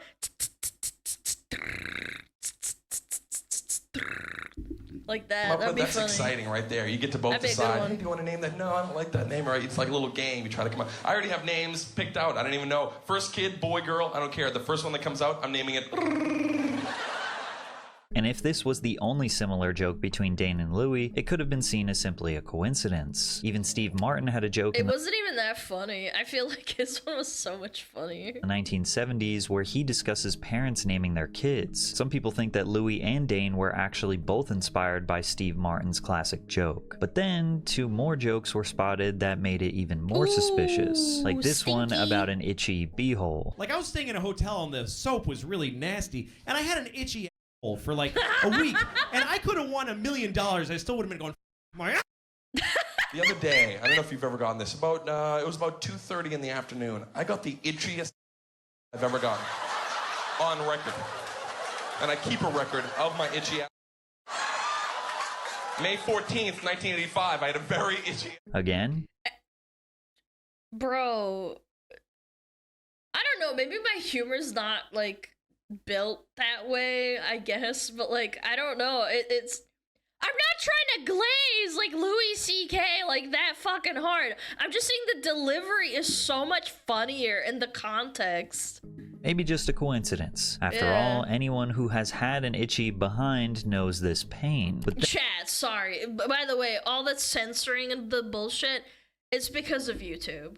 YouTube doesn't like it when you swear and you use naughty language. then Dane delivered a third joke premise that was awfully similar to Louis, one about not being able to speak when your life is being threatened by oncoming traffic. And I didn't know what to do. I was like, I wanted to yell something, but what do you yell? And I'm trying to, like, at time slows down, I'm trying to choose the thing to yell that will have all the information that he needs. Because it was happening really fast. I had, like, that much time to yell, you know. What can I yell in that much time? Hey, you got my God! You know, that's not... I did try to help this man. That's kind of funny. As the car was coming towards him, I reached out. But you're see, that's what I mean. Very specific, like, almost like personalized jokes like that. And I said, oh! That is so bad. Oh! That's all I could think of to say. All three jokes have major differences in their delivery, but it's an extreme coincidence that Dane's 2005 comedy album has 3 bits that cover the exact same premises as Louis' 2001 album. And in a weird turn of events, Louis invited Dane onto his television show to do a scripted scene where he confronts Dane. I think you saw me do them. I know you saw me do them, and I think they just went in your brain. And I don't think you meant to do it. Yeah. But I don't think you stopped yourself either. Uh-huh. And that's why I never felt the need to help you not be hated by a lot of people.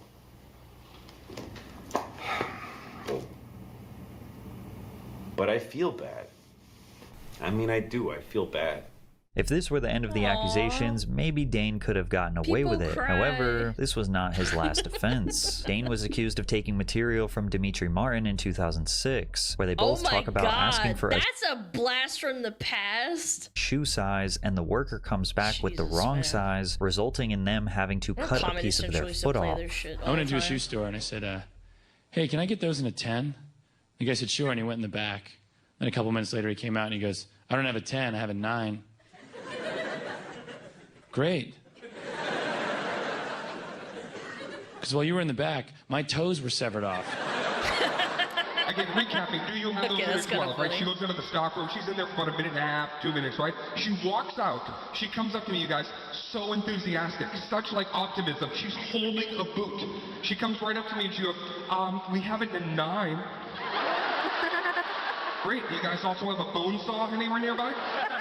Dane's premise... It's not even the same. God.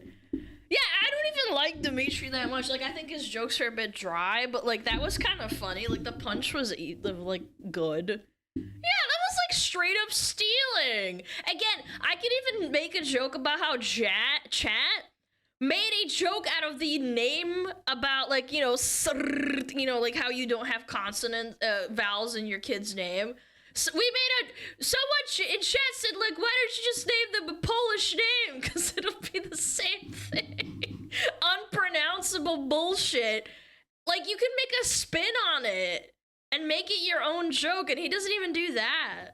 Was nearly identical to Demetri's. This one's really hard to defend. Most joke theft can be justified because they are often relatable scenarios that anyone could have experienced, but cutting off your foot to fit into a shoe is way too creative and specific. As if it couldn't get any worse, Joe Rogan even says Dane stole one of his bits about tigers, but Dane changed it from tigers to rhinos. Rogan took matters into his own hands and confronted Dane with a phone call, seeking an explanation. Allegedly, Dane apologized to Joe and said he would remove the bit, but then 2 weeks later, Joe caught Dane telling another joke of his on stage once again. Then Joe... Dude, that means he didn't give a fuck. He just said whatever. Confronted Dane in person saying, "What the F are you doing? You know that's my bit. You heard me say it. What the F makes you think you can take my material and do it on stage?" The two have since made amends for the whole incident, with Joe forgiving him and praising him for bringing comedy to social media, but the joke theft left a serious mark on Cook's career. The rest of his comedy journey has been a brutal nosedive from where it was at its peak. Sure, Cook had a large fan base, but most stand-up addicts wanted nothing more than to see him disappear. However, some comics get away with stealing jokes their entire career, and their fan base has no idea, like Robin Williams, a comedy legend who wholeheartedly admits to stealing material, and people still don't believe it. Robin's stand-up felt like an unscripted, endless stream of consciousness. You just had to sit there in amazement as he'd fill a 1-hour special with riddles, puns, long setups, and one-liners at an extremely fast pace. But a lot of this success came from the constant battle inside Robin's head. Most of his career involved drug abuse and crippling depression, and he never hesitated to turn these experiences into art. Little sip of Perrier here. I had to stop drinking alcohol because I used to wake up nude in the hood of my car with my keys in my...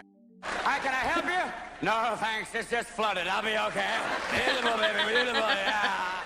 As fun as it was for the audience to see Robin Williams firing on all cylinders, a lot of comics didn't find it amusing at all, mostly because they'd be sitting in a club ready to go on, and suddenly they'd hear Robin use one of their jokes. One comic got so upset that he threw Williams against the wall before demanding $300 for a stolen bit. Robin said, "In the old days, if you hung out in comedy clubs, which I was doing almost 24/7, you hear things. And then, if you're improvising, you're all of a sudden repeating jokes and going, oh, My brain was working that way. I was also like the bank of comedy. Then when he got confronted for stealing the material, he said, "Oh, here you go. Here's money. I'm sorry. I didn't know. I just paid loads of cash." And then after a while I bought that line already and I had to pay again. I went, oh my I'm God, sorry. Now this practice of buying jokes might seem a little strange. We like to think that our favorite comedians made their material strictly from their personal experiences, but buying jokes has been a common practice since stand-up started. Sometimes the joke just clicks so well with the rest of a comedian's act that they can't help but pay real money to take it for themselves. It's very similar to a musician having a songwriter. There's nothing inherently wrong with it, but some people feel like it knocks down your credibility if you're not the one doing 100% of the work.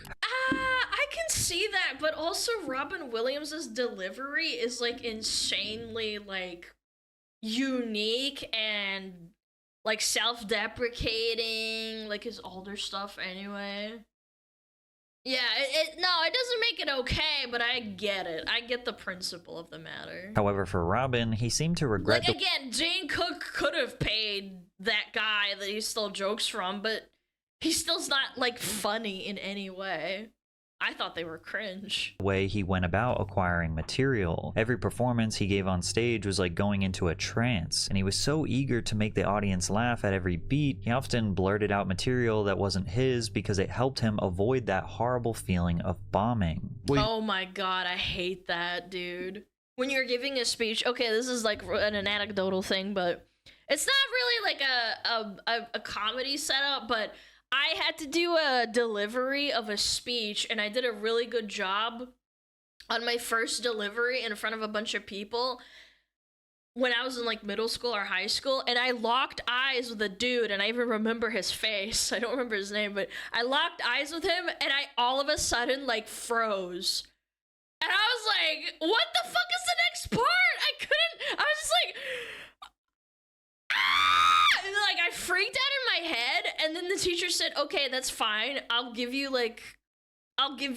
he your crush? No, not at all. Like, it was just a dude. I don't remember his name. I got stun locked, and then the teacher said, okay, you can reset and start from the beginning. And I just delivered it horribly, but I did it from start to finish without, like, I don't know, without any hiccups. And at the end of the day, I only got like a B- because she said that my first delivery was excellent, but I only got half of the material. And then the next half, the second time when I did that, it was horrible. So she tried to like even it out and tell me like, yeah, you got a B-, not an A+. And I was like, oh my God, dude, I shit the bed because I got horrible stage fright.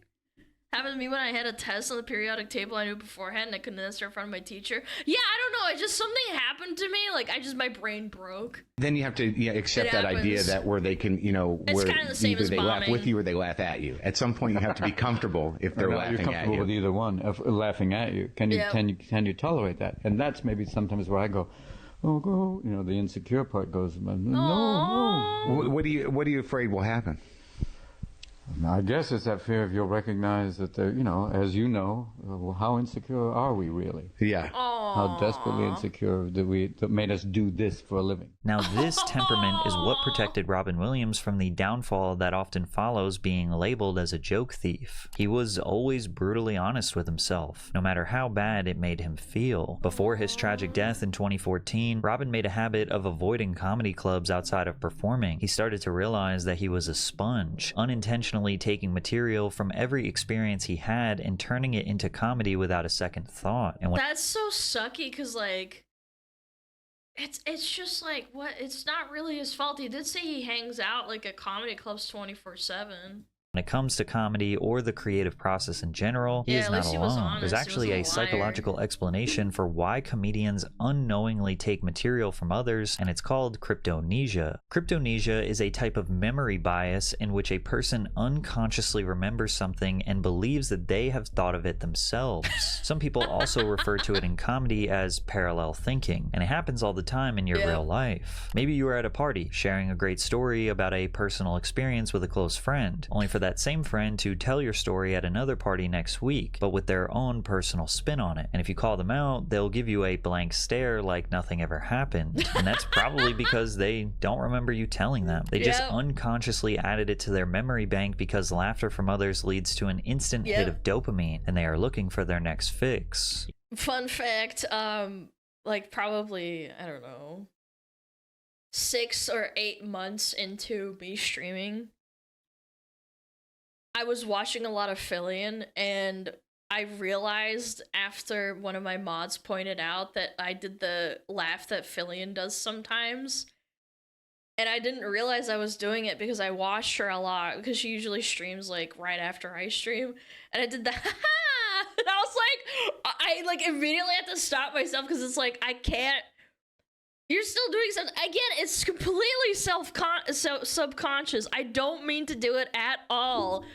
And I realized after, like, I think it was Tomix or maybe it was Caius that pointed it out. They were like, you kind of sound like Philly. And I was like, fuck, like, it's because I watched her so much, dude. Even psychology professors teaching students about cryptomnesia have noticed them falling victim to it. I work with college students, and often throughout the year, I give them a lot of different examples for different psychological principles. And later on in the year, sometime, they'll repeat these examples to me as if they came up with them on their own. This can happen whenever a person encounters an idea or piece of information but forgets where they saw or heard it. Suddenly, they feel like they had a magical epiphany about a new invention or charming anecdote, and they truly walk around believing that it was their original thought. While a handful of comedians are notorious for stealing jokes, almost every comedian doing stand-up has been guilty of unintentionally stealing ideas and making them their own. Even Louis C.K. has gone on record saying this is probably what happened between him and Dane Cook, and Robin Williams' experience at the comedy club matches this description perfectly. It's not that yeah, but I don't know, man. Dane Cook's fucking delivery sucks, and he was really famous. I don't know. they saw a special and deliberately stole someone else's ideas. It's that they're totally immersed in the world of comedy and accidentally archived a bit in their brain before going on stage. Then again, this is a convenient excuse for stealing, and sometimes the joke theft is so obvious that there's almost no way they made a mistake. And if you get called out on it, it could be the death of your career. Like, but I would say, again, with how talented and how funny he is, like, Robin Williams is a legend, and he had so much talent in him. He was so critical of himself, and everybody could tell, even before he passed away. He kind of was just like this, like, soft soul. I don't know. Yeah, he had really good delivery. That's why he became an actor, not just a comedian. When Joe Rogan exposed Carlos Mencia for being one of the biggest joke thieves in the history of comedy. Carlos Mencia was one of the most recognized names in the early 2000s comedy industry. He had killer stage presence, good timing, and amazing delivery. But behind the curtain, his reputation wasn't the best. Among other comics, he was considered the greasiest guy in the business. There was an open secret in the scene that if Carlos heard your joke and he liked it, he'd steal it. His joke stealing got so out of hand that sometimes he'd pitch stolen material to the very people he took it from. On the Mikey radio show, Carlos called— Wait, what? Surely it's amnesia or whatever it's called, the amnesia. In and acted like he had this hilarious original sketch idea. There's stereotypes and you just do this and that, and I was like, you know what? I'm gonna have a stereotype Olympics. So we did that yesterday. We actually had a stereotype Olympics where we had 5 guys, you know, black guy, white guy, Asian guy, a Middle Eastern guy, and a Hispanic guy, and we had them just compete in stereotypical events to see if everybody actually had. But the second he hung up the phone, Mikey revealed that Carlos stole the bit from another DJ. Stereotypical Olympics is an idea that some DJs came up with in Miami. That's so specific. In fact, we heard the idea from these guys in Miami, and we were going to do it here on the air. Yeah. We heard the idea from them at Morning Show Boot Camp last year. Oh. Yeah, like in our notes back from boot camp. Yeah, we got it in our notes. It's like stereotypical I have an email Olympics from about 10 months ago that says stereotypical Olympics, and it lists basically exactly everything he said they did. And so here we are, Here we are talking about the fight between him and Rogan, where Rogan says this Of course together. he would. You know why he would? Because he's a thief and a scumbag. And after years of this behavior, Oh, comedians were shit. finally tired of it. And eventually, Joe Rogan Called decided to out. do something about it. It's important to remember at the time, Carlos Mencia was much more famous than Joe Rogan. Mencia had his own TV show, voiced in animated Joe series, Rogan had was a multiple baby. popular comedy specials on HBO and Comedy Central. And Rogan, on the other hand, He was was a Fear mostly known as the host of Fear Factor. Plus, the UFC was not nearly as large as it is today. Dude, young Joe Rogan is wild with all his hair. Oh my god, he looks so different. That's crazy. And Rogan's podcast did not Oh even my goodness, dude. I don't know, man. I think you can only tell from his nose and his eyes at this point. His hair is so... Oh god. exist yet. Also in the comedy industry, one of the most important rules at that time was whether you are a comic or a patron, filming another person's set was forbidden. Therefore, it was extremely difficult to prove that Mencia's joke theft was actually happening. So Joe Rogan created a plan to expose him. Mitzi was like, wow, stay away from him. You know, I basically told her the whole story. I'm like, Mitzi, he's stealing comedians' material and doing their closing bits right before he brings them up on stage. When he's there, we flash the light so that people know that he's in the audience so you don't do your bit.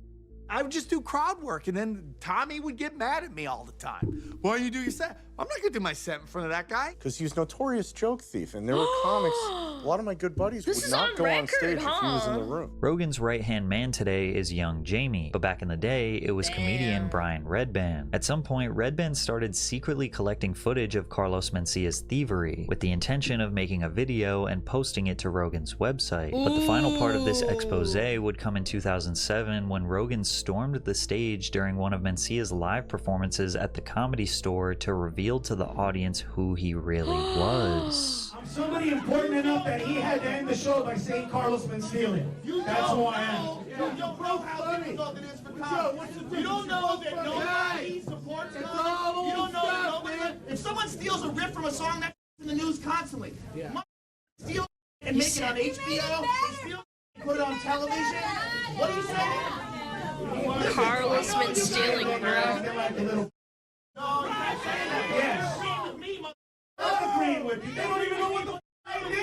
After this confrontation, Rogan felt like this was Dude, young Rogan, man, that's crazy. He sounds so different. He made it better, is that what crowd is saying? I couldn't hear. the nail It's in the hard to coffin tell. for Mencia's career. Rogan uploaded this video compilation to his website and YouTube titled Carlos Mencia MySpace.com/Joe Rogan. God, this is way before my time. Jesus, man. vs. Joe Rogan. This video smashed together the IRL confrontation, clips of Mencia's stolen material, as well as commentary from other comics backing Rogan's Back when claims. celebs used Go ahead, MySpace, tell bro. everybody. You steal material. What material? Constantly, bro. What material? You already use Ari's bit verbatim about Wait a minute. Oh, you mean the bit that either George Lopez did when he just did that show? Ari did it a long time ago when he was opening for you. You saw him do it. You do it exactly. When did he open for? He never opened for me. Did I open for you? Did that show?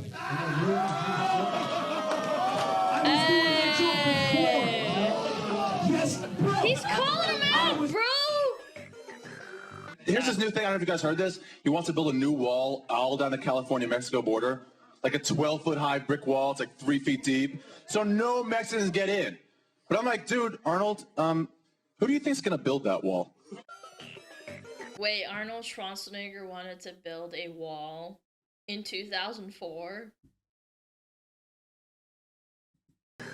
I propose that we kick all the illegal aliens out of this country. Then we build a super fence so they can't get back in. And I went, who's gonna build it? That's so bad! That was terrible delivery, man!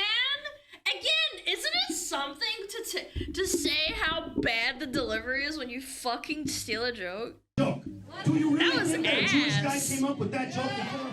The video also included a radio interview of legendary Latino comic George Lopez talking about how he physically assaulted Mencia after he stole Lopez's material. I think I had him on my show. Oh, the mind of Mencia. That's what you're talking about. You have a feud with him, right? I don't know if it's much a feud as... Didn't you punch him out or something? Yeah, I did. You did? I don't know what happened? Tell me. Well, you know, the guy was pretty liberal with some of the material, you know. And this is a comedian? He had an HBO one-night stand that I think had like... we counted 13 minutes of my material on it. And wow. We contacted HBO, and I think they pulled it for a while. Wait, that's incriminating. If HBO pulled it, that's like, ooh. Slam you up against the left back of the wall for ripping off your HBO special? Yeah.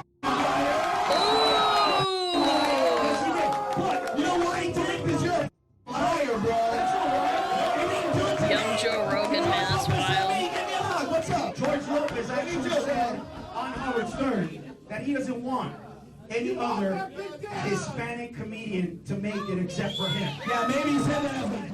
Additionally, there was an interview with Bobby Lee that essentially proved how comedians were scared of telling the truth of Mencia's joke theft. Because he's so popular. That's actually really common. Reminds me of something else that happened with the VTuber industry. Can't talk bad about big names. Ooh. Yeah, Ned, do a couple minutes of his material. It's hard. Well, I'll just do some of my material and then it'll... And then again, Bobby Lee back here, he was like a nobody, like a literal who. Like same with Joe Rogan. Isn't that wild? To think. I get sick talks all the time. What has he ever stolen from you? I used to do this bit about how I was so small that my dad... my dad would have to get on my shoulders to get on a ride at Disneyland. Right? But he did a bit, literally... But this is, I can't do it. But is this, where is this going? Who cares? What the f reality? Anyway, it's good to see you. This is the reason why comedians get away with stealing. Because comedians like you are afraid of confrontation. Now, if Rogan posted this expose video today, Carlos Mencia's career would have likely ended overnight. But at the time... Yeah, I would say the internet wasn't that popular yet. I would say like 2004 was kind of like... I'd say it's like, and not everybody had internet in 2004, I don't think. Not where I lived anyway, like it was pretty rare. Mencia was a huge draw, selling out shows and bringing in serious money. Rogan was actually seen as the troublemaker in this situation, the guy calling out the cash cow and stirring up controversy on stage. And since Mitzi Shore, owner of the Comedy Store, had strong ties to Mencia and prioritized business over beef, Rogan was banned from the Comedy Store for nearly 10 years, and Carlos kept doing shows like nothing happened. After this situation, you can imagine Mencia felt untouchable. What would have ended his career turned into a small inconvenience that he shrugged off. And again, this wouldn't have happened if it was like today, because the reach that you have on the internet and like in general now, like social media, is so much wider.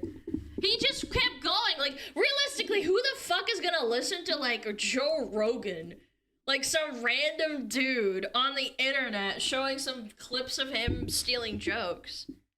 It wasn't on the newspaper or like on the radio, at least not commonly, you know? Rogan was the one who was punished. With his confidence at an all-time high, in a 2010 documentary, Mencia straight up admitted that he was a joke thief. A lot of people out there are gonna ask, why did they interview Carlos about this? You know, Carlos is a joke thief. Carlos steals jokes, and we know this. And listen to me, and look at me when I tell you this with all honesty.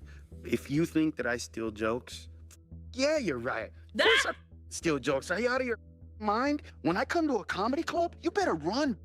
You better get the off stage, because if anything you say is even remotely funny, I'm gonna make it mine. And all I'm gonna do is say Mexican in the front. But Carlos could not be protected by his status forever. The internet started playing a much bigger role in a comedian's popularity, as many of them built their fan bases online through podcasting and social media. Fans develop a deeper connection with podcast comedians because they feel like they know the real person behind the stand-up act. Right. Nobody was afraid to call out Mencia's joke theft online, and once fans saw the receipts, Mencia started facing serious consequences. The infamous Carlos Mencia. Infamous. You've become kind of infamous. Dude, it's so weird, man. I was at the Comedy Store on, what was it, Saturday night, and I popped in really late. Yeah. Like, on purpose. Right. just because I knew, all right, I'm gonna bump somebody, but at least it'll be like toward the end, and Right. it won't be, So I got there literally at 1 something. Yeah. Did about 20 minutes or so, and the crowd was happy. They were great. It was awesome. I'm out back, and you know how this parking lot is structured, Yeah. and there's the big ramp where they park on the other side by the hotel. Yeah, yeah. A guy literally sitting on the door, the passenger side, holding like probably a flip or something like that. Yeah. Pointing it at Flip me, just phone? yells out, Oh, a flip phone. "Suck! You're the worst piece of over you!" And I'm just like, really? Was that necessary, bro? Like, honestly, wow. Bro, I get that all the time on like Twitter posts and shit sometimes, man. I don't know. I don't know. I feel like I'd laugh if I heard that in person. Like, Lana, you fucking suck. Kill yourself. Even South Park made an episode roasting Carlos This was Mencia a for his good one. reputation as a compulsive liar. Yeah, vive la Mexico! Vive la Mexico! So, Carlos, you've got a show on Comedy Central, a stand-up tour. Where did you have time to come up with this classic joke? Well, I was just kicking it with my homies and my brain. My brain's always so full of ideas because I'm so funny and stuff. So I was just all like, hey, Pepito, you like fish sticks? And my homeboy says, yeah, Carlos, you're so funny. And then it just occurred to me, I was like, oh. You're so funny. Man, you must be gay fish, Holmes. No, man, okay, look, it wasn't me. I didn't really start the fish stick thing, all right? You're just saying that now because you're scared. No, man, it's true. I stole it, man. I took credit for it because I'm not actually funny. Come on, man. Do you know what it's like? Fun fact, Kanye got really upset with South Park for the fish dick thing, and then he got unmad, and then he got mad again. Being a comedian but not being funny. Almost all of the comedians that Carlos stole from became bigger than him during the podcast and social media era, which just further drove his reputation into the ground as fans took sides with their new favorites. In a shocking twist of fate, Bobby Lee actually tried to help Mencia restore his reputation. He invited him onto his podcast to get him to come clean and admit to his theft, but he continued to deny, make excuses, and even claim to be a victim. It's just like, that's what it is. I realize how much negativity it creates. They did something to me that comics up until then never done. We handled art together, right? There have been stories about Kinnison pulling out a gun on Dice and all that, but those stayed amongst us. That was never put on the internet so that normal people that don't know about comedy get involved. What would you do differently about nothing? Oh, the excuse that the audience that doesn't know about comedy, like the normies, aren't allowed to criticize you. Yeah, that's super cringe. I hate that. That's what I was thinking. I wouldn't do a thing different. I took the hit, but it's like the hit wasn't bad because I was right, and eventually I knew they would realize I was right, and I would wish that he would realize I was right. I don't think you should air this, but I'm in a vulnerable place. You know that I have some family and some friends. Oh no. I've stopped some of my That's why I stole. good friends from Dude, it's not an excuse. doing some to people that talk about me. Now, I could be wrong, but if we were to interpret Mencia here, he essentially threatened Rogan that he has family members that would physically harm him. Bobby tried as hard as he could to get Mencia to take accountability, but it didn't work. But a lot of your material was a little too similar to the ilk of Paul Mooney or, Bill Hicks or, the Cosby thing was, right. So my point, and I know my point though being is that, to me, where there's smoke, there's fire. You personally have seen me write 20 minutes of new on stage in one show. I have seen that, but I have also seen some of your act, a little too close to things that have already been established. But that doesn't mean that the stuff that you wrote that was basically a ripoff is okay to do. Like, what the fuck?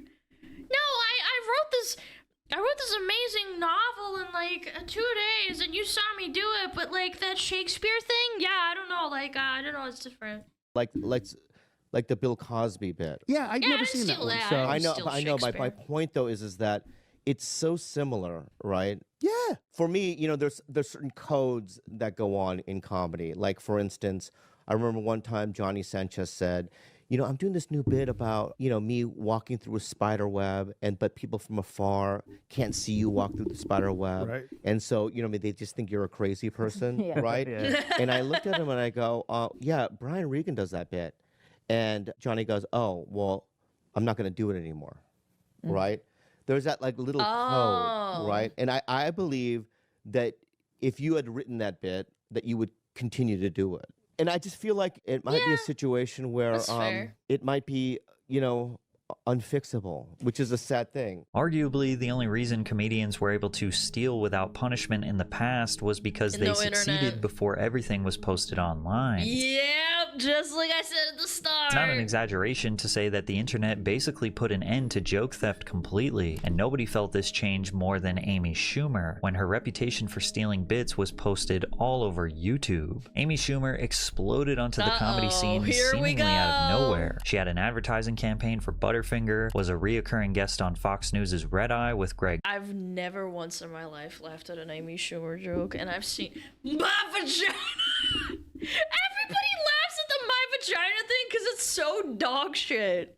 Gutfeld, and in 2013 she secured a comedy sketch show called Inside Amy Schumer that ran for 6 years, cringe. almost just as long as The Chappelle Show and Mind of Mencia combined. She was also starring in movies and even making her own, like Trainwreck with SNL legend Bill Hader. But Schumer had been in stand-up comedy for less than a decade, which is the length of time comics believe is necessary to be a solid professional. All of her recent success made her look like an industry plant, with a majority of people agreeing that she was never funny to begin with. Holy shit, she used to be like at least like not as fat. Goodness, is this what happens when you go to Hollywood? And then I realized there's holes in the bottom of the trash can. So really I'm just puking all over my own. Sorry, I don't mean to be mean like that, but like, geez, she kind of let herself go. And sweatpants.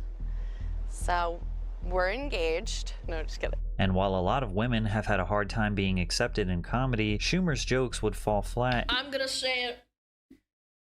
It's harder being funny as a woman because, evolutionary speaking, you do not have to be as funny as a man, because men have to charm.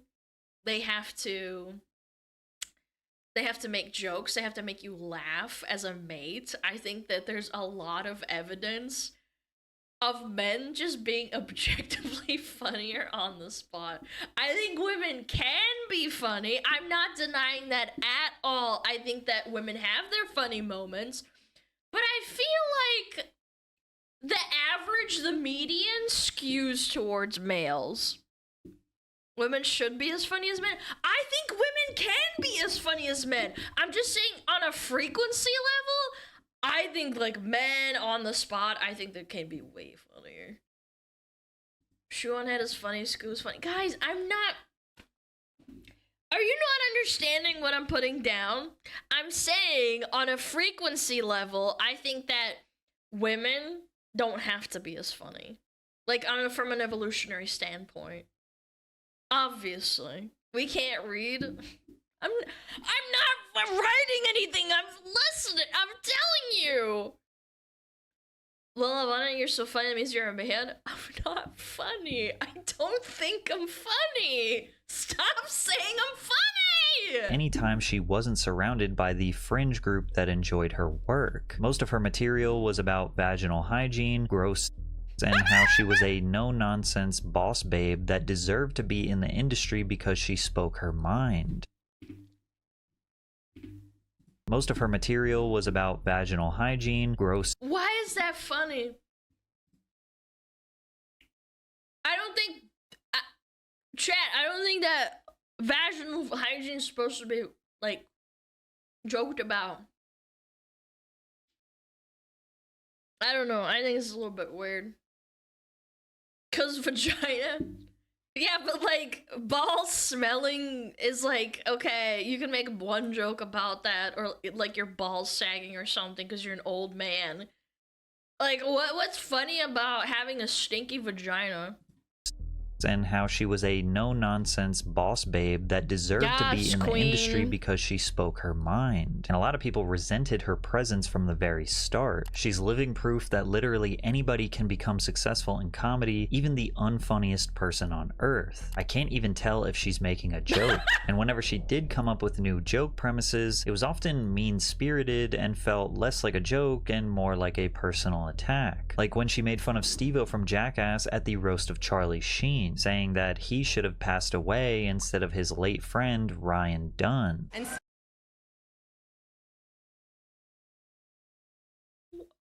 Why?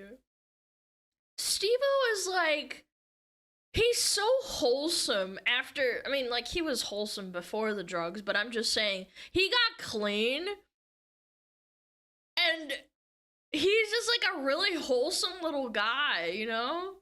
Steve-O is here. Steve-O, great try. Steve-O! But I truly am, no joke, sorry for the loss of your friend Ryan Dunn. I know you must have been thinking it could have been me, and I know we were all thinking, why wasn't it? That is fucking weird. How close together were the dates even? I wouldn't even make a joke like that like 10 years later. Yeah, who fucking says that? Steve-O friend passed away. One of my best friends died. What's his name? Ryan Dunn, 2011. Okay. Roast of who was it? Yeah, he died in 2011. When was this comedy thing? Charlie's roast of Charlie Sheen. Date. Bro, the roast was taped in Los Angeles on September 10th, 2011. So like she literally did it like the same like month? No, you're like the same year. Like that's like fucking that's fucked up. Like oh my god, man. Thank oh my you. lord, man. And while people are Who said that? Who said that? Wasn't it? Oh, am I? No, was that a tear in his eye, or is it the shitty quality? No, no, that's gotta be like the lighting or something. Oh no, he's actually crying, bro. That's fucked up. Thank you. and while Fuck you, Amy. Dude, who said that? I missed it. Thank you. Yeah, get him, Tyson. Mike And while Tyson, people are get quick to him! say that she only got backlash Based! because she is a woman, this is one of those jokes that was in poor taste. I'm a woman and I hated that. What the fuck? I've never seen that before, and even now I wouldn't fucking do that. You don't make a joke like that. That's fucking terrible. It's not even No a matter joke. who it came from. She was probably looking for shock value. It was a horrible joke to make to a guy that lost his best friend. I've watched Steve-O practically my whole life and I've never seen him have that look. Amy is just so inconsistent, especially how close this was to Ryan's passing. It was literally the same year. The public What the perception fuck? truly started to shift His in best 2015 when The Guardian posted a story called Amy Schumer, Comedy's Viral Queen. For such a keen observer of social norms and an effective satirist of the ways gender is complicated by them, Schumer has a shockingly large blind spot around race. Her lackluster stint hosting the MTV Movie Awards, a rare misstep, featured lazy jokes about Latina women being crazy. Schumer has said she's not worried about the show upsetting people because viewers know we have good intent. You have to have like a grace to making race jokes like that. I mean, it is true. Chat will absolutely back me up on this. I had a Latina friend. She was fucking crazy. There's a way to like do it, and it's this again. She's just not doing it the right way. Yeah. chins. But as Ann Theriault wrote for the Daily Dot, Amy Schumer frequently makes jokes that perpetuate stereotypes rather than dismantle them. It's hard not to feel like Schumer is only here for women who look like her. Now, this was a respectable critique, but what made it worse for Schumer was that the jokes she made about race weren't even her jokes to begin with. They were usually blatant rip-offs of other people's work, like when she took Kevin Nealon's bit about Asians looking tired. It dawned on me that I don't see it in colors. I don't. In high school, I went out with this Chinese girl for a while once. I didn't even know she was Chinese. I thought, I don't know, maybe really tired? You know? No, seriously, I felt bad. I kept bringing her home early every night. I said, you get a little sleep, we'll do.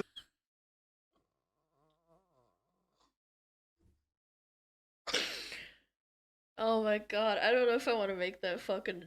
This is an anecdotal experience of mine.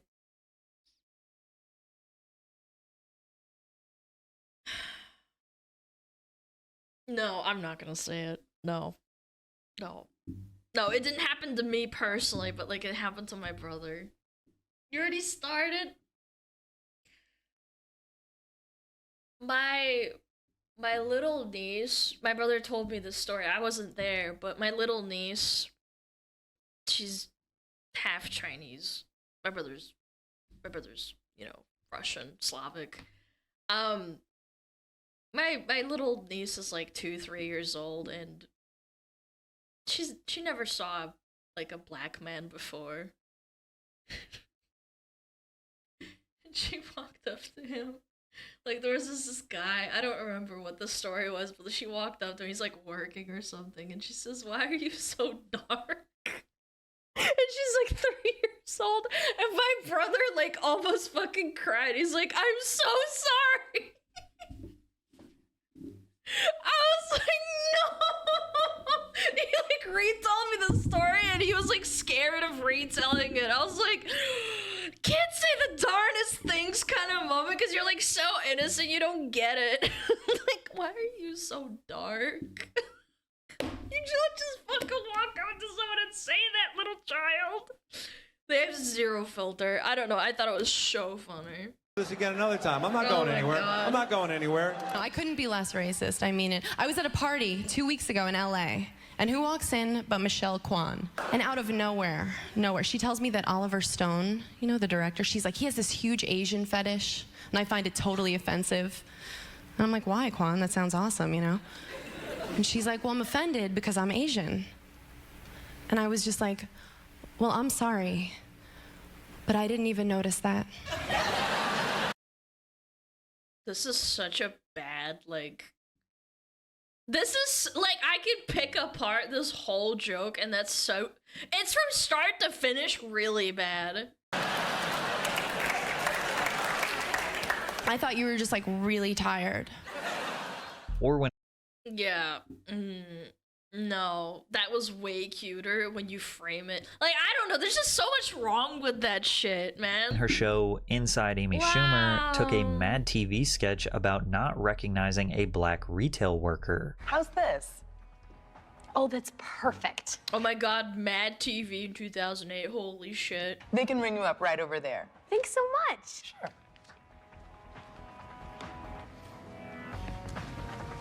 Okay, I'm Bengi. If you need any other sizes, you please let me know, all right? Okay. There you go. Hi, how are you? Hi, how you doing? Great. All right, did somebody help you with this? Yeah, she's right Key over... and Peele. Oh, she's not there. Did someone help you today? Yeah,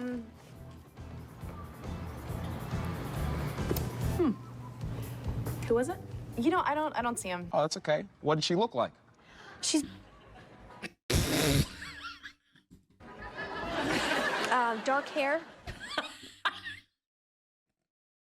Oh no. She was wearing she was wearing a blazer. Oh yeah, all the girls are wearing blazers. Why is it okay? If you say I'm white, that's fine. Come on! Say yeah, it! but this was a green one. Yeah, that's the uniform. Do you know what he looks like? Yeah, he is... White girl? Wearing like a... I'm white. Like a What's up? vest, or like a plaid shirt, I feel like. I don't know what everyone who works here wore today. He had short hair. And again, if this was just a few jokes, maybe Schumer could have avoided her demise. But there are so many cases of joke theft that you can find 20-minute videos jam-packed full of stolen material. And they crawl into your bed, and because their bones are growing and everything, they can only sleep in certain positions, obviously. The crucifix and the swastika tend to be the most popular. Because I swear I found the one guy in Manhattan that loves like spooning, you know, just hugging all night. And I like sleeping by myself like a swastika. I'm just like,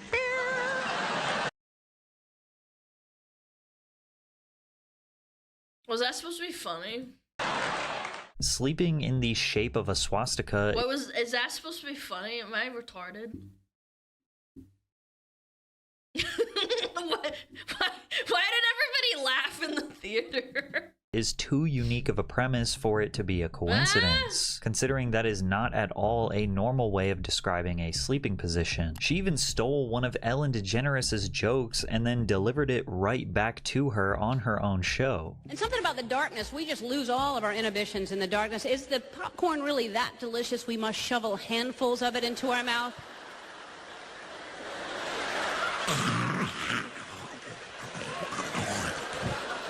I don't think she's funny, but like, yeah, wild because Ellen is unfunny. I know, right? This is like Facebook boomer humor. Like that's the vibe it gives me. Like your grandma sends you like a meme about eating popcorn.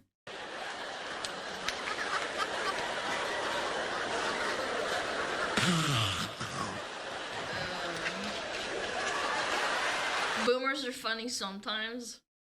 Yeah, and a broken clock strikes twice a day as well, you're right. Yeah. And I'm eating popcorn the way I think we all eat popcorn, which is, you know, at first don't you always kind of start out kind of like lying to yourself? Like, oh, like, I hate this. I hate the body language. I hate the delivery. I hate everything about this.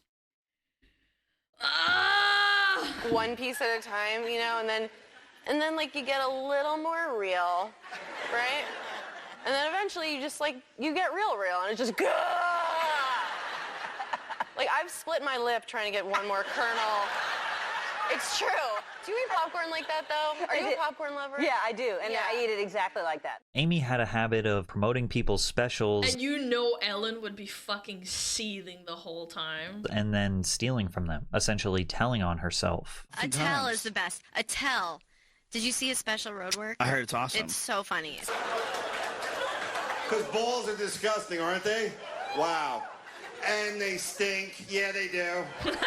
All right, I'll speak for my balls. On my best day, my balls might smell like a foot. On my best day.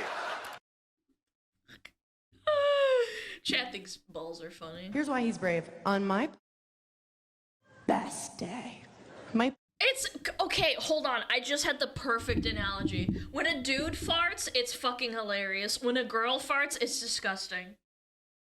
Is that not the most perfect analogy? You can't make the same joke about balls and a vagina. Dude, I'm telling you, I just found it. I just thought of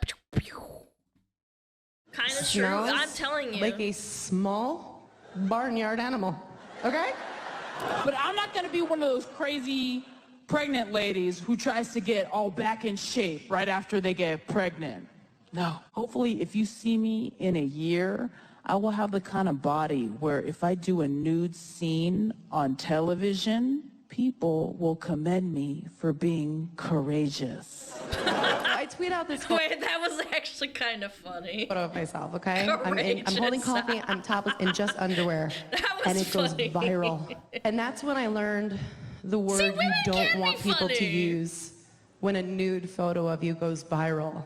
Brave?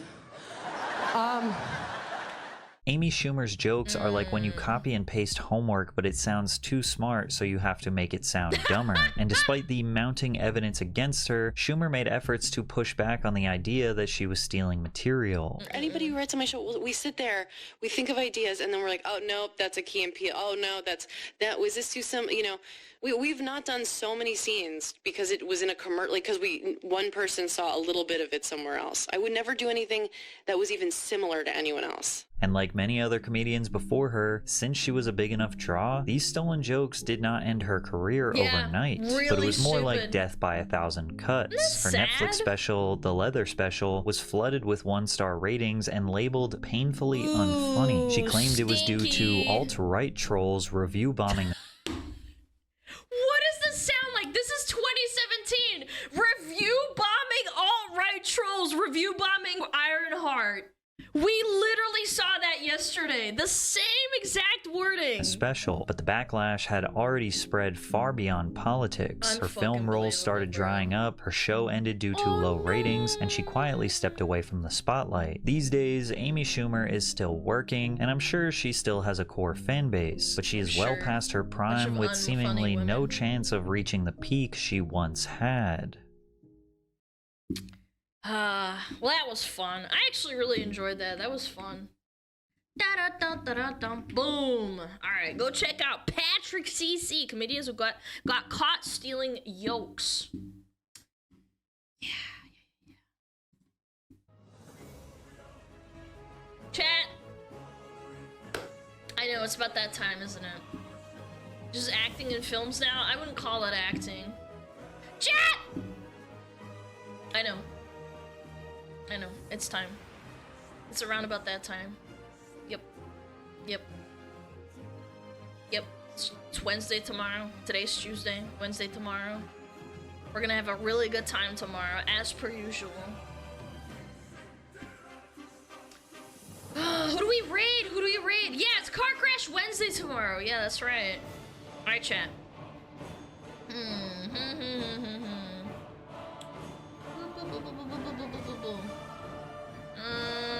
Just trying to scroll. There's a lot of people I gotta scroll through.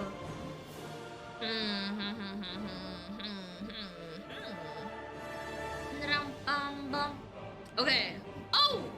Is Spite streaming? Spite. Where is she? I just saw her. Goose Duck collab. Ooh. Okay, chat. My little smugglers. I will see you tomorrow. Do not forget to stay smugly, to stay cold, to stay warm. If you're in a cold area, I guess. But I wish you nothing but the best. Please go out on the world. Unleash your cheesiness, your smugliness. And don't forget to roach out when you need to. Alright, chat. I will see you guys tomorrow. Join the Discord, blah, blah, blah, blah, blah, blah, blah. Oops. Join the Discord. Follow me on Twitter, YouTube, whatever. Roach out.